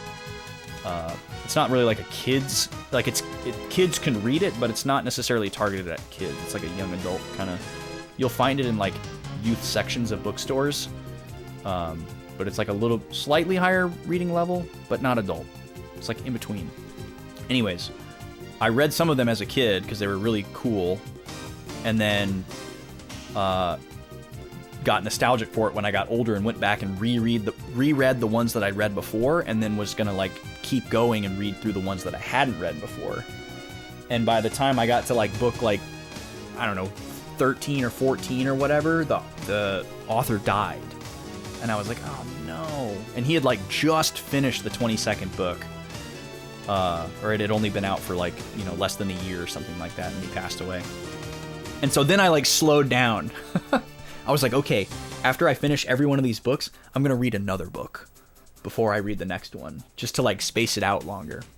And I did that, but you know, obviously I still finished the series eventually, and then I was like, there's no more Redwall that I've never read before.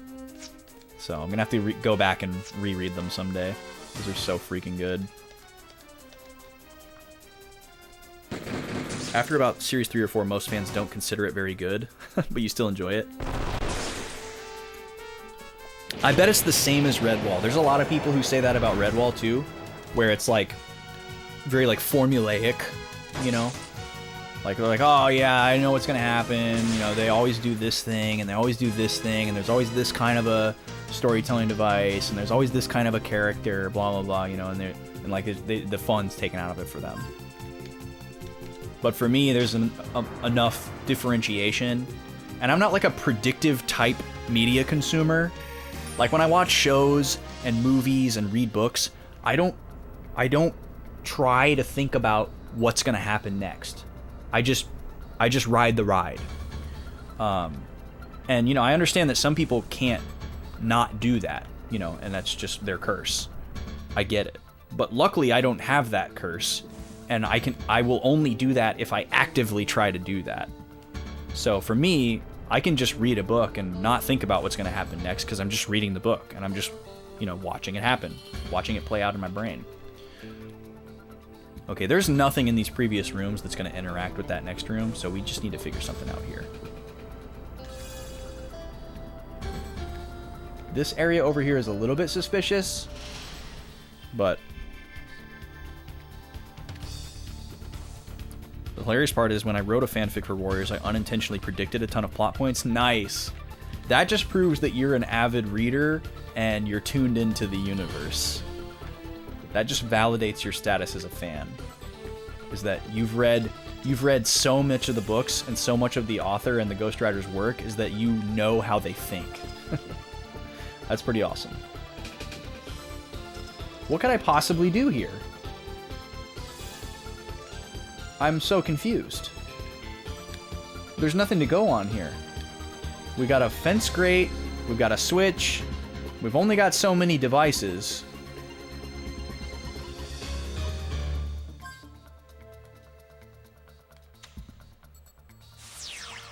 I guess I'll just try every device, even though they don't seem like they would do anything.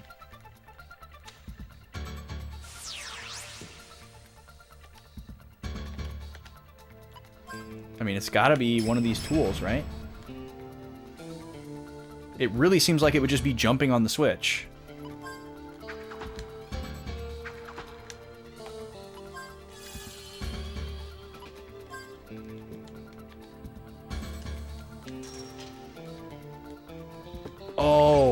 It's just dropping from that height. Okay, I don't know why I couldn't grab that before, but we got it. But now I can't. I see. I could only reach the grate from standing on the switch. And now I just have to void out to get back up. Assuming the switch is still depressed. Okay, we're good. That was kind of dumb. I definitely was heavily influenced by Redwall in writing some of my childhood stories. Dang it, no. Ah. Oh, got it. Just barely got it. Okay, there's a chest up there, a little teaser. We gotta figure out how to get up there. Is there a door up at the top? There's not. There's a way to jump down.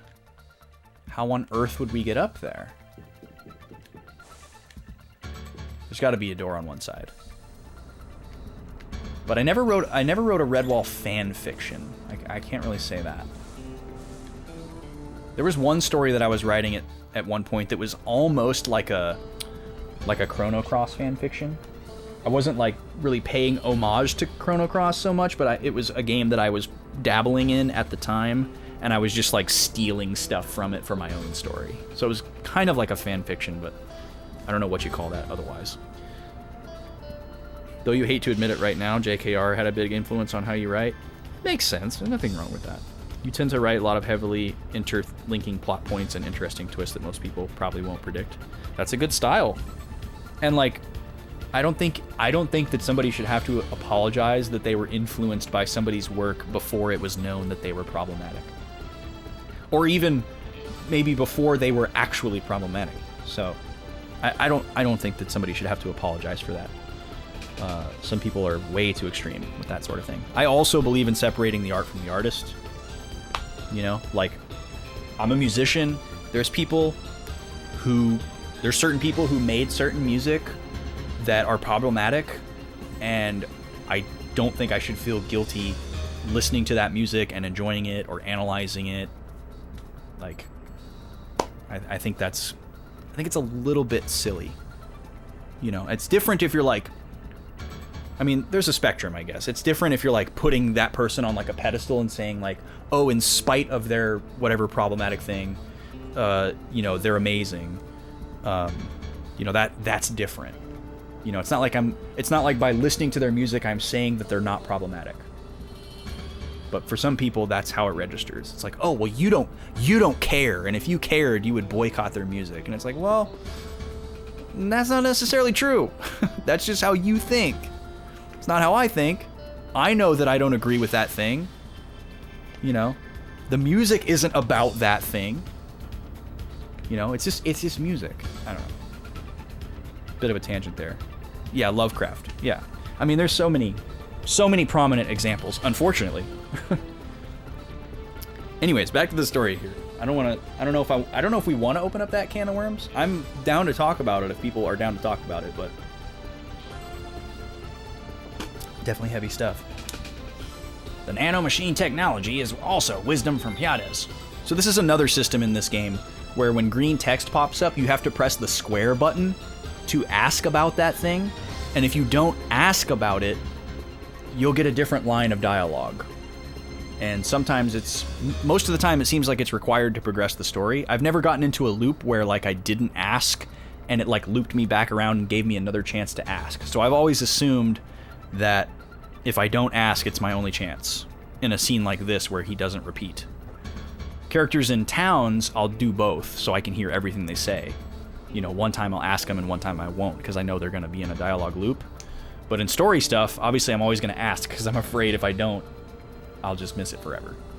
So, kind of weird that you can't get all the dialogue, but that's just my inner completionist freaking out.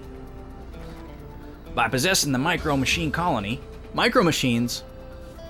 Yo, hop on your Power Wheels. Let's head down to the Micro Machine Colony. The bodily structure of the organism can be rewritten on a cellular level. So yeah, this is not just a Wild West game. There's like some sciencey stuff going on here.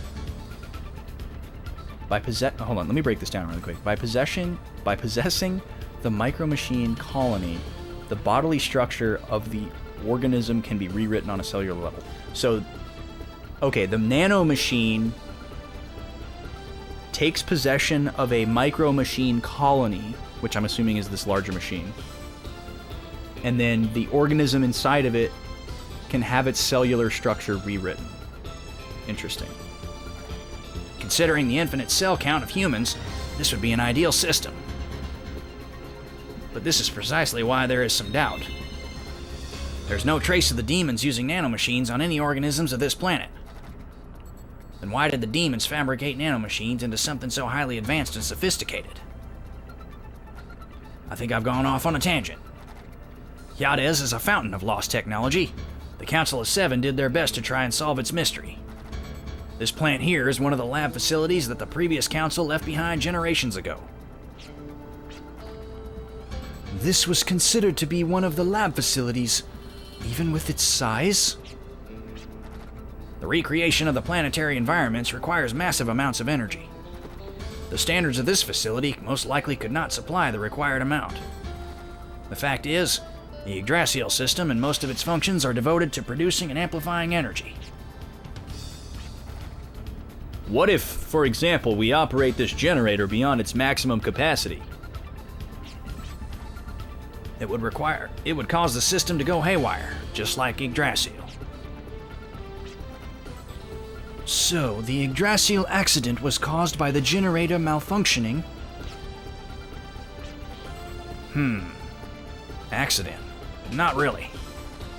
The Yggdrasil system's malfunction was the direct result of Durin, the control administrator, who pushed the system well beyond its limits. Okay, we've heard this name Durin before, or Duran. It's way back in my notes when we learned about everybody. Durin Bryant. He was one of the Council of Seven, and he was the maintenance controller.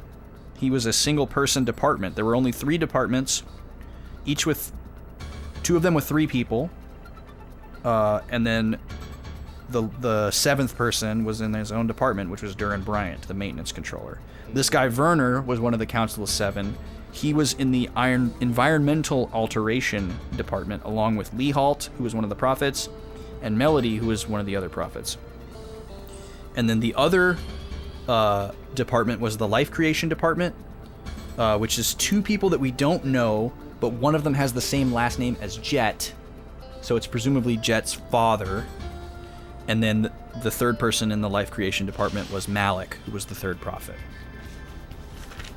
But we haven't learned anything about Pete Incapilia yet. We have no idea who that is, I don't think. Everyone else has been connected in some way. No one's directly referenced Elliot Enduro, but we've talked about Jet's origins, and it's kind of presumed. Okay. Sorry, I just wanted to revisit that to help myself digest and understand. I'm actually going to write this down in my notes. Yggdrasil malfunctioned because of Durin. Or Duran. I'm saying Durin because I've been watching Rings of Power. And that's the name of the Dwarf Prince, but he's Durin. And it's the name of the Dwarf King as well. Yggdrasil malfunctioned because of Durin pushing too hard.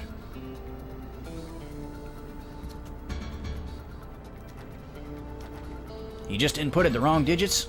No, that's not what happened. It was inside Yggdrasil's archive data. The Yggdrasil system was secretly pre-programmed to go haywire. None of the council members knew about it. The program was hidden. It wasn't a mistake. Durin was laughing at the time. But why? For what reason? So he knows that he did it, but he doesn't know why. So you were searching for the truth, Daddy. I could easily carry on as if it were an accident, but I'm one of the very people responsible for the Yggdrasil tragedy. I must atone for my sins.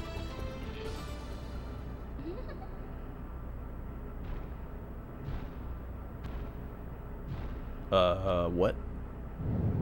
Oh, good lord, what is that? That's a huge, nasty thing. Oh my god, it's hideous. What is that? Humbaba. Oh my god, this thing is horrible. So it's kind of like Chimera-like almost, like a couple of weird things like shoved together. It's like a trilobite mixed with a dinosaur, mixed with like a cyborg. Maybe it's the monster from the adventure story? Yeah, that's it, Z-Bobs. I think you nailed it. Alright, opening boss gambit here. Analyze, decelerate, fragile, shoot.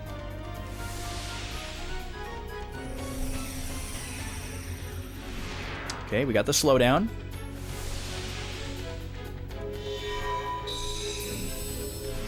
Got the defense down. Alright, that's a great start.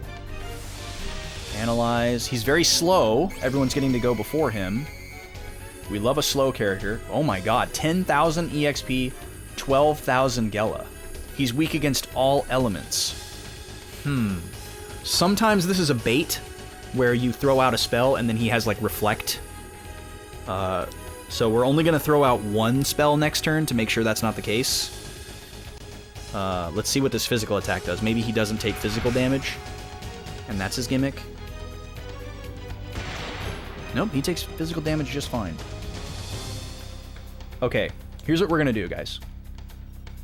We're going to painstakingly use 4 lucky cards. So the lucky card doubles the amount of experience that you get, but it's only for the character that uses it. It's only for the character that uses it. So in order for everybody to get double experience, each one of them needs to use a lucky card. We've been getting these like crazy, and we haven't been using them. We've only used them a couple of times. I'm going to take the opportunity. This guy gives 12,000 experience, which is a ton. So we're just going to waste a turn here. Everyone's at full health. So if he busts out some crazy attacks, so be it. We're in as good a shape as we could get. I'm going to have everybody use a lucky card this turn.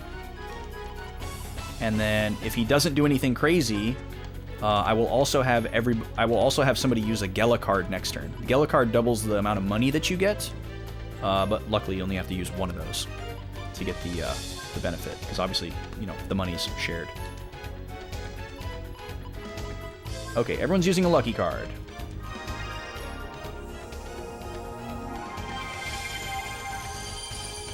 You got a Wild Arms 5 Special Edition because it had an art book, and you own the light novels for this game as well as Alter Code F. Nice. You own several Japanese strategy guides for ACF just because they had artwork in them. You own a Virginia cosplay? Oh my god. If you have pictures of that, you could post in the Discord. That would be so cool to see. But yeah, you are a big fan of this series. Holy crap. Are you following that new game that the team behind this is making that's like a spiritual successor that's not called Wild Arms? I can't think of the name of it right now. But I think they were inspired by the success of what's the new spiritual successor to Suikoden? I'm getting it. I backed the Kickstarter. Why can't I think of the name of it? Holy crap. Rabbit and Bear Studios is the name of the publisher, developer. Why can't I think of it? Eiyuden Chronicle. Thank you, Z-Bobs. Jesus, that was not coming out. I think the creators of Wild Arms and what is it, Star Ocean, were inspired by the success of Eiyuden Chronicle, and now there's spiritual successors of those series coming out that are made by either some of or the same teams that did the originals. I don't remember what they're called. You'd have to Google it. But yeah, I believe it's I know it's Wild Arms, and I think the other one is Star Ocean. It's some, oft forgotten, or, well, that's not the right term. It's some, like, I don't want to say mid-tier, because that sounds like I'm being mean, but, like, some, like, I don't know how to describe it. Some popular RPG franchise that's not still ongoing. Although Star Ocean just had a new game. Maybe it's not Star Ocean. But maybe it's Breath of Fire? I don't know. It's two RPG series that haven't done anything for a while. and they're like reviving themselves under new monikers with like similar or same development team, but not the original series name because they don't own it. You know, that kind of thing. So hopefully they go the way of Eiyuden Chronicle and not the way of Mighty Number 9. Okay, we're gonna try a spell on this guy. I put a spell on you. And yeah, everyone else can just shoot.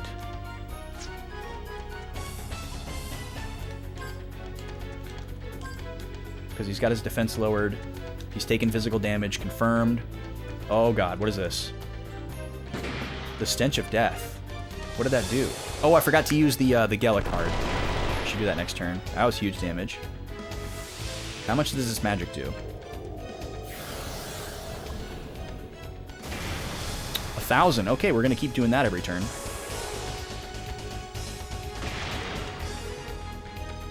This guy must just have a ton of HP or something. Okay, what is this? Status? Looks like a status. Yep. Okay, he's trying to inflict... Oh my god. Oh god. He inflicted everyone with bronze except for Clive. Oh no, that was instant death. Oh my god, he has an instant death attack. Okay, this is this guy's gimmick. Great.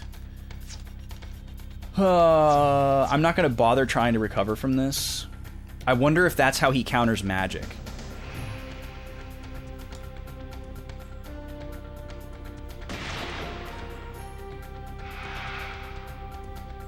And that's his gimmick. And he's like baiting you to use magic, and then he responds by doing instant death. Breath of Fire, okay. That makes more sense, I guess. Because there hasn't been a Breath of Fire in a really long time. Nope, he's doing it again.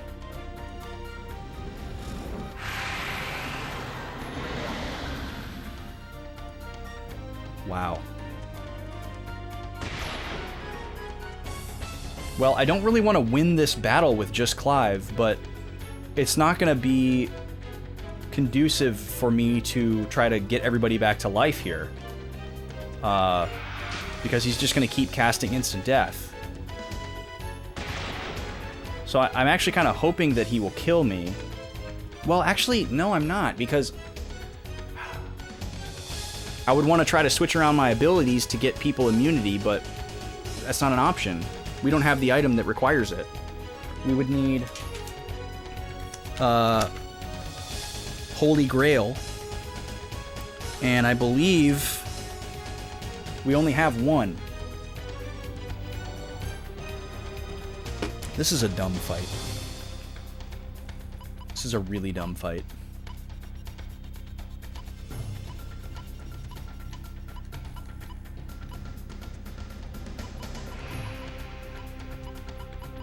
Where are the revived fruits anyways? So yeah, it's weird. Death is considered a status ailment. So, I mean, we have plenty of these items. It's like a Phoenix Down, you know, where it brings you back to life with a really low amount of HP. Cecilia cosplay. What Wild Arms game is Cecilia from? I've only played Wild Arms 1 other than this game. So if it's from Wild Arms 1, I don't remember, and if it's from 2, 4, or 5, I haven't met them yet. Well, okay, let's try this. I'll try to revive Jet. Jet has the ability to revive other characters with an ability.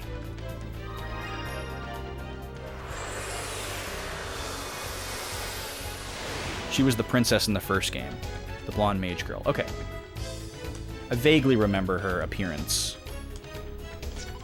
Alright, so he has no FP, so he's going to have to attack. This is so jank.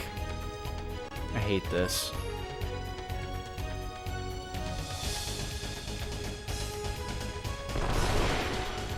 So I wonder, is there just like a... Like... No, he uses it every turn. This is ridiculous.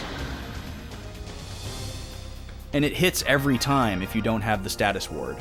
That's so broken.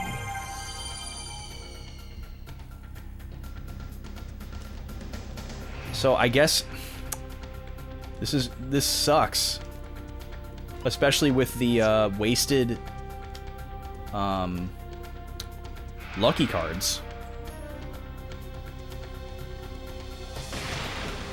but we're just gonna have to win this battle with Clive. There's no two ways about it.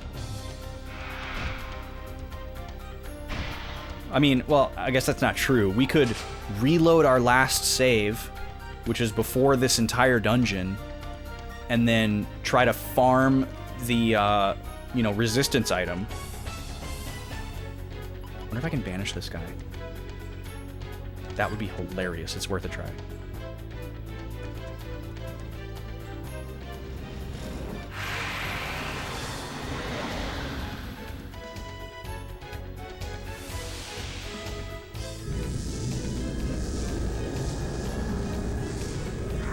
Miss. Okay, yep. I would assume that that's not possible against bosses, but I figured it was worth a try since he's scummy. Maybe we could be scummy back.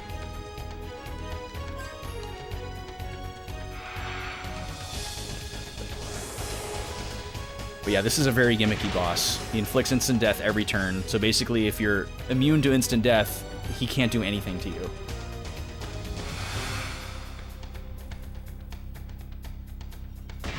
So Clive is going to get a big level advantage over everybody. He's going to get double experience here. Nobody else is going to get anything.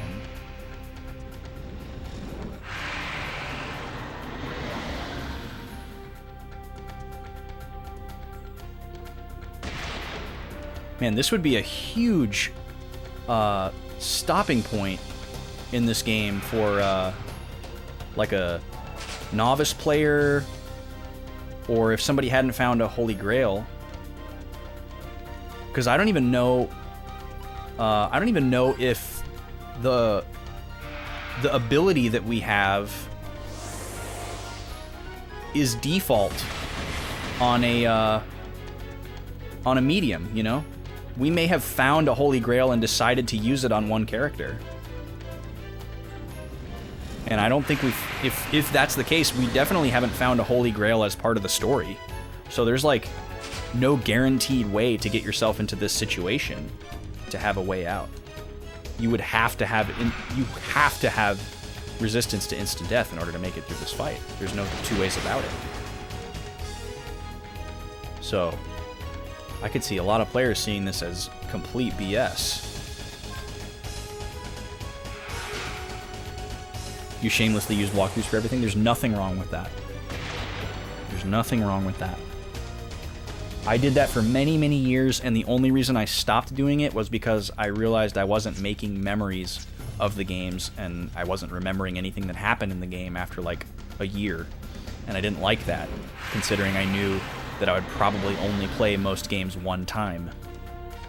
But that doesn't mean that everybody else is going to have the same experience if they use a walkthrough.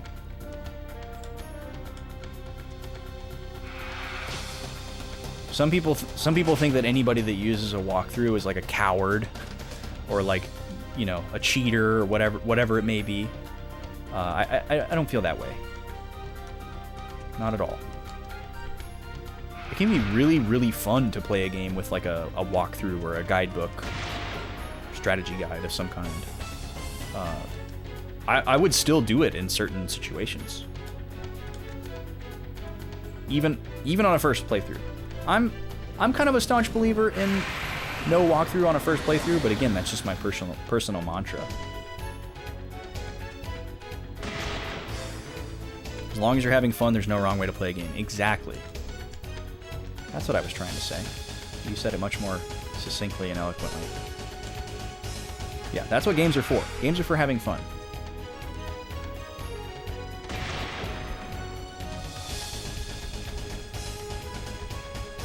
You don't have to like bust your brain open or challenge yourself or push yourself mentally to enjoy a game. All right, Potion Berry.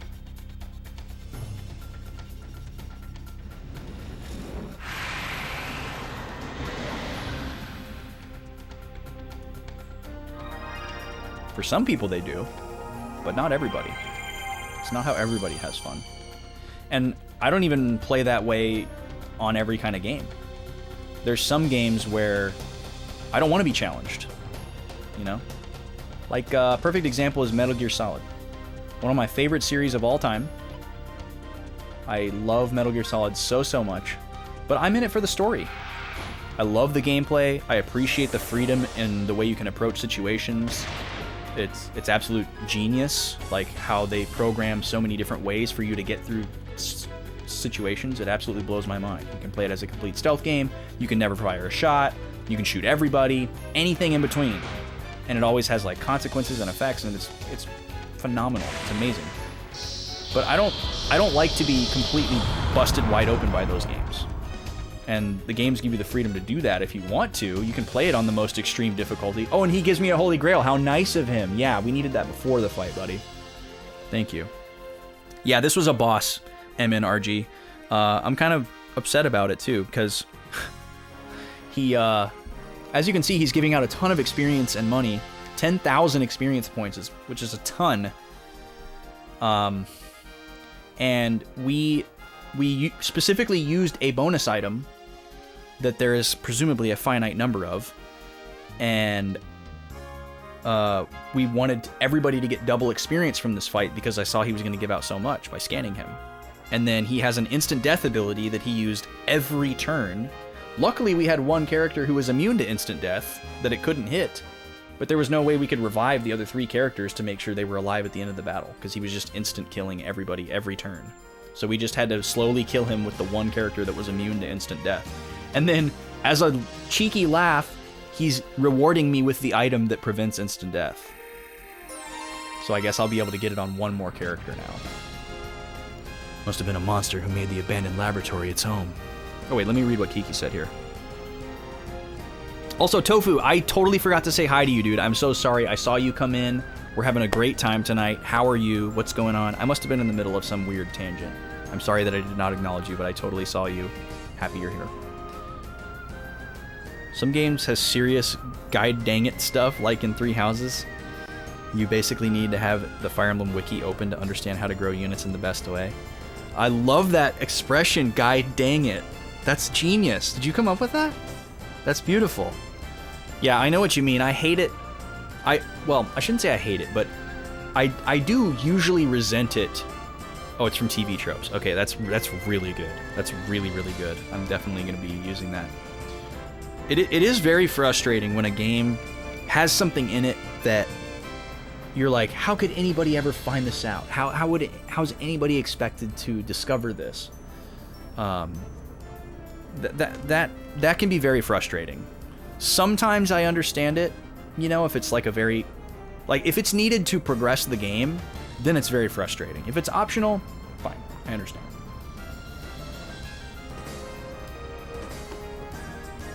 Okay, back to the dialogue here.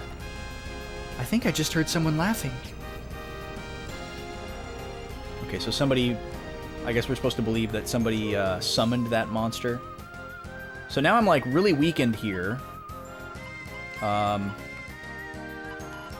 This item can restore the maximum HP, but we only have 1, so maybe next time I'll go to the garden, I'll see if I can plant that. That would be incredible. Because we've needed that item from time to time and haven't been able to use it. I don't know where I came in because a cutscene started when I came in this room, so it's kind of frustrating. Was it from this way? Ah, dang it, hit the next story trigger. Dang it. So, might have missed a treasure room back there. That's really annoying.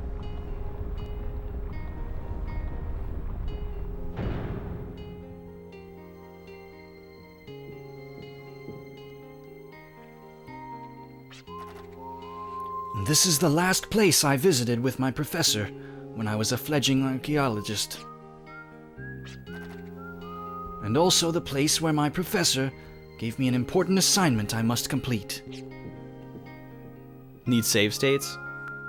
Technically, this game has save states. It's a consumable item. It was just as you advocated, Professor. The cause of Filgaia's decay lies not in the ancient past, but in recent years. But it may still be quite difficult to create a future for this planet, so please give me a little more time. Thank you. Let us return. Who knows when this place may collapse? It better not collapse before I get all the chests. I leave the rest in your hands, young one. Thank you, Berlitz. Yeah, the Gimmel coins. Yep. You know. It's gonna boot me outside, isn't it? Oh, we're in another cutscene. Oh my god, I'm gonna be so mad if I missed some items in there. There is not enough power in the generator for the nanomachines to erode Filgaia and to bring about terraforming. If only we had a generator like Yggdrasil, we wouldn't be held up by such trifling matters. Who could have removed the core generator from the Yggdrasil system? Yggdrasil's generator output possesses great power, enough to regulate the entire planet. In order to control this tremendous output, one needs to be endowed with the wisdom of Hyades, like us. Could it be Werner's doing? Or was there another survivor besides Werner and us from that tragic accident? Dealing with uncertain factors go hand in hand with executing a plan. If the current situation is displeasing, you must overcome the problem. I have given you the power to do just that. Okay, so for anyone that's new, this blue guy here, Siegfried, is like a demon lord from outer space who's trying to take over the planet. And these other three people used to be humans. They were on the same team as Werner, Virginia's father, the Council of Seven, who were working on this planetary rejuvenation plan. Some of them have good intentions, some of them have bad intentions. The experiment went awry. And somehow these three people became the three prophets, which I assume they're like undead in some way. And they were like the main antagonist of the first chunk of the game. And then we finally like beat them for like the 30th time. And it seemed like they were gonna die. But like with their last energy, they summoned Siegfried, which was apparently their goal. And then he like injected them with these like demon powers. And so now they are like these completely non-human forms. They're like mixed with animals. I understand, sire. Oh, each one of them made a wish too. Lehalt wished for power. Melody wished for beauty. And Malik, I think he wished for like wisdom or knowledge or something like that.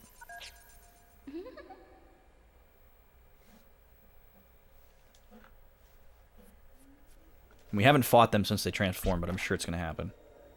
I, too, am in search of finding the cause of Filgaia's decay. Not the actual source of the decay, but clues leading up to the accident, or rather, the incident. I linger here full of regret, investigating every phenomenon, leaving no stone unturned. Yes, now I know, Daddy.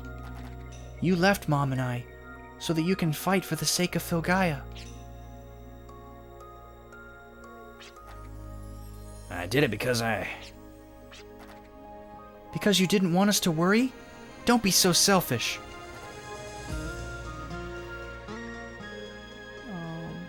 No. You want this? It is yummy. It's like a Rice Krispie treat.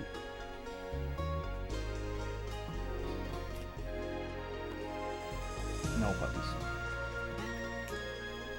Sometimes Mom's favorite flowers were placed in front of her grave. That was you, wasn't it, Daddy? Those flowers gave me hope that maybe someday you might return. I would have been much better off if I'd given up on you. Oh, she's mad.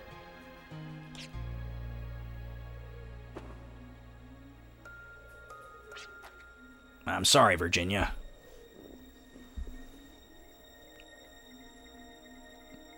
Is that an actual Scarecrow quote, or are you just loosely relating to Scarecrow? Are you leaving by yourself again? We're all striving for the same goal. We all want a brighter future for this planet, right? I don't understand why she's getting so mad at him, though, because the first time we saw him, she got mad, and he left, and then she spent the next, leg of the game regretting it, and being like, man, I should have thought more about what I would have said to my father, so that if I saw him again, I would know what to say, even though he was dead. And so then, when we finally saw him again, they, reconciled, and now she's mad at him again? Kind of antithetical to what we saw earlier. So, I just want to atone for my sins, that's all. Oh, okay, yeah, it is very... Yeah, you're right. They are kind of like Scarecrow, Lion, and Tin Man. Daddy.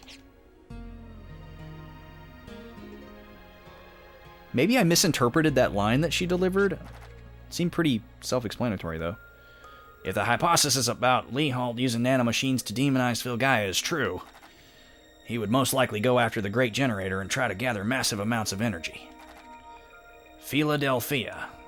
There, you may find what they're after. Philadelphia. Okay. What does Fia mean in Spanish?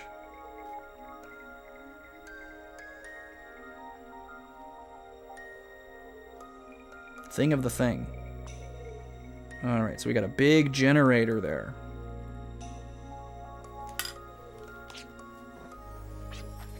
Philadelphia? I do not deserve to see the future with all of you. It is you who must blaze a trail to Filgaia's future.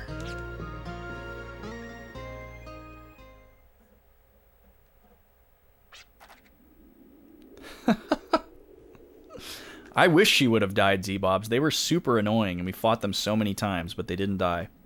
Daddy, why won't you let me be with you? Make up your mind, girl! What? I'm so confused by you right now. I guess she is supposed to be a teenager. What are you talking about? He's dead. You know he's dead. Well, you want to be dead, too? You just yelled at him and told him that he'd be better off without him. And now you're like, well, why don't you let me... What's going on here?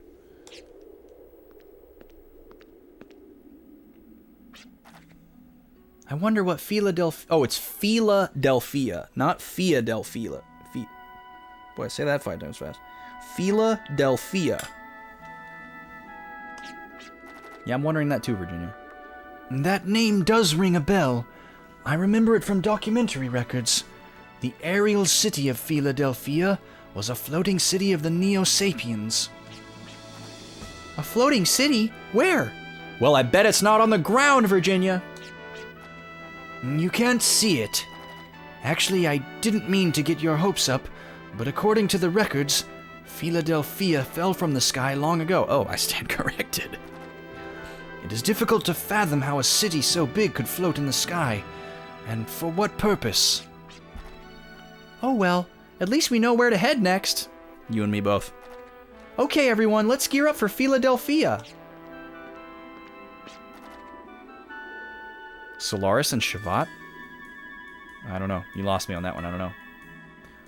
Please, don't feel obligated. I'm sure you would rather go find your father. Don't worry about me. I want to do this. Oh, Xenogears, yeah. Man, if I can't remember what happened the one time I played Wild Arms in 2014, I sure as hell can't remember what happened in Xenogears the one time I played it in 2009. That game is... Whew. I'm looking forward to playing it again someday and taking like really good notes and paying really good attention and hopefully understanding what the hell is going on in that game. But man, what a freaking can of worms that game is. I was only like 19 when I played that game, and most of it was completely lost on me. It was a ride. I loved it, but I did not understand what was going on. I didn't even understand freaking Final Fantasy VII when I was 19. So I got a long way to go for understanding Xenogears, I think. That would probably be something that I wouldn't restream, or wouldn't stream. I think I would have to like I've seen people stream Xenogears, and it's painful. Like, it's fun to listen to the music and like, you know, watch them go through the story, but like, you can just tell that they're not retaining anything at their full capacity. Like, there's no way you could like pay attention to a chat and like be entertaining while trying to digest that game. You need to just be like locked in, nothing else, no distractions. You played it when you were 16, it would blow your mind.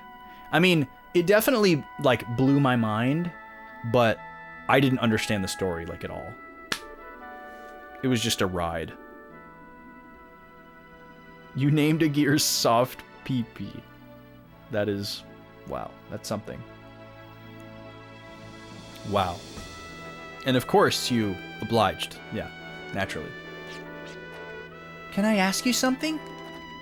Why is it so difficult to express your feelings in words? Your heart may mean one thing, but it comes out the opposite when you say it. Words do not express feeling. Feeling is expressed from the heart. And I strongly believe that feelings can be shared without words. Come on, everybody, let's run! I don't know where this Philadelphia fell, but it had to have left a mark somewhere. I mean, it being a big city and all. Let's go find it. Come on, let's run. Let's track them down. And also... Virginia's being really weird right now, guys. She's being super weird right now. I don't know what's going on. She's being very 16. Okay, well, we finished a big story beat. Not at the end of the stream. So that's great. Usually I'm doing that, like, voice work and trying to digest the story at the very end of the stream, and I'm, like, falling over. Oh, it was a channel point redemption. Gotcha. At one point, the character said it's so big, it reminded me of my soft pee-pee. Oh, that's amazing. I gotta take a quick restroom break here, guys. I also completely blew by taking my midstream break. We'll see how I feel. I'm just gonna run another pack of ads here and take a restroom break, take a little 3-minute breather here. Should be fine. And I'll see you guys in 3. Enjoy the tunes. Thank you for being here. And we got plenty more stream left. See y'all in 3.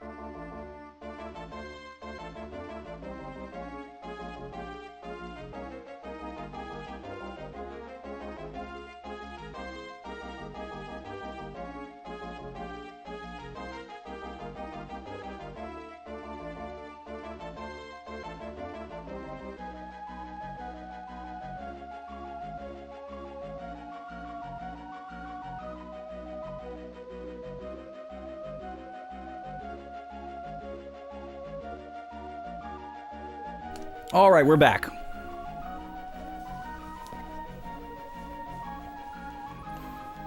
That was probably a little bit longer than 3 minutes, so I apologize. I had to fix myself a little caloric intake here, so I'm gonna have a little protein smoothie here just to keep me feeling full, keep me going strong. You know how it is. Welcome back, everybody. Okay, so we've got some cool stuff, potentially optional stuff, open on the world map right now. So we're gonna check that out. We've got an arena, a fighting arena, and we've also got the place where the dragon is, which is now seeming optional again. And then we've also got one other place that I'll have to check my notes for here.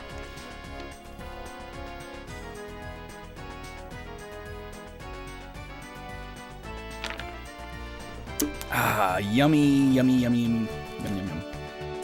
Okay, let me revisit my notes here. Yes, we need to go to what is it? Little Rock?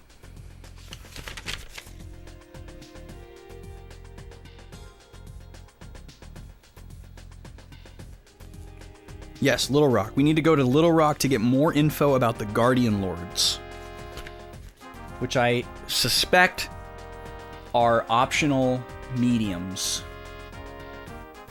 Where is that on the map? Okay, that's actually not that far from here, right? We'd have to go around to get to there. But yeah, that's not that far. We also need to go back to Ark of Destiny, which would be easy to get to from Jolly Roger. So we could go there at any time.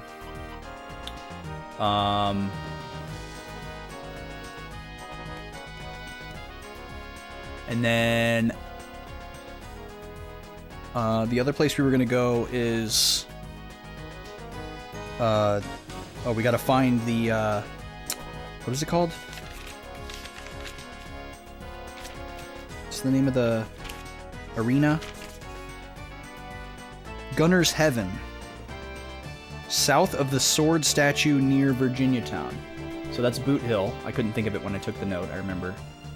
And the sword statue is over to the right, so south of there. It's like really close to where we are right now, actually.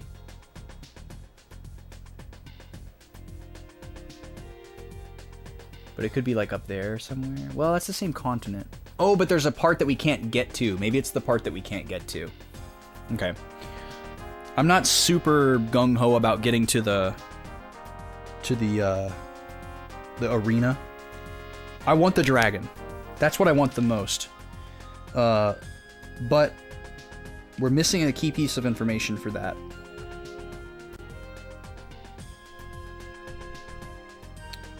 Because the dragon wants something. And I remember getting some piece of information about that. It must have been a long time ago. Let me see if I can find that in my notes really quick. Too bad you can't do Control F on pen and paper.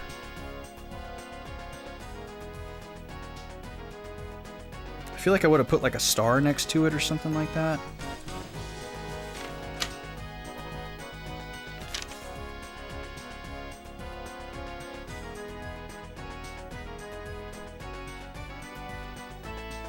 Oh yeah, we still never found this excavated ship either. A monster with a star-shaped item that makes travel easier. We still don't know what that is. Oh, it must be talking about the warp star. Duh. Wow, okay, we found that a long time ago. We have like 6 of those. Well, I know the note about what the dragon wants wasn't before that. That was forever ago. Okay, let me just skim one more time here.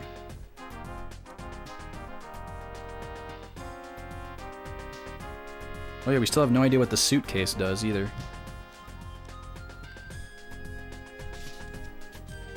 Melody.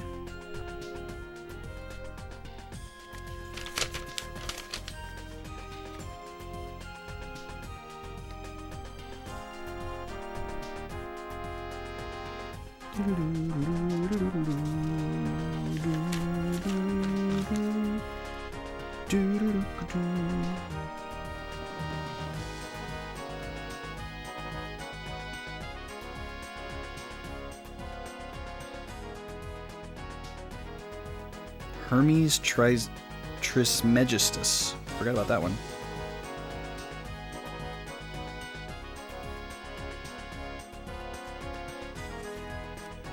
Yeah, I must not have written it down. I remember it being said to us, but... Village of Dragonlore, Northeast Heights, that's Laxus Land. We found that. Cradle of Metal Gods, West Heights. So that's on that same island, but it's probably somewhere that we haven't got to yet. And the Cradle of Metal Gods, that could refer to the arena, right? Kind of loosely could be that. Center continent south of Boot Hill. Yeah, I bet that's where the arena is. And we probably need the airship to get there. And then Balak Rise is north of Baskar past the dunes, only accessible by air, so not interested in that right now. The giant crater, we have directions to where the giant crater is, so that's where we need to go next for the story. That's where Philadelphia is. From Little Twister, round the Cape of the Sand Canal, head north. So we found that out like 2 streams ago, which is interesting. Or I guess that was just last week. We took a lot of notes last week. Way northeast of Little Twister, Dragon ? Where's Little Twister? Over there, way northeast. We know there's a volcano. The dragon's in a volcano. We haven't seen a volcano yet.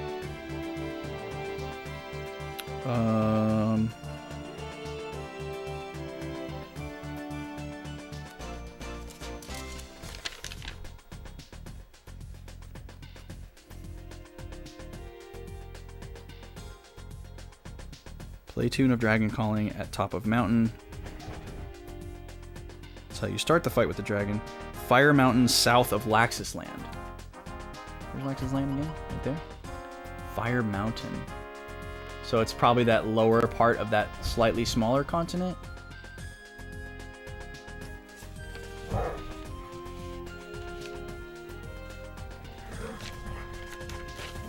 Alright, I gotta write something down right here that so I don't forget it later.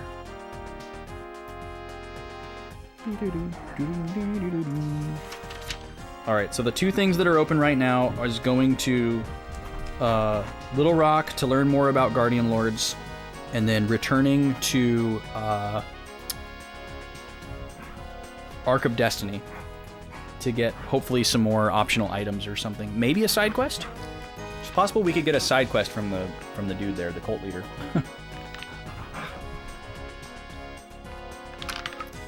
By the way, if you're hearing weird bestial sounds, that is my dogs wrestling. They're having a grand old time over there. Let's see. Little Rock. Let's just go back to Jolly Roger. We need to rest and restore our vitality and all that garbage. Let's just go to Jolly Roger first. We can go to Ark of Destiny from here very easily. And then we'll go to Little Rock after that. Makes sense. We may have already gone to Little Rock and got these items since we got the jump thing, but I don't remember, and it won't take that long to check, so. Amelia started tinkering with her sandcrafts with her boyfriend and suddenly vanished from the dunes. That sailor boyfriend of hers, his ships, and everyone on it was lost when he was ambushed by a dune creature. That's why Amelia's been so focused on construction sandcrafts to fight monsters with. So she escaped the death of sadness through devotion to her cause, but it was always painful to watch. Okay, I think that's referring to Balal Kuo Naga, which was a seemingly optional boss that we fought earlier. Long time ago, actually. It was hard to kill.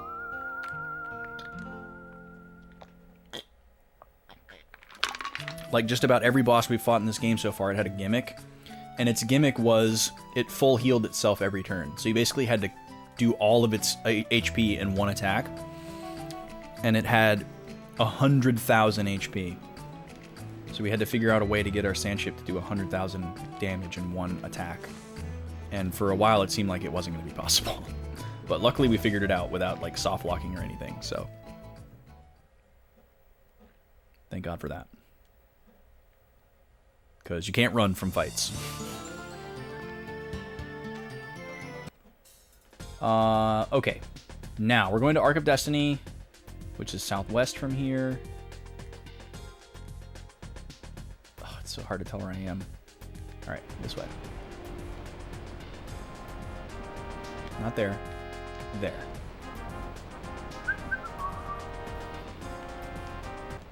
Alright. Here's the Ark. Beautiful. Yeah, there's a bunch of like rooms over here that have optional items in them that have been periodically opening up. And we got an item recently that allows us to jump. And I know it was needed for a couple items here, and I think we may have already come and got them, but I don't remember. Here's one of the rooms right here. I can't tell. Yep, we already came here. Okay. Fair enough. I think that was the only one. But while I'm here, I'll look around. I'm also going to talk to the cult leader and see if he has any quests for me or anything.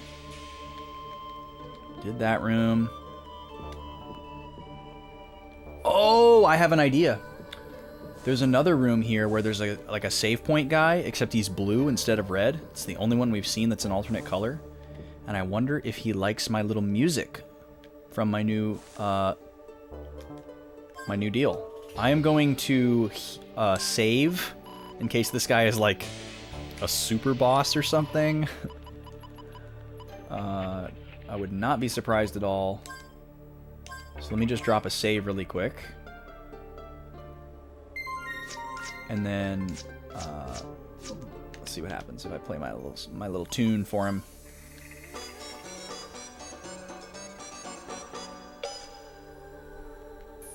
Nothing. Now, what does this guy do? If you like try to talk to him, he does like a little dance. But that's it. I have no idea what this guy does. Oh? I was right! Oh my god. I was right. I just wasn't standing close enough to him the first time. Okay. Bomber. Okay, scan you. Slow you. Fragile. And shoot. What this thing do?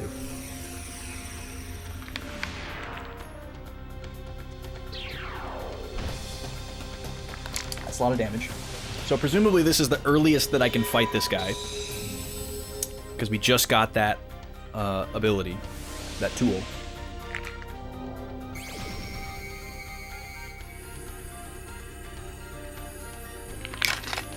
$60,000 EXP. 72,000 Gela. Oh my god.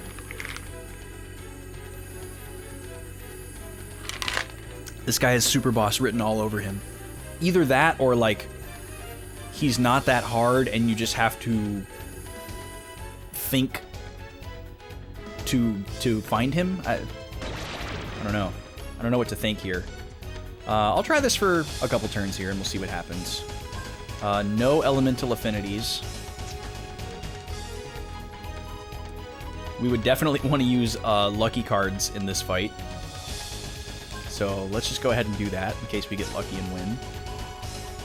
We unfortunately lost the 4 lucky cards that we did in the last fight, which really sucks. But in this scenario, if we end up not finishing this fight, I can literally just reset the console. And we'll be right back where we started before the fight, because I used a save point. So, just in case we do beat this guy, I'll want to have thrown these out. Because I don't care about being over-leveled in this game.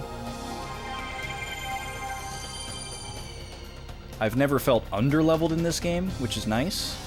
We've never needed to grind. Okay, he can inflict amnesia. That's not the end of the world. It's certainly not instant death.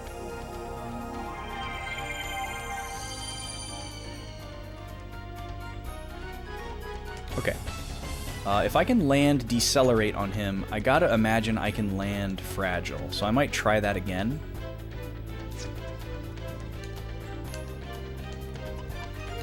It's definitely worth it if I can increase my damage output significantly.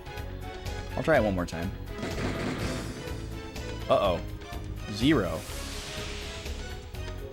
So does this guy have, like, massive defense then? Okay, we got him that time. Okay. He might have, like, massive defense. Man, that's a huge attack. If it's his only attack, it's manageable, but I gotta imagine he has something else.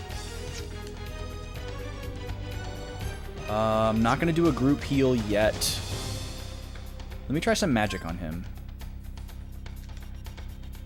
See what happens. Gallows' magic attack is a lot higher than his physical attack, so if we can get some decent damage there, might be worth it. Do we want to do Gatling?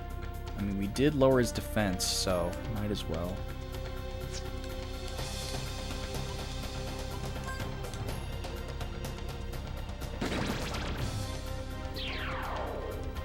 Good, miss is beautiful. Love it. More of that. Alright, let's see how his magic resistance is. Okay, that's more than... Yeah, so we're gonna do that every turn. Yes, that's some real damage. So the big question is, how much HP does this guy have? I'm gonna have Virginia use a Gela card here, because she's definitely the lowest damage output out of all the characters. So we'll get that out of the way.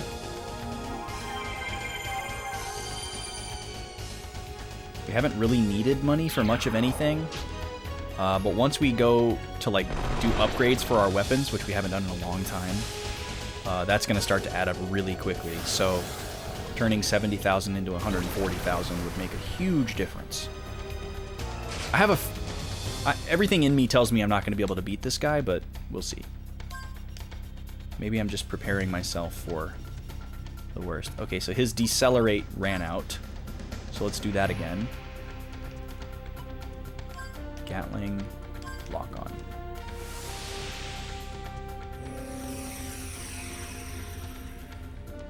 Miss. Okay, that's fine. Thank you for attacking my highest HP character. Next turn, I'll throw out the group heal. Even though Virginia's not missing anything. It's probably the best value I'll get out of it. Plus, I don't heal very much, so I want to stay on top of it.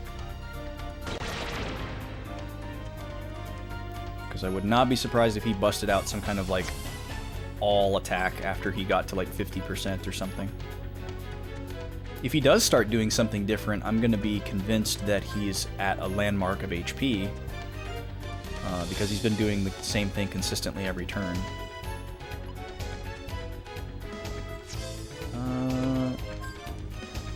Okay, we lost Decelerate and Fragile, so let's get those back on. Oh, Jet needs to shoot before he can try it again.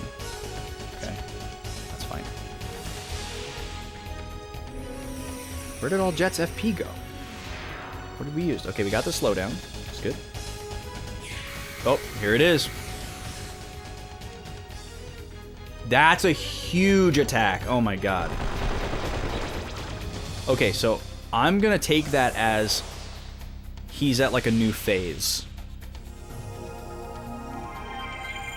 I'm gonna assume that because he started doing that attack that he's like below half. But that could just be wishful thinking, and maybe he just had lucky RNG for the early turns. I'm not going to heal with Gallows because I'm going to heal with Virginia instead. We're going to heal everybody 1,000 because that's what he just did to me. He hasn't been re-fragiled yet, but I'm just going to do lock on anyways because we need the damage output, especially if he's going to start doing that attack like every turn or something. I pray that he doesn't, though, because we won't be able to stay on top of that. That would definitely be the end of the fight if that became his new regular attack.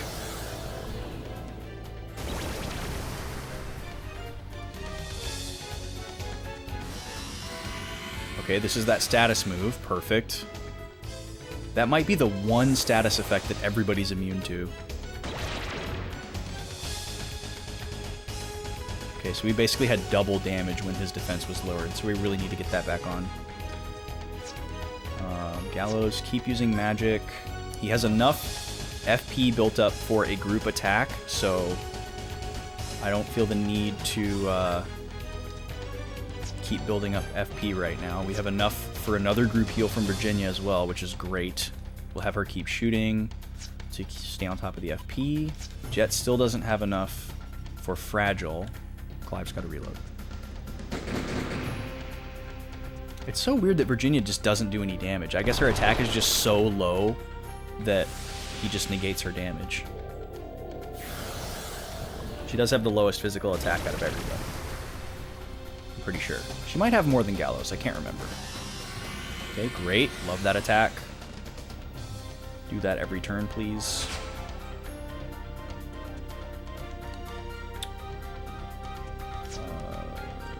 Keep using magic. He's still slow. So maybe I should try magic with her then, because her magic attack is higher than her physical, I'm pretty sure. Alright, can we land Fragile this turn, please? Here we go. It's not much, but it's better than 0. If this guy has like 100,000 HP, I'm gonna die inside. Okay, we got Fragile. There's no telling how much HP this guy has, unfortunately. Scanning doesn't tell you how much HP bosses have. It only works on regular enemies. So it's just a mystery. Oh, here's this again. Well, he waited a very generous number of turns before doing that again. He did more damage this time. That's very scary. But that's okay. We're ready for this. We're going to do Mystic and Potion Berry. Oh, yeah. Thank you, Toab. Yes, I guess, you know, somebody could look it up. But yeah, the game doesn't tell. What's going on tonight, dude?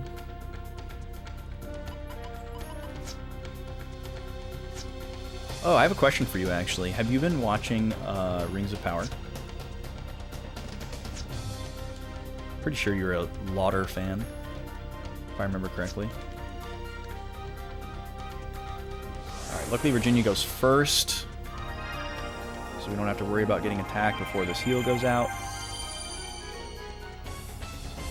Everyone's basically full. Typical. You have not yet watched it, but you enjoyed Falcon. Okay. Well, the lady and I are 6 or 7 episodes in out of 8 or 9, and we're digging it. I'm into it.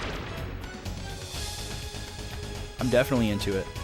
I think it's really cool. It's got I like the tone of it. I like the actors. The music is amazing. Bear McCreary kills it. Oh man, yeah, we're watching Andor too, actually. Andor is really good as well. We're not quite as far through that one. I think we're only like... Well, actually, I think we're about the same. I think we're like 7 or 8 episodes into that one too. Yeah, that one's really good. We've been kind of like alternating. Like when it's time to sit down for a show, we usually pick between those two. Okay, Virginia needs to start attacking so that she has enough to heal 1,000 again. Okay, Jet's got attack down. Alright, everybody's attacking. Oh, now she's doing 116 damage. I guess she did 0 before Fragile went out. Beautiful. Love a crit. More of those, please. Well, the reason why I ask you about Rings of Power is not only... Well, I don't know if I want to say this.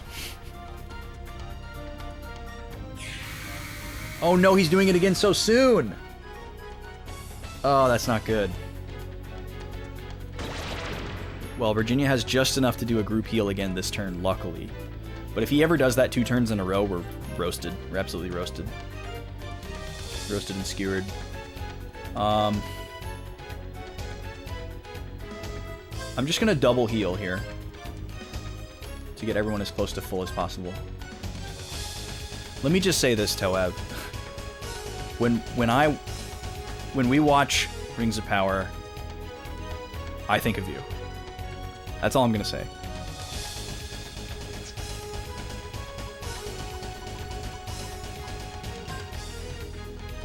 Okay, Fragile's still on there. He lost his Decelerate. I'm not going to use this turn to try to recast it, but I will make it first priority as soon as we're healed. Because that could have something to do with his cycling of the attacks. I don't know. He definitely has stopped doing the initial attack that was just the single target attack. He hasn't done that in a while. Oh no! He did it 2 turns in a row! Ah! Crap. That's not good. So it's hard to tell if this is random or if he's specifically programmed to start using this more often when his health gets lower. Okay, we're in trouble here. We gotta slow him down. His Fragile ran out. I'm gonna save my lock on until he's Fragile. It's worth it. Now you have to watch it. It's really good. I think you'll like it. I don't think you'll see what I'm talking about in the first episode, but I'm not certain. I don't remember exactly what happens in the first episode. But, yeah.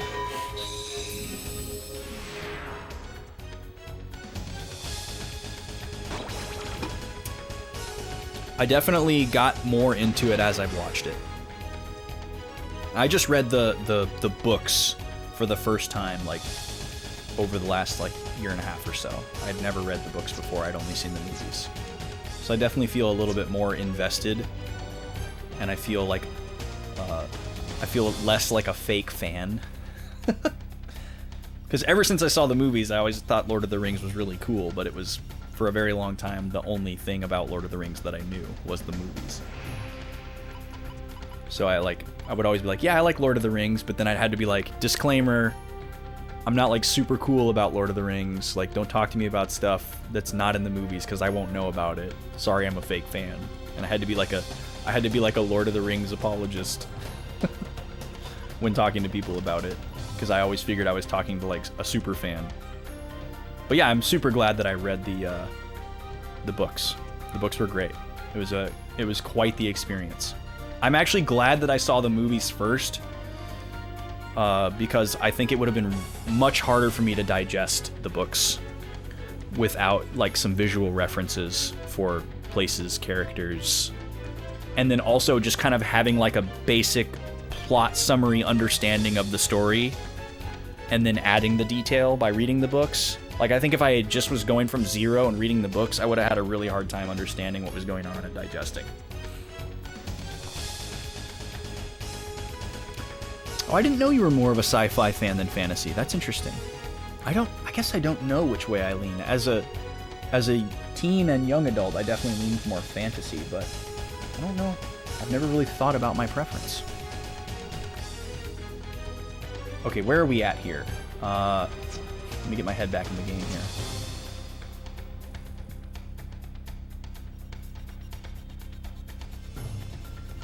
Oh, the Game of Thrones books. I've never done anything Game of Thrones.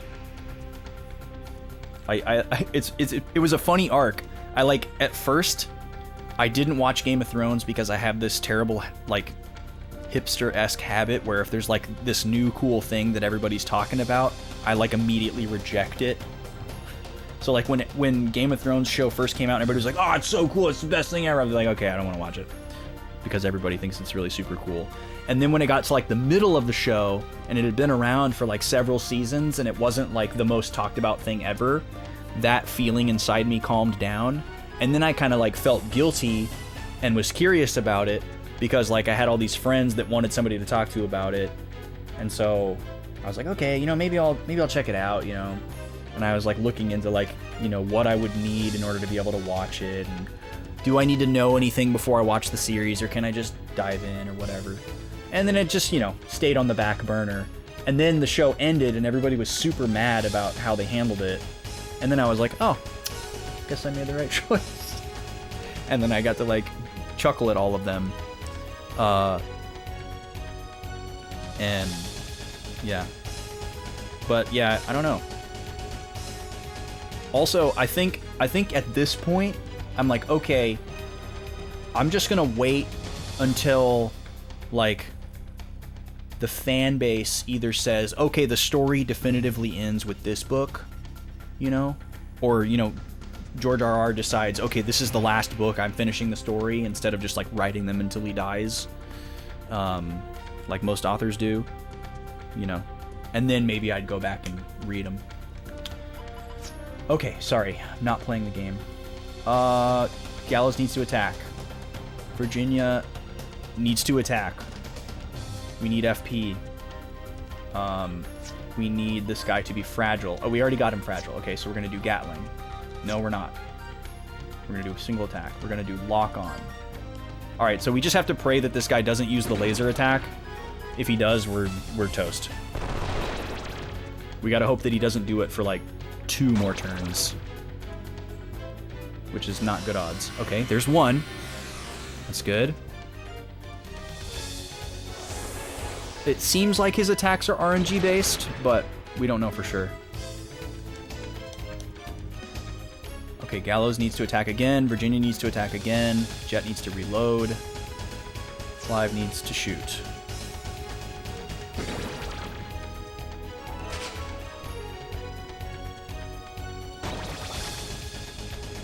Okay, Gallows has enough to heal. Oh, crap. We're dead. Dang. Wait. Oh.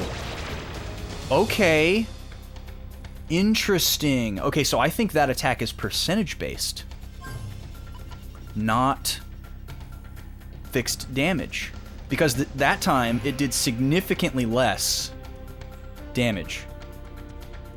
And it didn't kill anybody. So it's almost like a gravity type spell. Huh.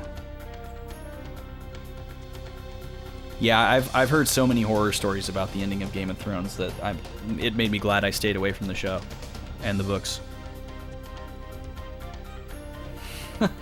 That's quite an accomplishment and a curse, Tofu. I'm sorry to hear that. Okay, I should probably not put my knee in the shot. Nobody wants to see that. Okay, we're gonna do a group heal here. That makes me feel a little bit safer, actually. So maybe that attack can't kill. That would be incredibly reassuring. But nonetheless, we are going to full heal here. Just in case we got, like, super lucky or something. Okay, he's still got his defense down. Here comes the Gatling. Clive needs to reload.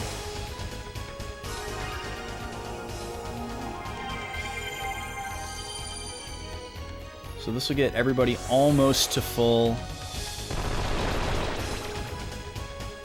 Oh, really, Toab? That sucks.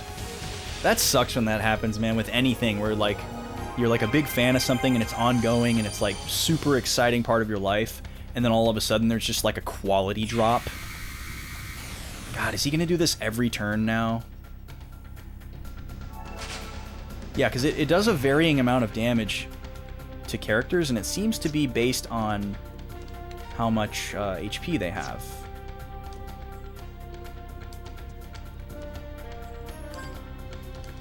Alright, so we're playing a dangerous game here. Playing a very dangerous game. But if my theory is correct, that attack can't kill. Okay, now he's finally doing that again. And that would be how he kills characters. Okay, I think what I gotta do here is...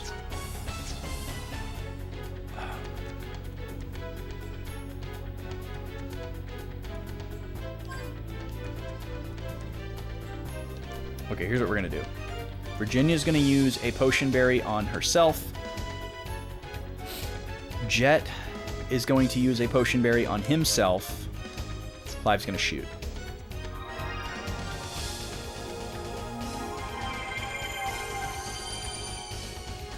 Yeah, they were just fast-tracking it. Yeah, that sucks, man.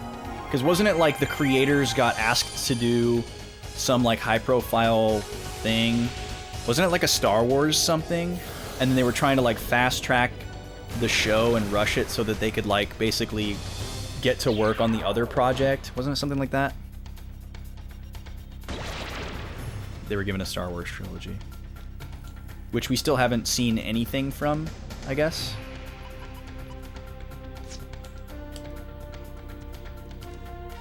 Okay, Virginia attack, Jet, Fragile, Clive, Heelberry on Virginia. Oh, they got fired from the Star Wars thing. Okay. I mean, honestly, like, that's the right move, because, like, if you... Oh, okay, that attack can kill. Got it. Yikes, okay. Well, this might be where we lose.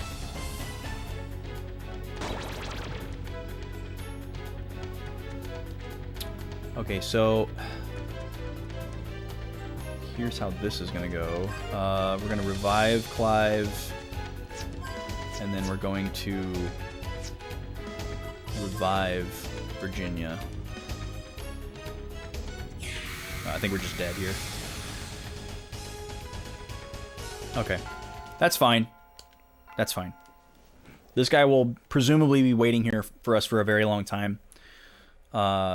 We have a lot of things that we can do very quickly to increase our power. Like upgrading our arms and blah, blah, blah. So we'll come back for that guy. He's clearly some kind of like optional super boss. And because we saved before the fight, we didn't lose anything. So we didn't lose those lucky cards. We didn't lose the Gela card.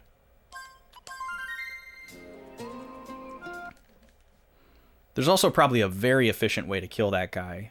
Like, we could be using summons. We're not using summons at all. So, we will remember him. David Benioff and D.B. Weiss. Stepping away from the deal with Star Wars so they can focus on their partnership with Netflix. Yeah. And they were never heard from again. Definitely a smart move, though, because, like, you know, like, they would carry that reputation with them to the new project. So even if the new project was, like, amazing and they poured everything that they had creatively into it, like, it's just soured because people would remember that they, like, jumped ship too early on this other thing.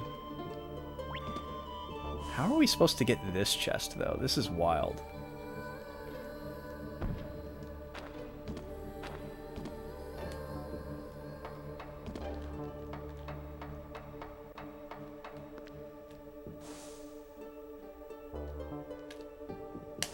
Yeah, we still don't know how to lower this orange barrier. This music is crazy, by the way.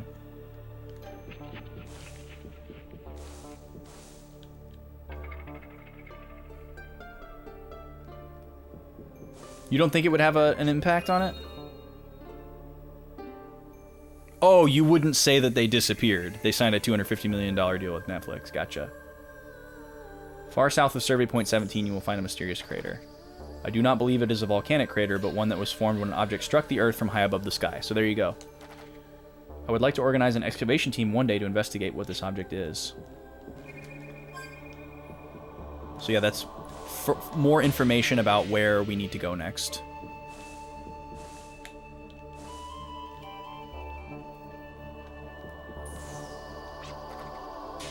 Oh, here's another guy with weird font.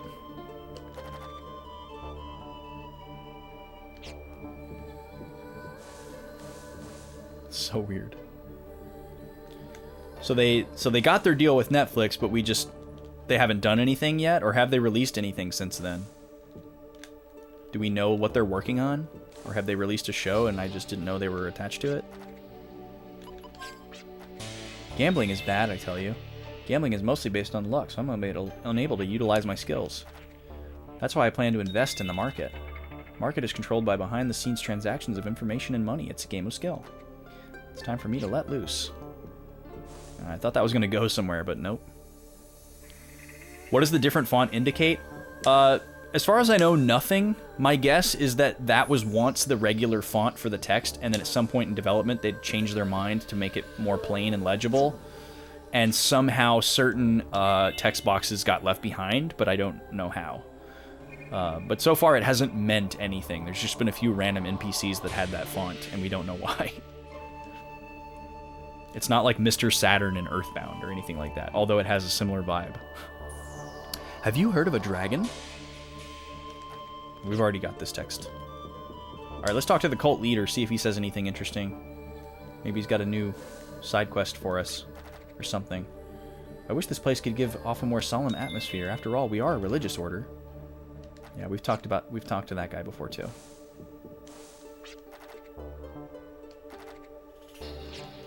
Nope, nothing interesting from him. I still feel like this guy's going to become part of the plot again because it seems very suspicious. It's very cult-like. It's very weird. The 3-body problem? Huh.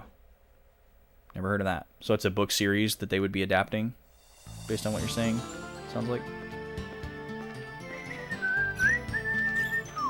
Okay, we're going to Little Rock. Which is over there. Why does it look like we've never even been there?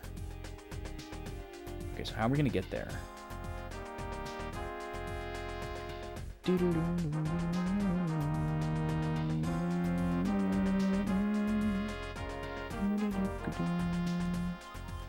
Alright, we're gonna go this way. We love the green. Love to see the green.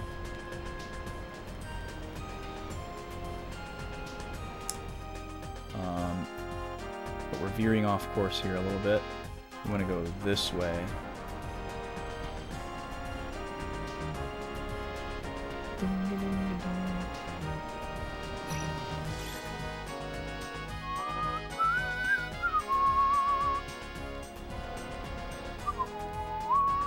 Okay, there's Little Rock. Now, can we find a beach?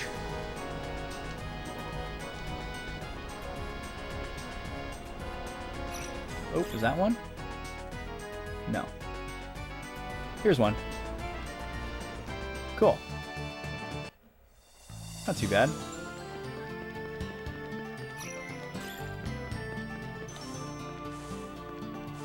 So this is the first time we've ever been told that a specific town had information about something. Sci-fi type, okay. Toav, have you ever seen The Expanse? Vaughn is a big fan of The Expanse, and he always wanted me to watch it. And I was super into the idea, but I told him that I wouldn't watch The Expanse until he watched Attack on Titan, and he still never watched Attack on Titan. They are on a show called The Chair, and a film called Metal Lords. The Overstory, interesting. And never heard of any of those.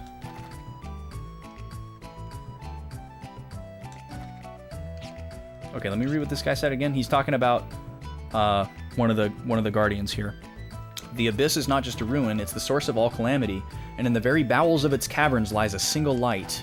That is the light of hope. The guardian lord of hope turned to stone. Zephyr awaits his restoration. No one knows if it's true, but I sure hope it is. So the abyss? Apparently there's a dungeon called the Abyss. Oh yeah, this place. I think we can use our swooshy skill here. Or actually, we could probably just jump. No, we can't jump. So we're going to use the Gale Crest. That's what it's called. So to do the whooshy. And then a swooshy. Ooh, another migrant seal. Nice. We've been looking at that chest for a long time, wondering how to get it. We finally got it. Okay, I guess I gotta just jump down here. We still don't know how to talk to animals, though. But I'm assuming we're gonna get a third tool for everybody, so there's at least 2 more tools in the game. And one of them's probably gonna allow us to talk to animals. Because look at this. There's a... Is it a chicken here? Oh, maybe it's not here. But in a bunch of towns, when we do this scanny thing, usually it highlights like chests and barrels with hidden items. But in some towns it highlights animals. And we don't know what that means. But I got to assume that there's some way to like talk to animals or interact with animals in some way. Using a...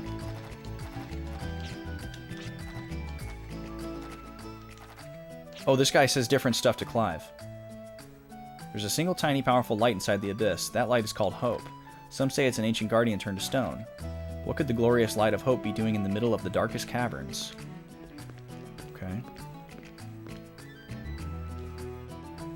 You're not too big on sitting down and watching shows. Playing a game and engaging is a little more appealing. Yeah, that's fair. I have a hard time with it too. I'm a big multitasker, so it's a lot harder for me to just sit there and watch a show. Like, pretty much the only time I want to watch a show is if I'm eating. Because I can't just sit and eat. Because I have really bad misophonia about chewing. So I can't, like, listen to myself chew or listen to anyone else chew. There has to be some kind of, like, sound to drown that out. Even if I'm by myself, I don't want to listen to myself chew. And that's when I like to watch movies and shows and stuff, is, like, while I'm eating. And if I, like, start the show or the meal by, like, eating... And usually, like, by the time I've finished and I'm no longer multitasking, I can usually manage to just sit still for the rest of it. But not always. Depends on how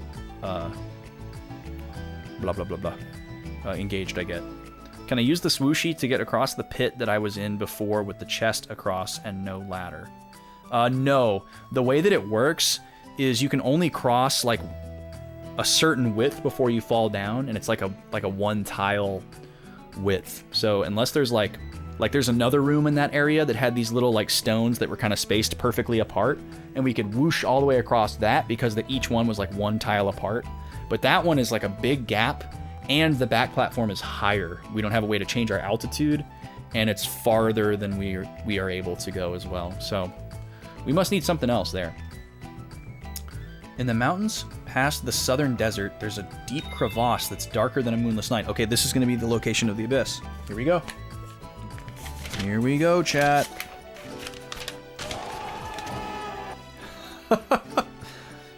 I wish I could fly. That's why we're trying to get this dragon, Gad, so we can go flying. Okay, mountains past southern desert. From Little Rock, important.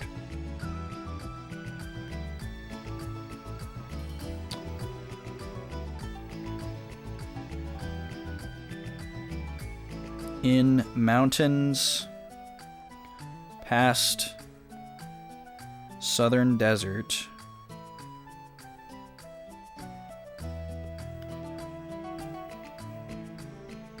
The abyss. The crevice swallows all who enter, kinda like me when I'm hungry. It's called the abyss. Sounds scary, huh? What does abyss mean anyway? I'm no scholar, so I couldn't tell you. I like how he started that off sounding like a scholar, and then he finished it talking like a kid. Alright, Gad. Yeah, come and raise some hell, dude. Dude, thank you so much. You're the best, man. You really are. Whatever this crappy fortune is for you. Unless it's like bad, then I won't put it on you. But if it's good, it's for you. We had Chinese food yesterday, and it was amazing.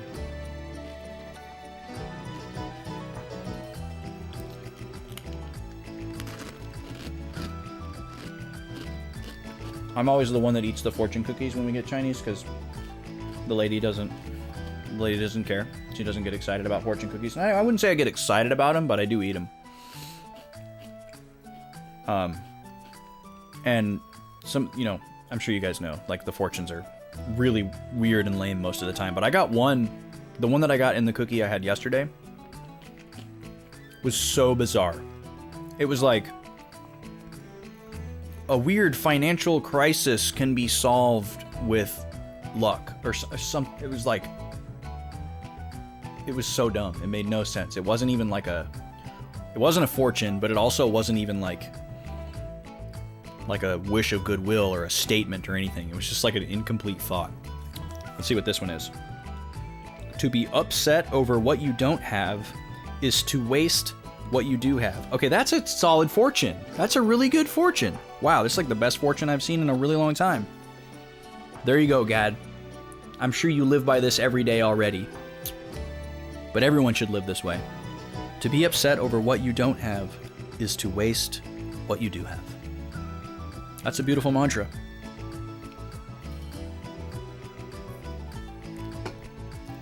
Here I am dogging on fortunes and we land on a frickin' golden egg. There was a good barbecue place a couple blocks from here that closed. An Indian restaurant is moving in. Excited about that. Not much Indian in that area. Well, you know, there you go. Lose some, gain some. Instead of being upset about the barbecue that you don't have and wasting the Indian that you do have, you know, you could appreciate it. I can't eat food from that part of the world, unfortunately. I don't know what it is about curry, but every curry that I've ever had has this same kind of quality to it, and I don't like it. I just don't have the capacity to enjoy curry. And I'm sure 5 of you are going to tell me that I haven't had the right curry yet, or I haven't had good curry, but I've tried it so many times, I don't want to try it anymore.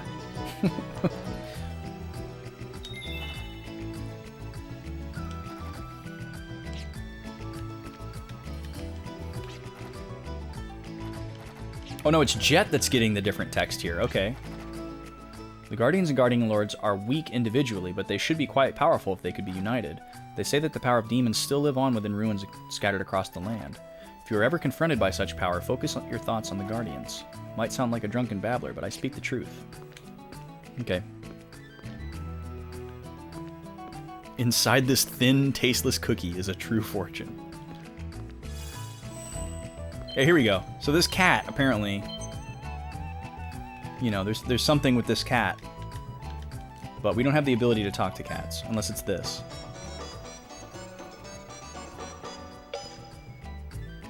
And it's not. Which, honestly, I'm glad. If that cat was a super boss, I would have been super pissed. Steph Curry is pretty good at basketball? Nice, dude. You've had bad curry and you've had good curry. There's a very big difference between the two. I mean, I've had some curry that people vouched for. Like, where they were the person that was like, oh, you just haven't had good curry yet. And they, like, we went to a place and I'm like, okay, I'll try it. You know, I'm going to be open-minded. I want to like it. You know, and they, like, vouched for it. And they were like, if you don't like this one, then you're a lost cause. I'm like, okay. And I didn't like it. So, I don't know. I think I gave it a really, really good shot, and I'm just gonna be done with it. And I'm gonna be okay with it. So yeah, I can't enjoy anything that has curry in it. And I can't eat a lot of Thai food because of the peanut. So that's like a very large sector of the world that I don't eat from. But pretty much everything else, good to go. I have to watch out for a lot of East Asian foods, like Chinese foods and Japanese foods, because there's so much use of like fish sauce, which is made from crab, which I'm technically allergic to. And just a lot of like seafood stuff can have traces of shellfish, which I can't have. I can eat fish, but there's a lot of cross-contamination. That's the only thing I have to watch out for. Let's see here. From Little Rock, in the mountains past the southern desert is the abyss. Okay, so where's the southern desert, as in like the sea? In the mountains. In the mountains. I wish I could go into first person. I wonder if it means like right there. You know, like those kind of look like mountains. Those are very definitive land structures. Can I get over there is the question. Let's find out. Love those greens. That's so satisfying. Okay, how can we get over there? How can I properly orient myself? I can't even see where I am on the map.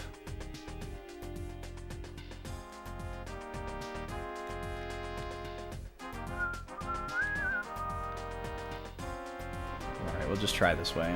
Screw it.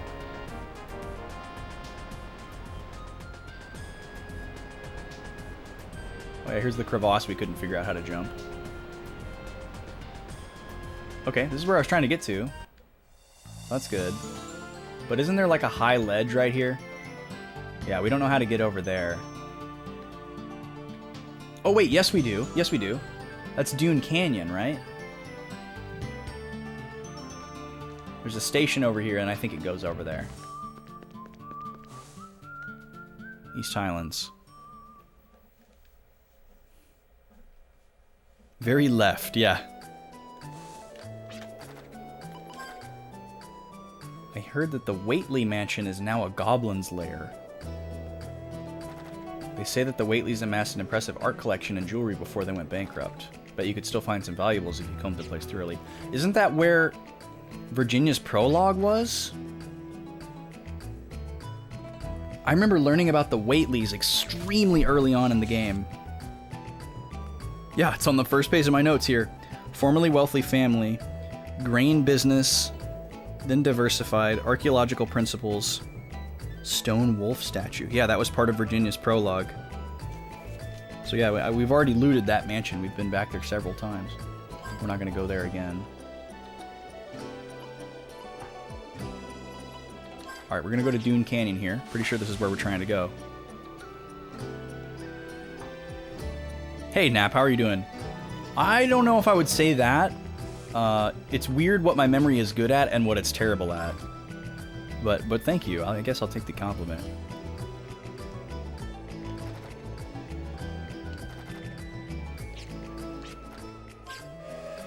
How are you tonight? Welcome in. Or maybe you've been here for a while and that's your first chat. That happens sometimes. Hello either way. I think the thing that challenges me so much is the fact that I only get to play this game once a week.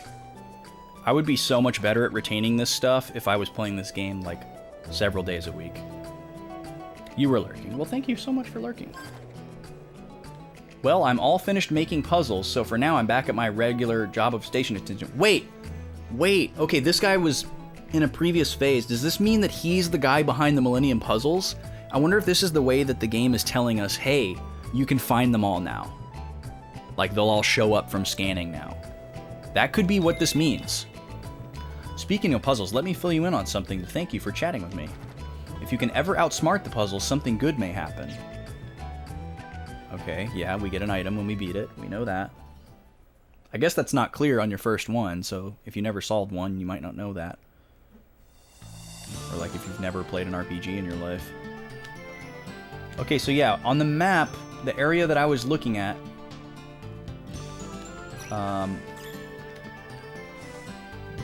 this is where I was looking at, but it's over here. That's where we want to go. There's some mountains over there that are south across the dunes, so we can't get over there. Bummer. So we would need to see if there's a beach somewhere around that continent. Oh, you can see where we haven't been there.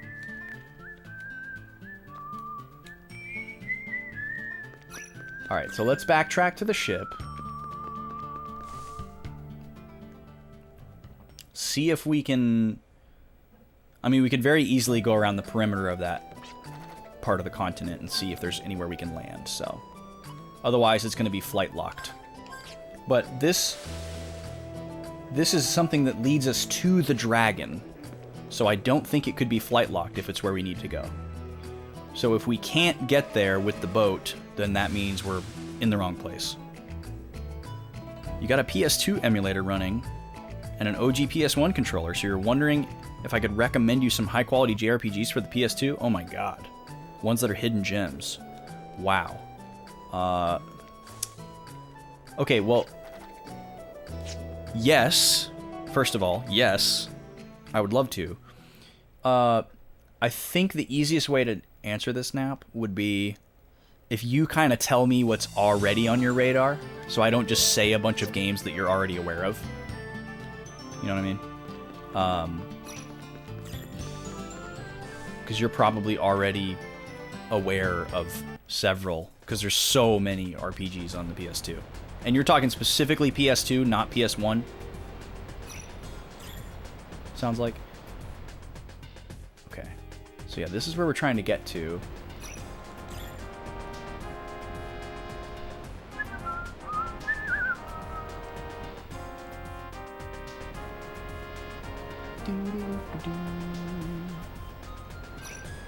Nothing there. We've been around this way many times.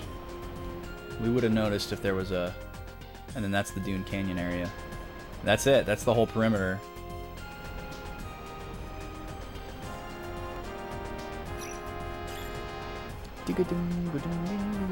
So this must not be the right area then. We can be sure of that. Yeah, PS2. Okay. Yeah, let me know what's kind of like already on your radar, and then I can kind of fill in what I think is missing. I think that's going to be the best way to do it, because I feel like otherwise I'm just going to start listing off some stuff, and you'll be like, oh yeah, I know about that, I know about that. Because everybody's definition of hidden gem is a little bit different. You're mostly interested in turn-based stuff. Okay, that helps. Definitely helps. Wait. I can't land here, can I? This looks very specific, too. Like, there's a rock blocking that... We don't have a way to use tools on the world map, though, so I don't know what's going on. This also looks very much like a desert. Like, it's a different type of terrain than the other... Oh, maybe it's here. Maybe it's here. Because this is directly south of this town, Little Rock. Maybe it's here. Haven't found anything here yet.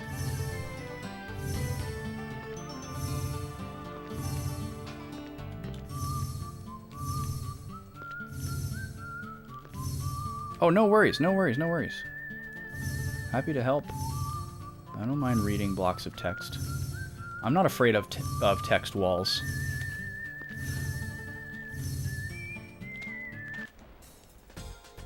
I was born in text walls. What is it? That's Humphreys Peak, isn't it? Yeah, that's Humphreys Peak.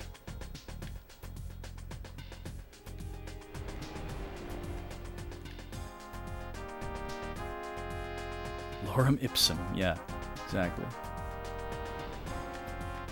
Okay, well, I'm gonna guess that that's not where we're supposed to be. From Little Rock, in the mountains, past the southern desert. So, okay, the only thing else to try would be further south, which is in the very bottom right corner of the map there. I see an unexplored area, so we'll go check that out. So yeah, Nap, I gotta assume you got, like, you know, you got Final Fantasy on your list, Dragon Quest, you know, you got all that stuff on there, right? Like all the, like, really well-known PS2 RPGs? Or are you just starting from zero here? Oh, Onimar's gonna help us out.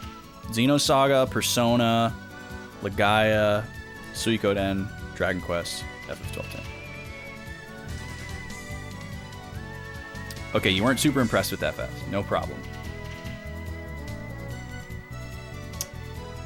Well, if you've never played a Dragon Quest game, Dragon Quest VIII is one of the best entry points to the series. It's very approachable. It's also like a pretty good litmus test for like whether or not you're gonna like the rest of the series. Like if you don't like Dragon Quest VIII, you probably don't need to bother trying any of the other Dragon Quest games. Like if you like Dragon Quest VIII, you'll probably like most of the other ones in the series. If you don't like Dragon Quest VIII at all, you probably won't like any of the other ones in the series. I mean, Dragon Quest is a very consistent series, and 8 is a good representation. But it's also an extremely long game. Oh, you played it on GBC. Nice. I'm actually playing Dragon Warrior 3 on Game Boy Color right now. It's like my casual off-stream game. Nice! That's awesome! I didn't know you played piano, or if you told me I forgot, in which case I apologize. Oh yeah, I think I remember you saying that you used to play and you don't so much anymore. That's ringing a bell.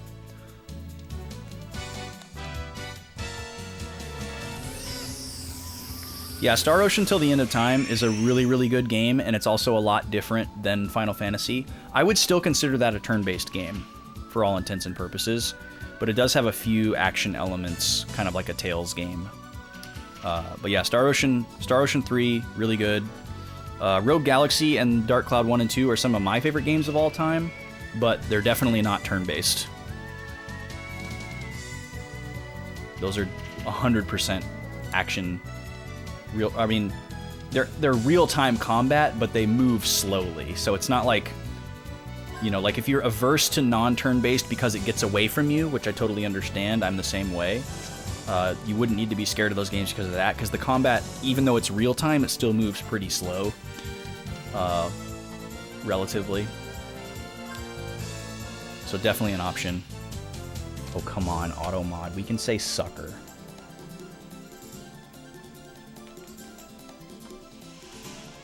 You're a sucker for turn-based? Yeah, I'm a sucker for turn-based too. I like it. I like strategy. I like thinking. I like planning. Love it. It's great. Get out of here, big red thing.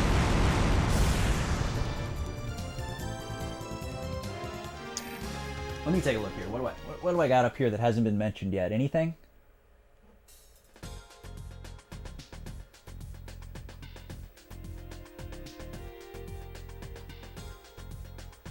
No? But yeah, Xenosaga's turn-based. Suikoden's turn-based. I think Radiata Stories is turn-based.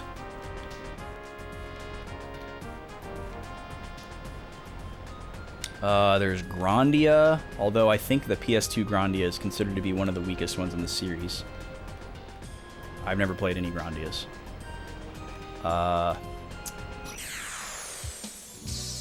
What else is there? Radiata isn't turn-based. Okay, thank you. I own it, but I haven't played it.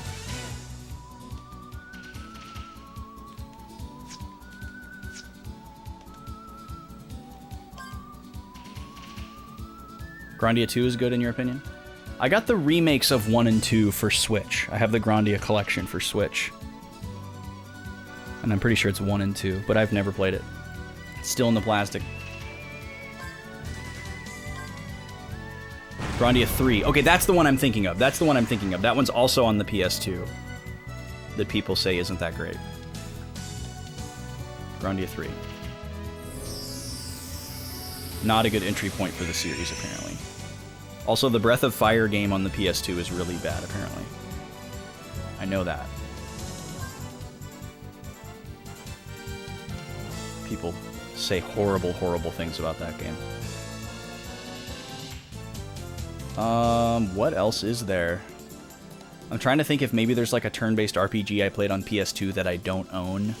That was like a GameFly game back in the day. But I can't think of anything. Yeah, Dragon Quarter. Yeah, people say terrible things about the game. I haven't heard one person say that game was worth playing. Fan of the series or not. I've never been able to get into Breath of Fire. I haven't tried like super hard. I tried playing 1 a couple of times and it just didn't happen. But now that I know what I know about the original SNES version of it, I can see why. But I would love to get copies of 3 and 4 someday because the art is just incredible and I like a lot of the music. I've heard most of the soundtrack for both of those, and I think I would probably just skip Breath of Fire 1 and 2. If I really wanted to go back and play them, I could play them on the Switch for free because they're online. And then, you know, if I got attached to them, I'd probably just buy the GBA versions because those are like a more playable ROM than the original SNES versions. Okay, where am I trying to go? Directly south of here. Perfect. See if there's anywhere we can land. Oh, this is Boot Hill. This isn't what we're looking for. Okay, gotcha. We want to go this way. This continent. It does look like a desert. So let's see if we can find anywhere to land around here. Seen this guy before.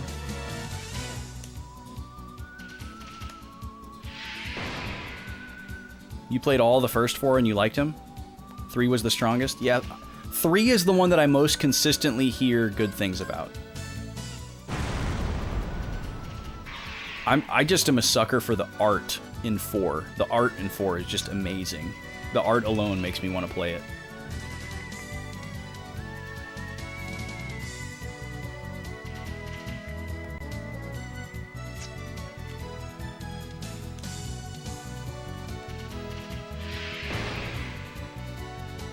But yeah, I've watched a couple people actually play through 1 and 2. Or I mean, not 1 and 2. 3. Breath of Fire 3 on stream. And it looks very enjoyable.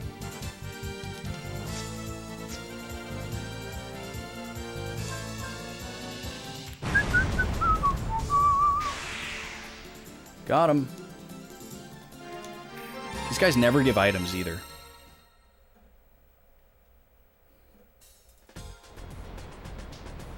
Oh, we found somewhere to land. Okay, this is big. This is big. Oh, and there's a tunnel here. So does that mean there's a station here somewhere? This could be huge. Alright, this is a big continent. We've got a lot of area to explore. I feel like the geography of the planet is changing based on story triggers. Like, beaches are appearing where they previously did not exist, allowing us to disembark on continents that were previously not available. Maybe I'm imagining that, but it really seems that way. There's a signpost. When stuck, try ramming things. Walls, trees, anything. Great advice. Thanks, Alan Smithy. I'm sure you got really far in life. Just Sonny Bonoing into everything. Okage Shadow King is a good turn-based as well. Really, I didn't know that game was turn-based. Whoa, look at these guys. Oak Shaman. I'm going to assume that they are weak against fire. And cast Cremate on one of them. But we're going to get a scan in. These guys dropped one of the items. They dropped a blue bracer which protected against paralyze. They were a palette swap of these guys, so it's... I suppose it's possible. Yep, weak against fire. Okay. Of course, Snap, that's what we do around here. We take care of each other. We commiserate.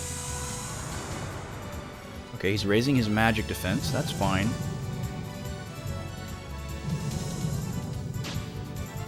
Not a lot of physical damage. Love to see that. Not a lot of HP. Okay. Not worried about these guys. They're just a palette swap.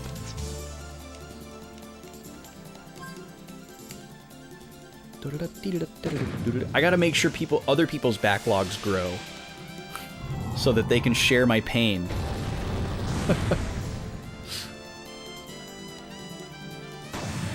Also, I just love RPGs, and I love hearing about people who love RPGs.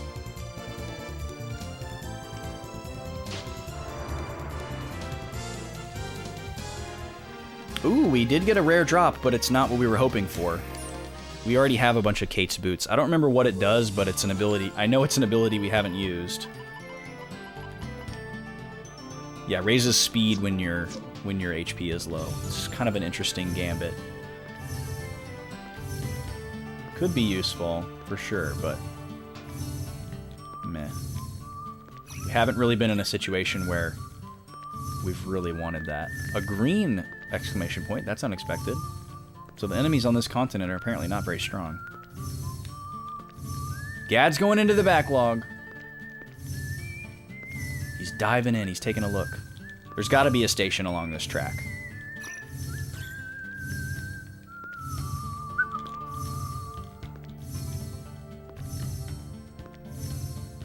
So yeah, we're going to search the whole perimeter of this continent. Oh, this track just ends, though. Oh, we got ambushed. He's looking at the Gush list. Oh, another palette swap. Interesting. Well, I'm going to assume they're weak against fire, too. But we're still going to scan one. The Oak Warrior. So I guess one's physical and one's magically oriented, most likely.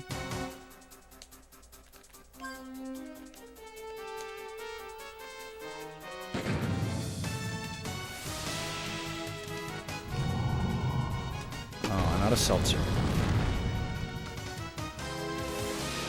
Guess we're going till midnight tonight, y'all. Yep, weak against fire. This guy only has 90 HP. These guys are super weak.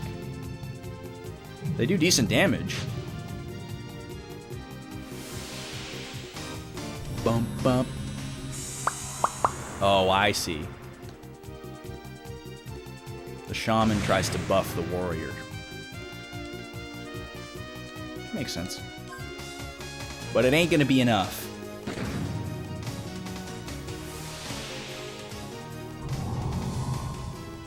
That riff is so good.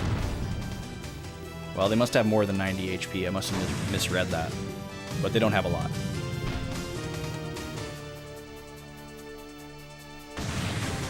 So I wonder if the warrior has a chance to drop something else. Maybe we'll find out right now.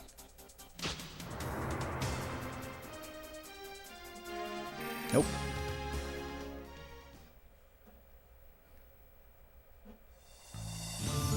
Alright, we didn't find a train station. I'm going to go down the other side here just to be certain. Because this scan is very finicky. Sometimes it seems like it reaches the full boundary that it does visibly, and other times it seems like it's way short. No, I guess that we're supposed to believe that this is like a rundown, dilapidated train track that is no longer in service.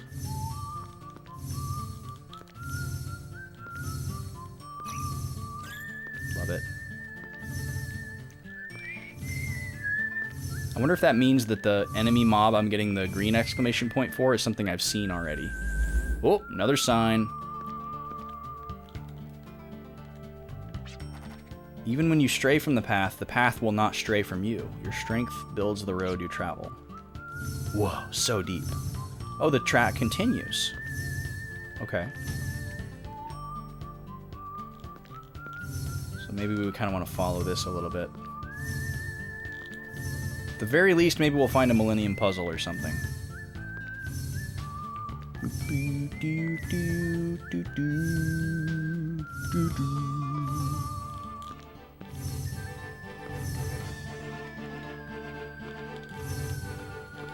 More tracks.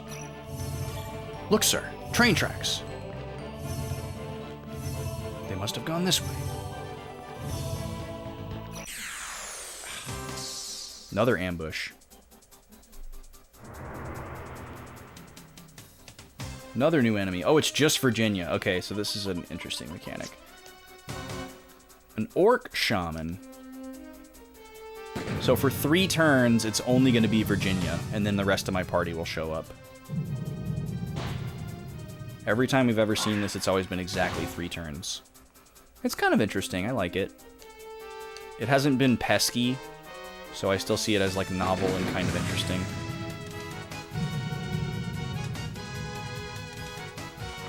But there's definitely situations where this would be absolutely detrimental.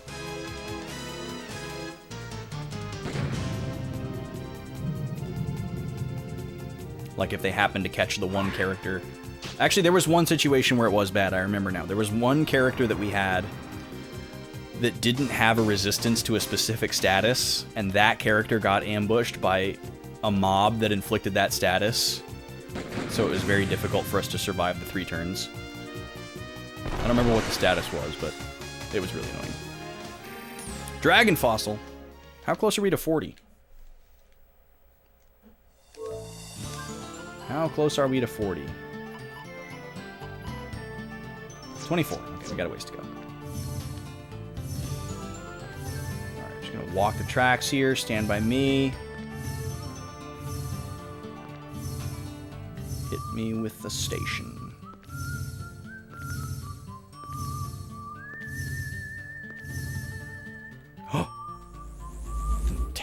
Another sign. Make sure there's nothing over here. Okay.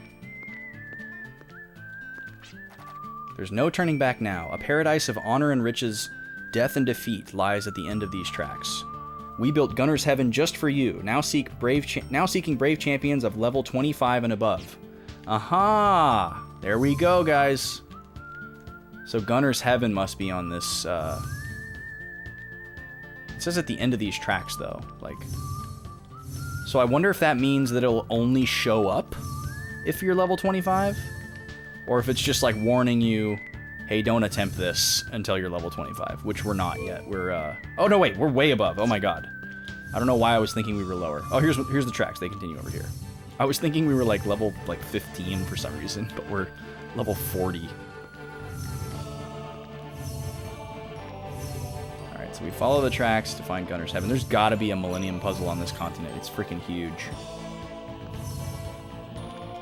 This looks like a good spot for something.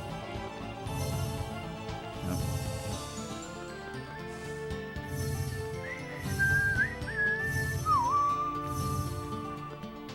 How about right here?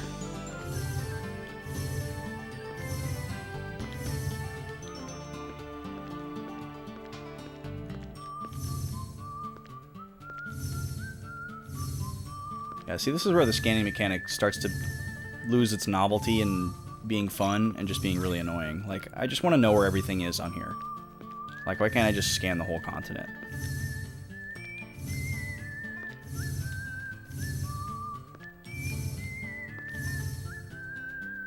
Super Mario Sunshine. Wait, we've never gushed Mario Sunshine?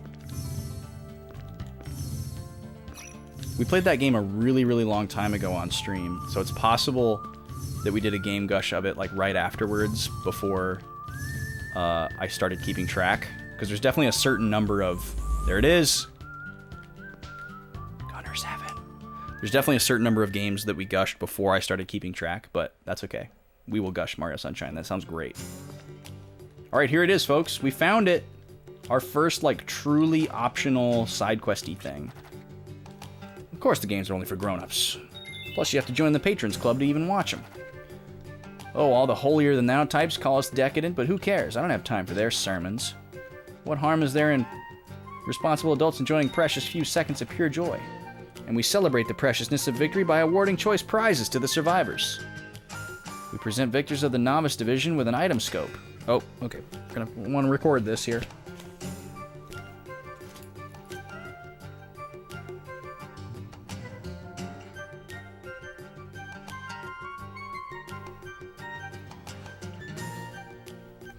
Novice Division.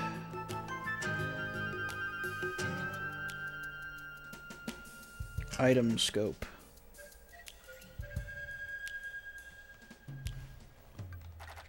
I hear drifters use it to scour for items in the wasteland with its cutting-edge search waves. Oh, I wonder if it increases my search radius. Wow, addressing the problem that I just brought up. Or maybe it's just like an additional mechanic where you can find items and we previously couldn't find items before.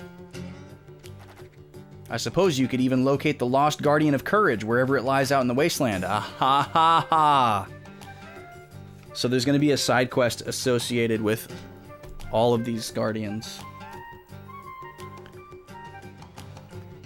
Find items.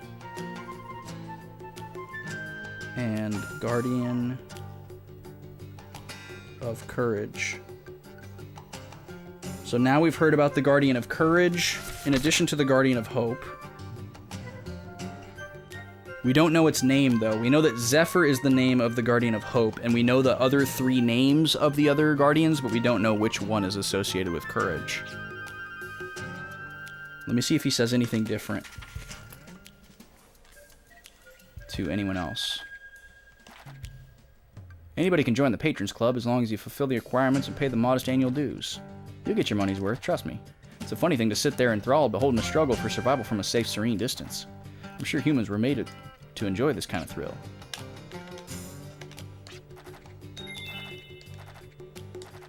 I'm sick and tired of people butting their snobby noses into other people's business.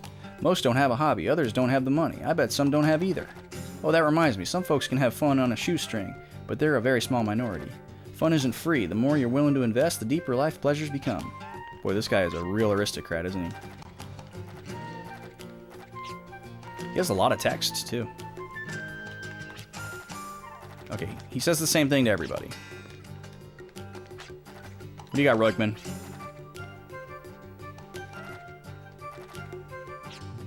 Nothing. What about you, little lady? Step right up, my friend. Gunner's Heaven will show you things they don't teach in school. Feel the rage to come to boil. The crowd roars and howls at the first sight of blood. Tip 1, tip 2, chat. Here in Gunner's Heaven, we've got 3 divisions that you can challenge.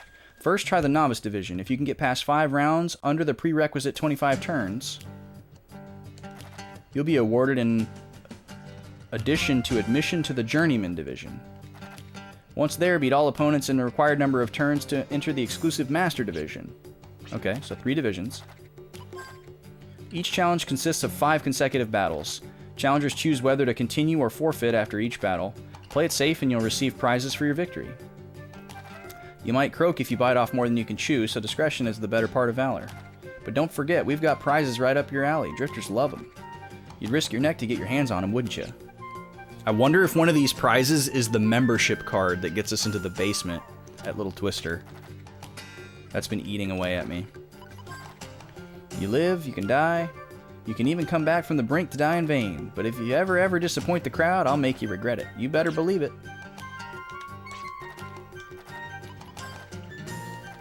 Alright, she says the same thing to everybody. I'm assuming this guy lets me enter. Oh, there's an armsmith here. Nice.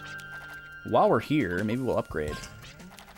When strength is bound together with human spirit, you don't get pure energy, you get a meaningful existence. Wow. The power to protect and the power to destroy. Mankind brings meaning to strength through his mind, and that's what makes body and arm one. Don't matter whether you like it or not, each time you draw your arm, you take a step towards where your mind wants to go. Boy, this guy's deep. Okay, let's see about some upgrades here.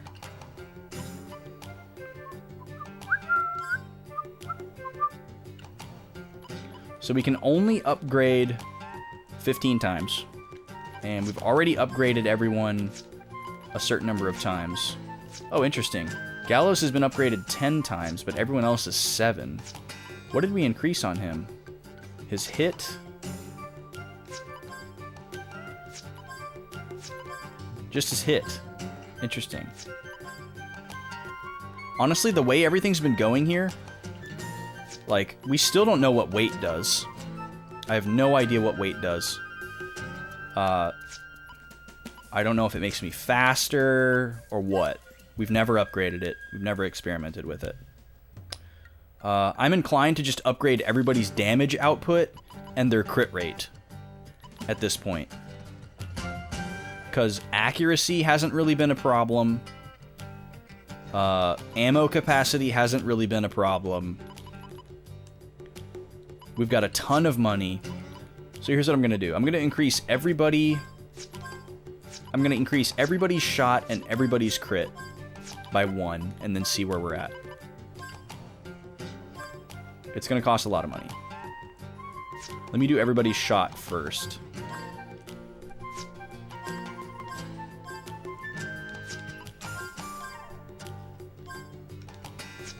Okay.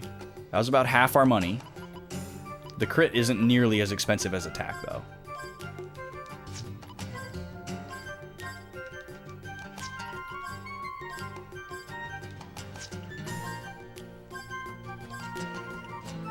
Okay. We still got 100 and some thousand money, so that's pretty great.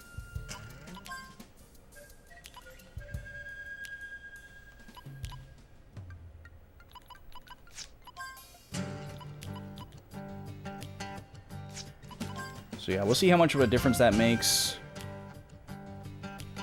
These upgrades get more and more expensive, but they also get more and more gainful. I don't know why we have the option to sell things in this game, because nothing's really worth anything. Except for stuff that you would, like, never sell.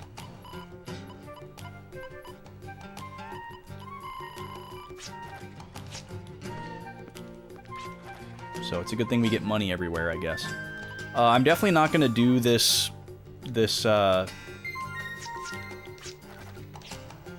arena tonight. But I'm glad we found it. We need to do this game Gush, though. About Super Mario Sunshine. The only thing that's going to suck, though, is like it's going to be very challenging to get here before we get the airship. So yet another reason to prioritize it. But I am glad that we found this place. Just to like cross something off in the notes. This continent is so huge, too. There's got to be other stuff here. Look at this. This is cool. Little valley. Oh, there's a bridge up there. Wow. Yeah, this continent is huge. There's got to be other stuff here. Look at these guys. A troll. Okay. He sure is ugly. Sure is funny looking.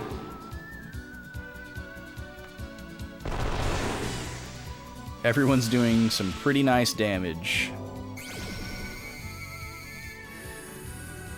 Okay, he's weak against light and wind. Interesting combo. Miss. Got him. Yeah, it seems like if you just grinded a bunch of crazy money in this game and just used all of your arms upgrades on your attack power, that you could just absolutely steamroll everything in the game. Oh, he's got some cakes back there. He's got a little dump truck going on.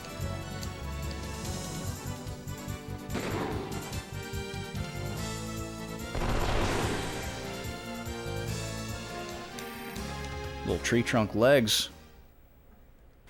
Ending in a bakery. Okay. Getting a little disoriented over here. Let me look at this continent again. Oh, that's this continent. No wonder it's so huge. Man, this is like overwhelming. There's probably so much stuff out here. There's probably at least like 2 or 3 Millennium Puzzles. I can't change characters on horseback?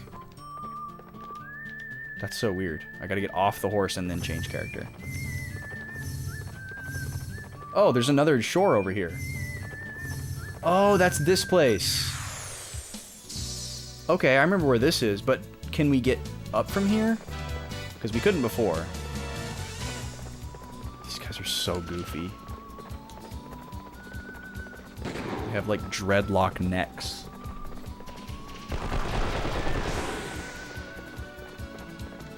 Oh, there's a kobold back there. I didn't even see him. He's so camoed.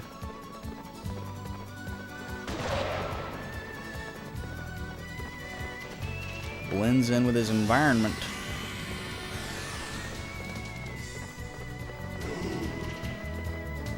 Trying to see if I can reach Sunshine from here. Oh, he's got a Healy spell. Oh, 71. Yeah, we're not worried. Get out of here, dude. Mario. Mario. Yeah, I'm gonna have to get up. I'm gonna knock something over if I try to do that.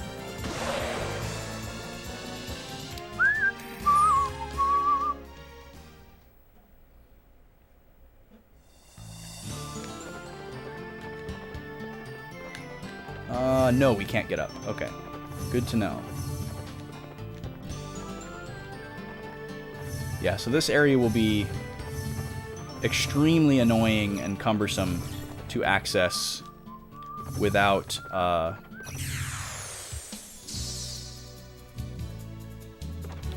do you call it? Without the airship.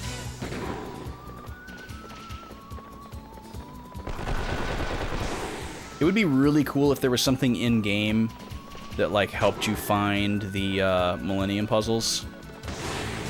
Like, you know, maybe I can do, like, some kind of side quest to get an item that tells me where they are, or, like, marks them on my map. Or maybe, I guess maybe that tool that I get from winning the tournament maybe could make it easier to find them. Like, if it beefs up this scan power. You know, that could be a thing. That would be super rad.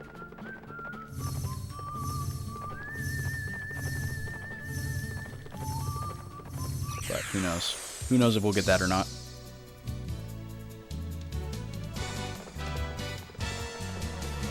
You watched every stream of Mario Sunshine. Heck yeah, Gad. Those were some times, man. That was a long time ago. That was early stream days. That was a good time, though. I definitely remember it fondly. We need to scan the Orc Shaman. We didn't get a chance to do that last time. You got the Oak Shaman, you got the Orc Shaman.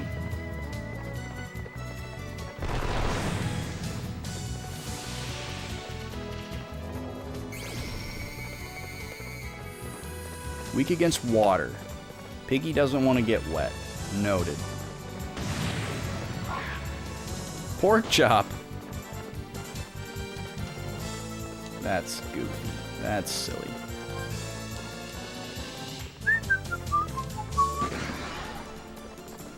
Yeah, we're gonna gush it real good. Ah, gush it.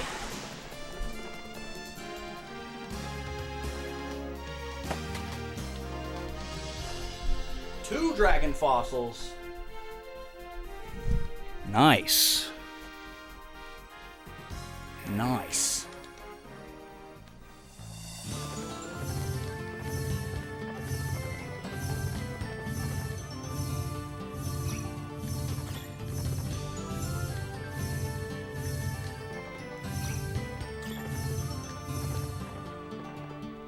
Where's my boat? Okay, I see where I am now. This is like an overwhelmingly large parabola-shaped continent. Millennium Puzzle? Oh. Alright, if this is a Millennium Puzzle, we will take a break and do the game Gush before the Millennium Puzzle, and then we will do the puzzle. Black Buzzard. Whoa, Black Buzzard! This guy's probably weak against Earth, so I'm going to just go ahead and throw one out. Typically, flying enemies in this game are weak against Earth. Can I get some red numbers? Nope, he's not weak against Earth. Okay. Then maybe it's Thunder? I'm going to guess it's Thunder. Paralysis gas.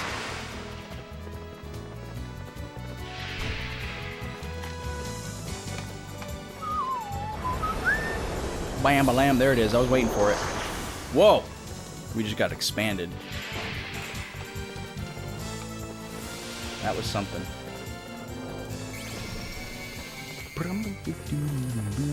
He's weak against light. Oh, Black Buzzard. I should have known. Wow. Silly me. He's got a lot of health. I'm glad that we waited to see the really strong enemies on this continent until the very end. Okay, so he's weak against white.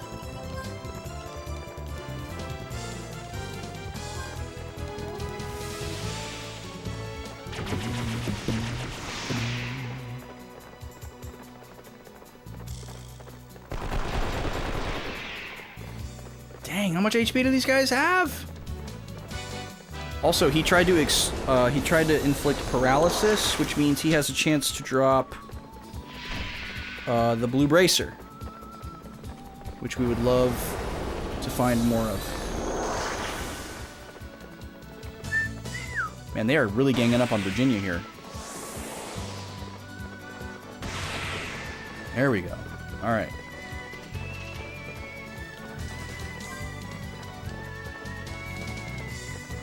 Oh no, white. There we go. Or no, white. There we go.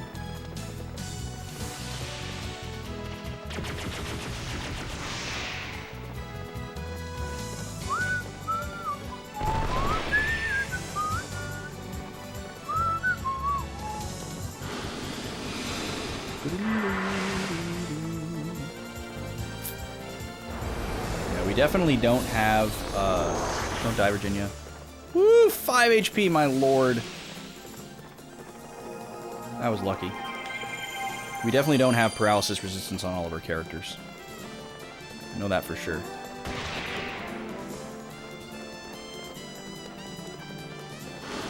Man, I wish there was a way to have Gallows heal more than 300 HP. He's been healing 300 HP since we got the heal spell, like, almost at the beginning of the game.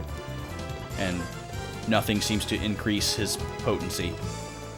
Leveling up, raising his magic stat doesn't seem to do it. It's just, like, the same. Forever.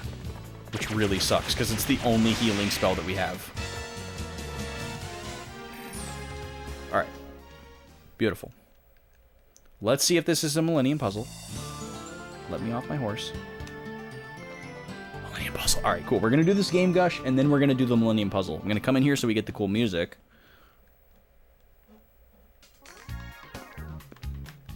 Yeah. Alright.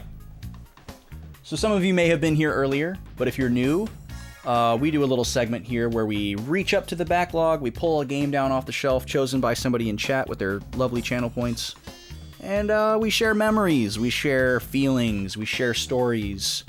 If applicable, we always keep it spoiler-free, but, you know, it's just a generic... Well, it's by no means generic, actually. It's just your run-of-the-mill amazing story time about a specific game. And we like to call it... Game Gush. This Game Gush is brought to you by Holy Gad. We're going to be talking about a game from my own personal lore. It was one of the first games that I streamed when I first started streaming on Twitch regularly. And it was a first playthrough, which was very exciting. And we're going to be talking about none other than Super Mario Sunshine. There's a lot we can say about this game, so strap in here. Enjoy this bop of a song. First off, I'll show off this copy of the game. It's not in mint condition. There's a little bit of label damage on the cover, some residue and some pick marks from where the residue was tried to be removed. Probably hit it with some Goo Gone at some point if I feel like it.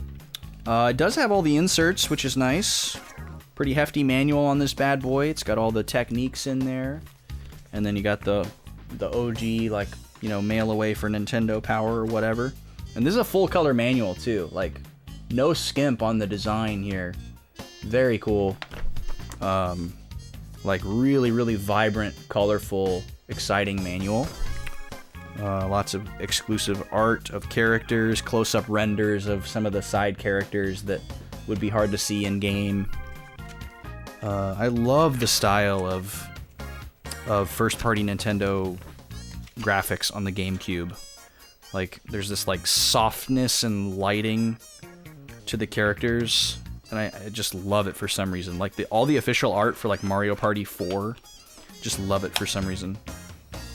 And this disc looks really good, actually.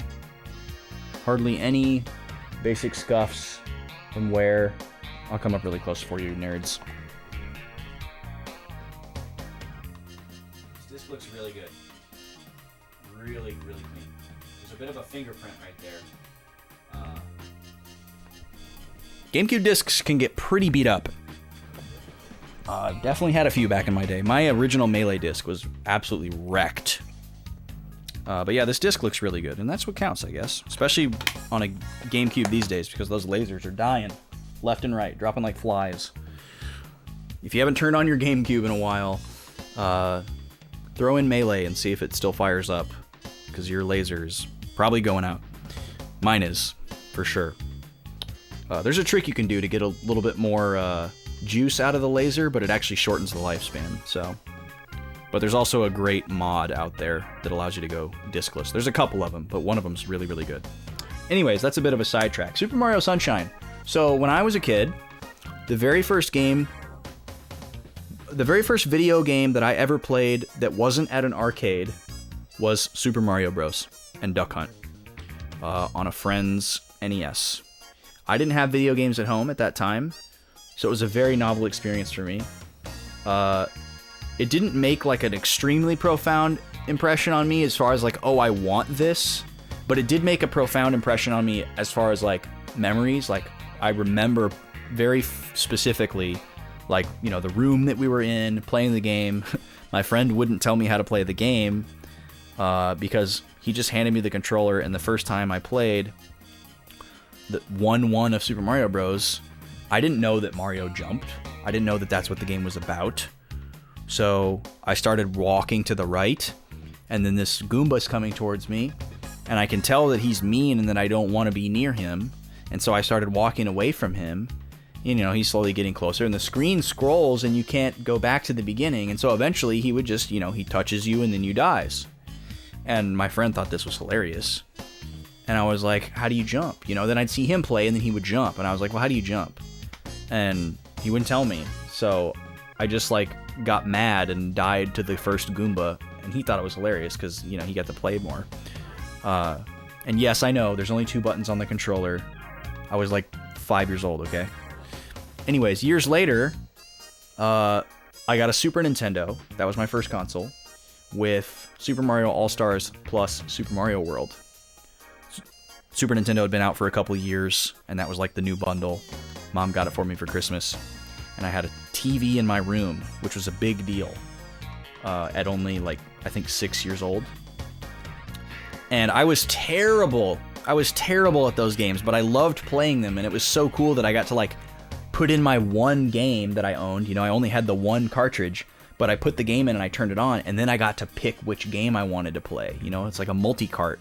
So I would mess around with every single one of them. Mario 1-1, Mario 2, Mario 3, Mario World, and Lost Levels was on there too, which was, you know, obviously never beat a level in that until I was like way later in life because it's so stupid hard. But the one I played the most was Mario World. I would say that's the first game that I like really played. And sometimes my mom and I would play 2-player. Really strong memories there. I remember my cousins coming over and showing us where all the secrets were, because we were both terrible at the game. My mom wasn't any good at it either, so we didn't get very far. And they showed us where like the hidden switch palaces were and some secret exits and stuff like that. Unlocked a bunch of secrets for us, and we thought it was so cool. And we're like, wow, this game is so big. I don't think we ever made it past Vanilla Dome. But it felt like the whole world, you know? So I'm saying I'm prefacing Mario Sunshine with all this to say that, like, Mario, specifically side-scrolling Mario, is where it kind of all began for me. So I have very deep-seated roots with Mario. Love Mario.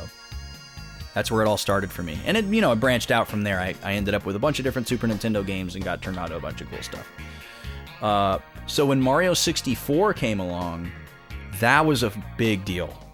It was a huge deal. And yet again, I didn't get the console right away, as was and as became the tradition. You know, I never got the console right away. I always had to wait like a year or two until the price went down. And so I remember going over to a friend of the family's house that had 2 kids, and it was a girl and a boy, and the girl was close to me in age, and then I had a younger cousin that was about a year and a half younger than me, and the son was kind of close to his age, like a year younger than him. So the 4 of us would hang out while all the adults went off and, you know, drank and did whatever the adults do, and we would go and, you know, play with toys or video games or whatever. And when Mario 64 came out, the youngest, he had Mario 64, and he was like, I remember as a kid thinking, wow, he's good at this game. He probably wasn't that good at it, you know, because he was like 6 or 7 or something like that, and I would have been, actually, man, he would have been even younger than that. Now that I think about it, he would have been like 5 or 6, I guess, and I was probably like 7 or 8. Because the game had been out for a little while before I was exposed to it. I remember playing it in a Blockbuster and being on Bob-omb Battlefield and getting close to the top of the thing that King Bob-omb was on, and my dad being like, "Let's go, we're done, we're leaving." And I told him, like, I'm about to beat the game. I remember saying that to my dad, which is hilarious. It was in the first level. I didn't even know what beating a game meant at that age. I'd literally never beaten a video game before. Anyways, I remember watching that kid play Mario 64 and thinking, wow, he's good at this game.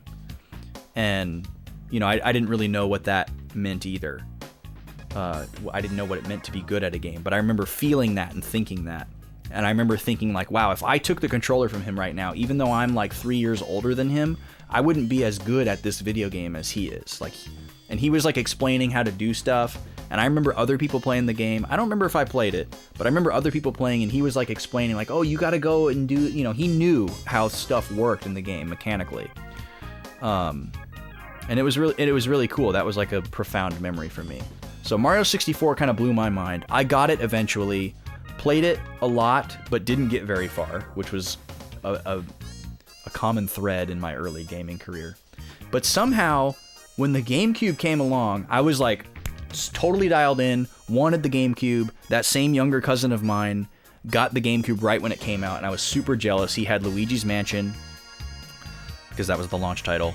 And I remember thinking it was really, really cool, and I wanted the GameCube so bad. I saved up all of my Christmas money from that year, and then by the time Christmas came around the next year, the system had price dropped, and I had enough to buy it. So it was the first console that I bought with my own money was the GameCube. I was all in.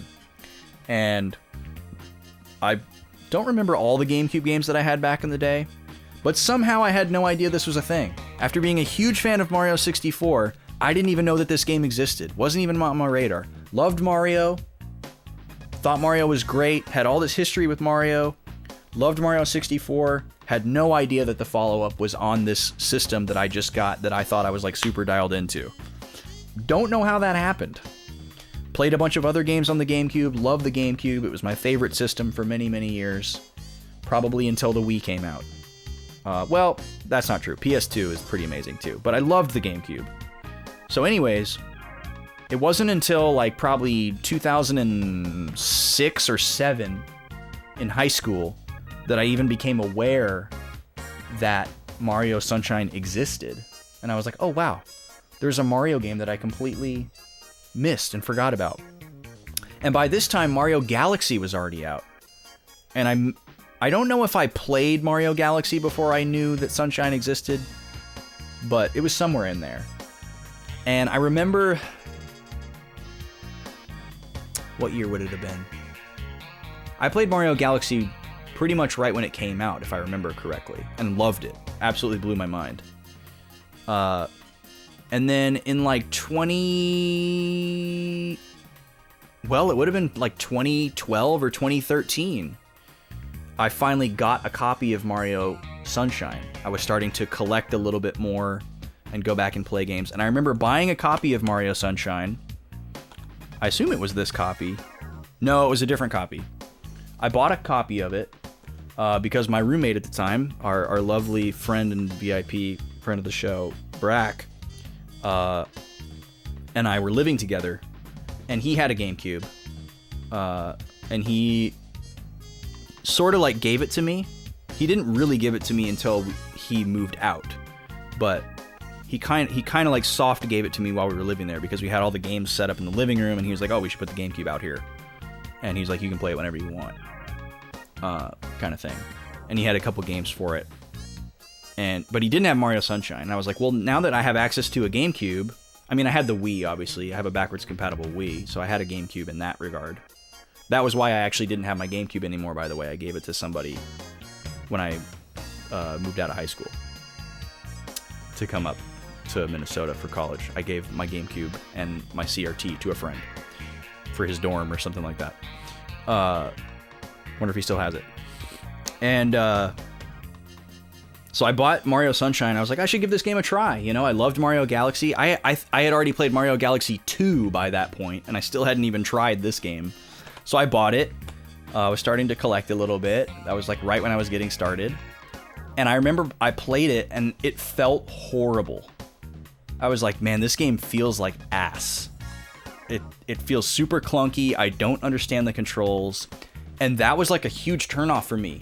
Because when I play Mario 64, I feel like I'm in control. I know how to do all the moves. I can do all kinds of cool maneuvers. I know how to get where I need to go. I feel very tightly in control and agile.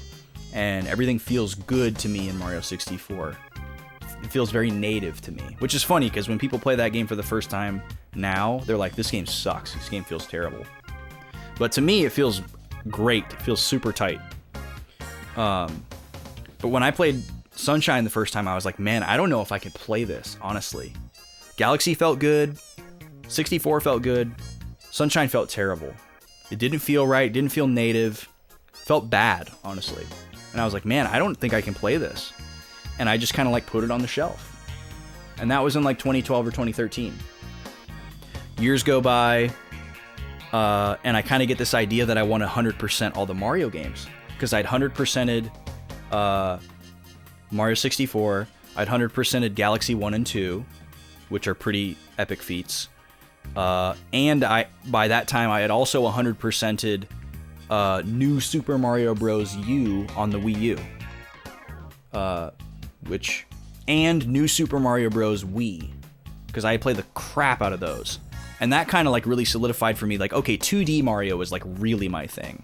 Like, I liked 3D Mario, but 2D Mario is like bread and butter for me. And there was also Super Mario 3D Land, because I probably had a 3DS by then. So I was consuming a lot of Mario, and I was crushing a lot of Mario.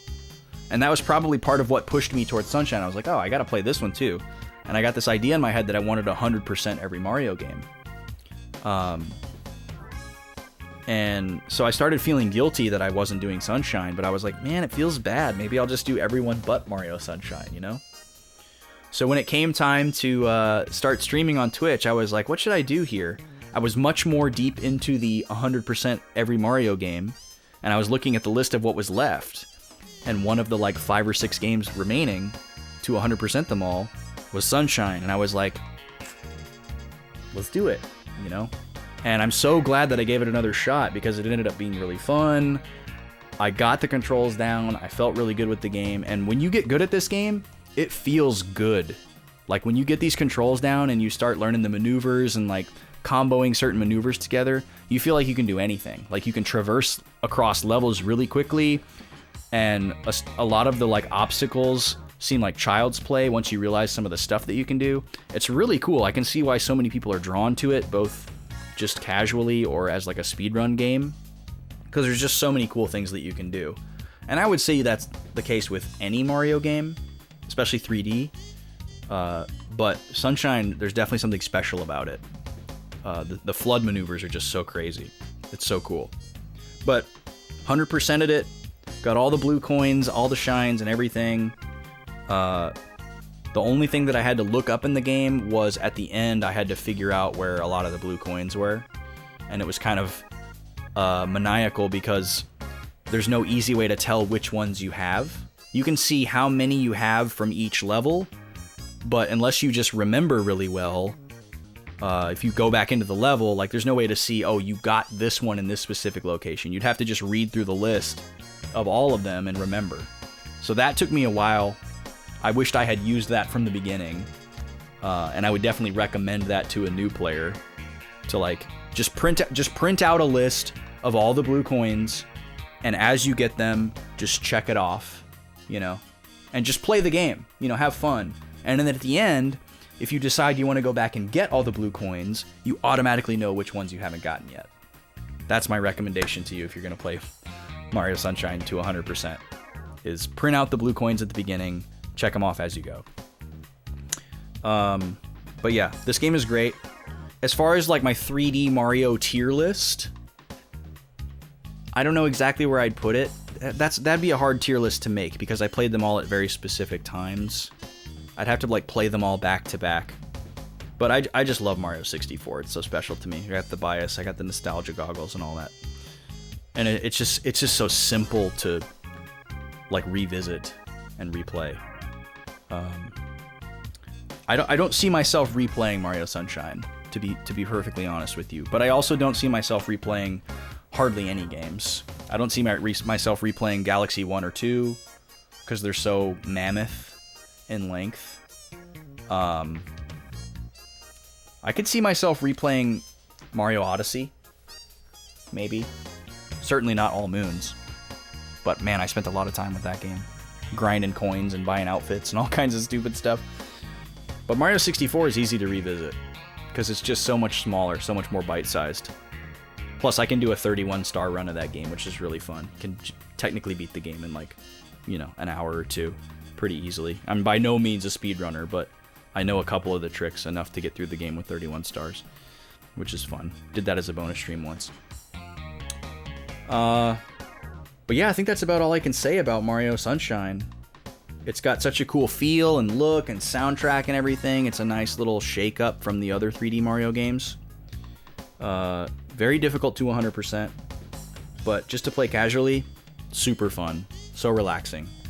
For the most part, there's a couple stars that are a couple shines that are very maniacal, but I'm sure you could figure out ways to skip the really, really tough ones and do some of the more chill ones. Yes, and we got one of the best emotes. So yeah, if you've ever wondered what the heck the loo-doo-doo-doo-doo emote is, I'm sure you recognize the font as like the Mario font, and then the color of the letters is from like the got shine, whatever, when you get a shine.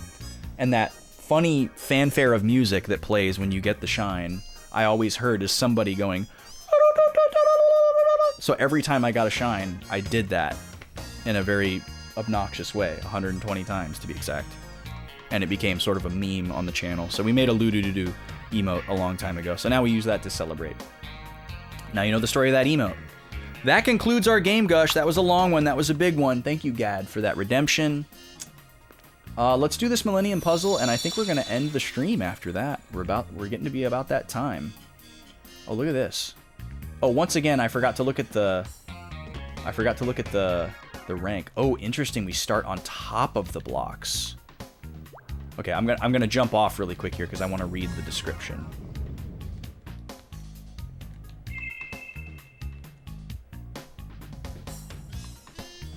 Hey, Elise is here.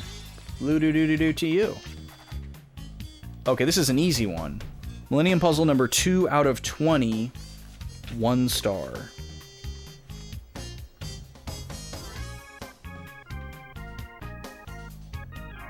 I don't have time to write out Millennium, so I'm just gonna write Mill. 1 star. Alright, so this is the lowest difficulty. Okay, so we need to do some counting here. Blue do do do do do do. Thank you, Aelise, for the hundo. Blue do do do do do do do do indeed. Okay, so there's one of each color hidden sort of under another color. So let's do some counting here. It looks like it's even across the board, but I want to make sure. So we got 2, 4, 6, 7. 1, 2, 3, 4, 5, 6, 7. 1, 2, 3, 4, 5, 6, 7. So there's 9 of each color.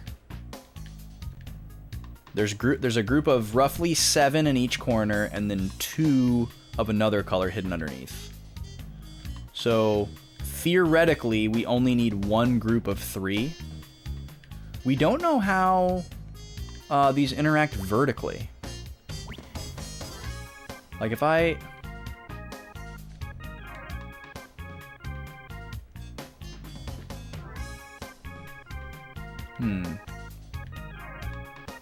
The good thing is this is symmetrical, so we could probably... Oh, we can't use tools in here. I was gonna say we could get really cheeky with the Gale Crest. The good news is if we figure out a way to solve one corner, we know how to solve all 4 corners because they're symmetrical and we can do the same thing. And there's the same number of blocks. So let's try this. Let's just try kind of an arbitrary pattern here. We're gonna push these off because getting everything down onto the same level seems like a pretty good idea.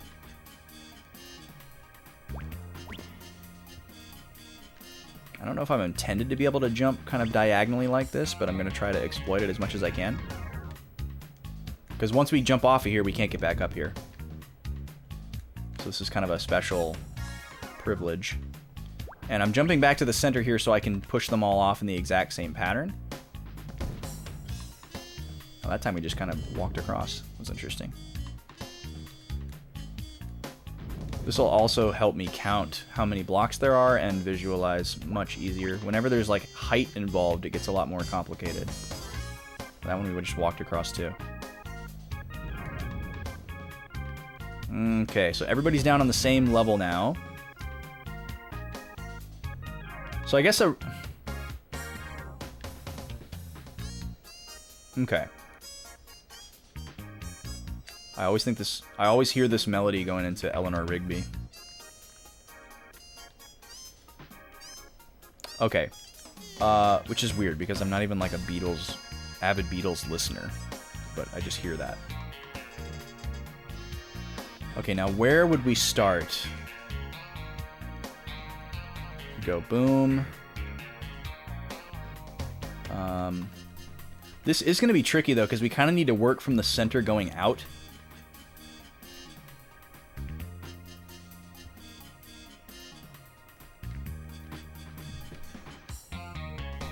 Because once we jump down, we're kind of like trapped in a specific area and we need to be able to get out of there. So like if I jump down there, I can do that. But then what? Then we're kind of trapped. I gotta figure out where my threes are gonna come from too. Could technically do 3 threes, but we probably won't be able to do that. Oh, wait a second. I see a pattern. We go boom, boom, boom, boom, boom, boom, boom. Okay, here's my plan. This may not be the right way to do it, but if I do this specific pattern, it will clear the border around the whole board, and I can get around, and I'm less likely to get trapped. And it'll just do 2 sets of each color. This seems like mostly a good idea. So this will help our maneuverability a ton.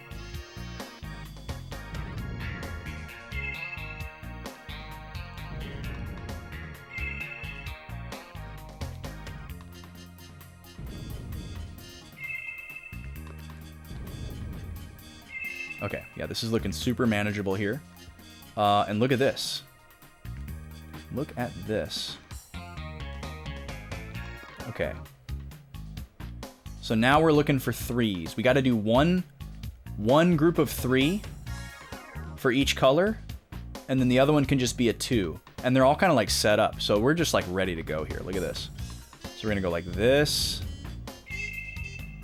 and then we're gonna go like this, and then we're gonna go like this. Oh, this is beautiful. I see why this is a 1-star now.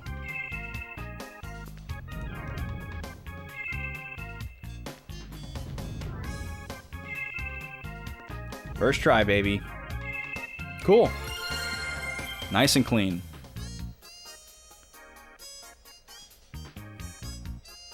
What's my prize? The last one was a 2-star and we got a duplicator. So I'm inclined to believe that this is going to be a worse prize than a duplicator, which is what, like money? Another amulet. Wow, we're getting stacked up with those. Well, that is a pretty crappy prize. But hey, we're getting these puzzles done. I wonder if anything happens if you beat them all, or if it's just the individual rewards for them, and that's it.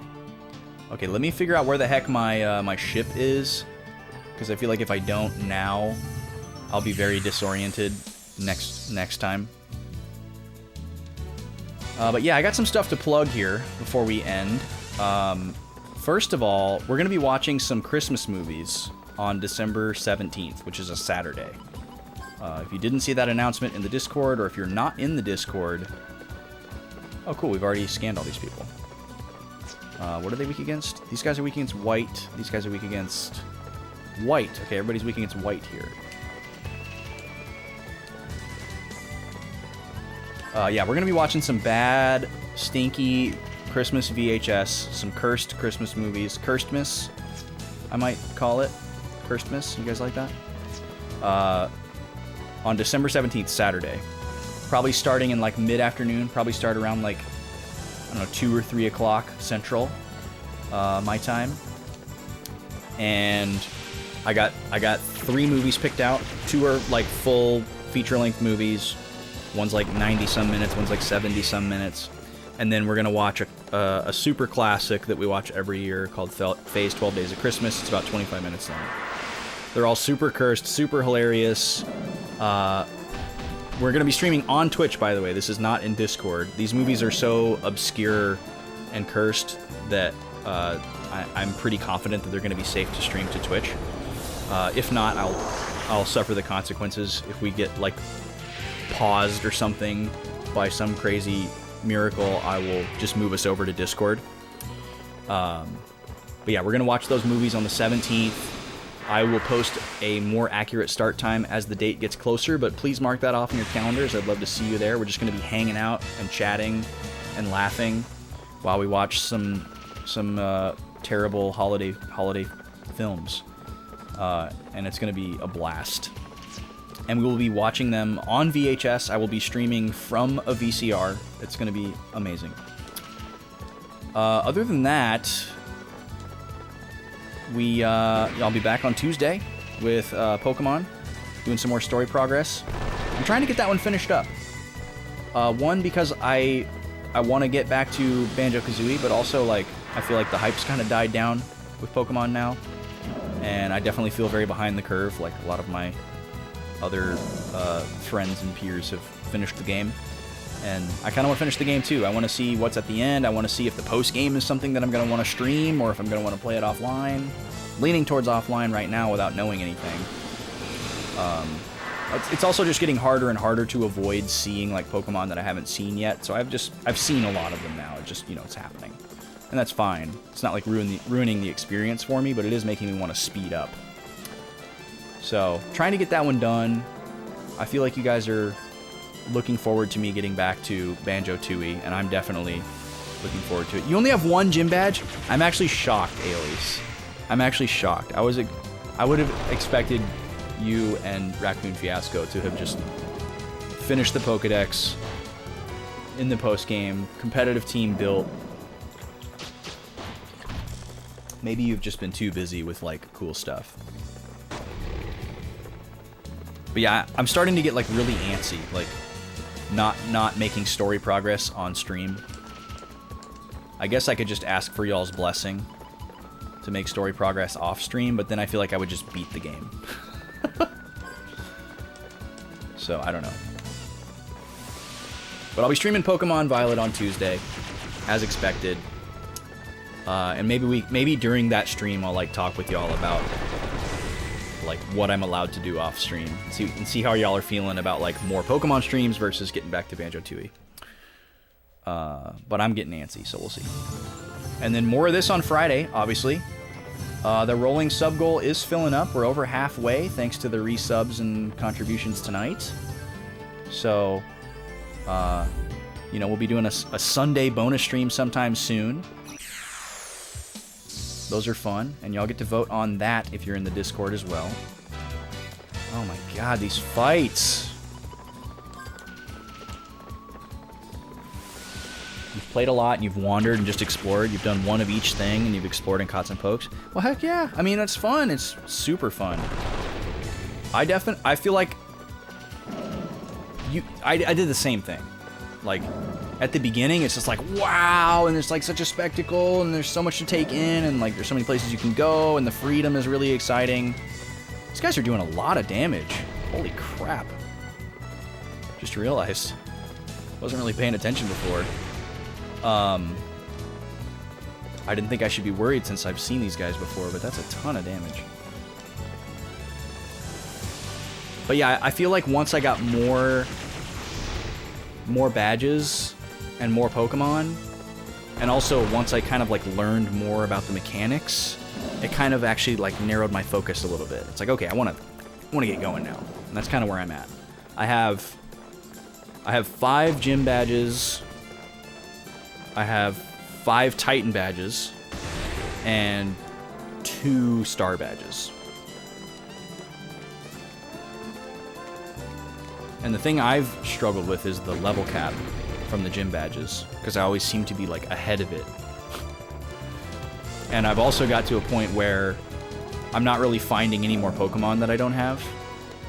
So it's like, okay, I need to get going here. And now that I can get to any location on the map, except for the crater and what I assume is a post-game location that's like intentionally blocked off. All right, I'm gonna read the sign because I probably won't come back for it. Construction suspended due to tunnel collapse. Order of the Arc and Destiny.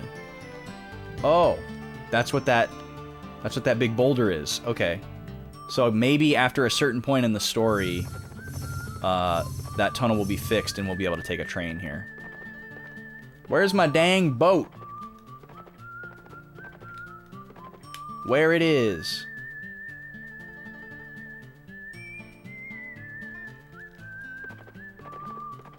Where am I?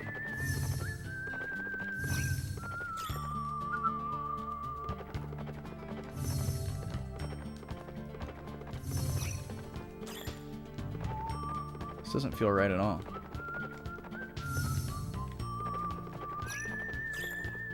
Thank God for these green check marks. Or exclamation points. Where the heck is my friggin' boat?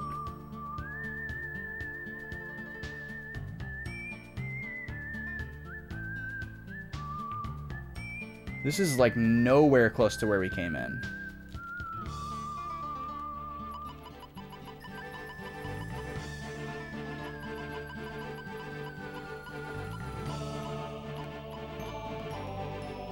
Dog pass.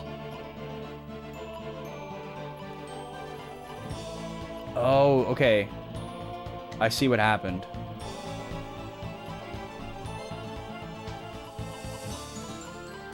I think. Hang on. Let me see.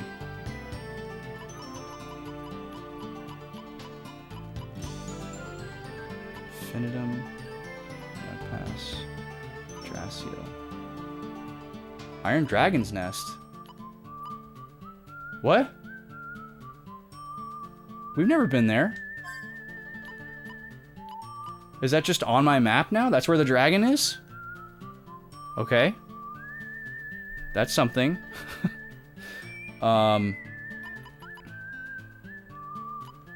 Survey point 17. That's what we're near. Interesting.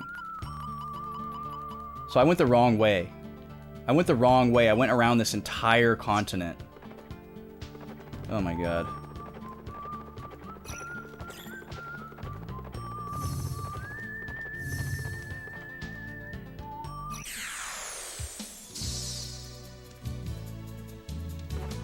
All right, well, I guess I'll do this like before I go to bed here.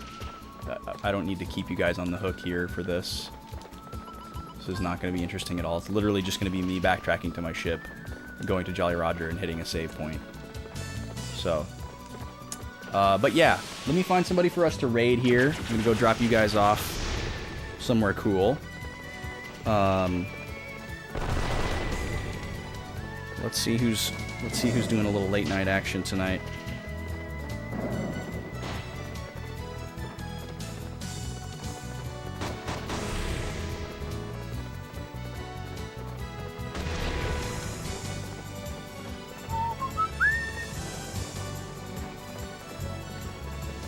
Oh, cool. Okay, I know who we're gonna go see.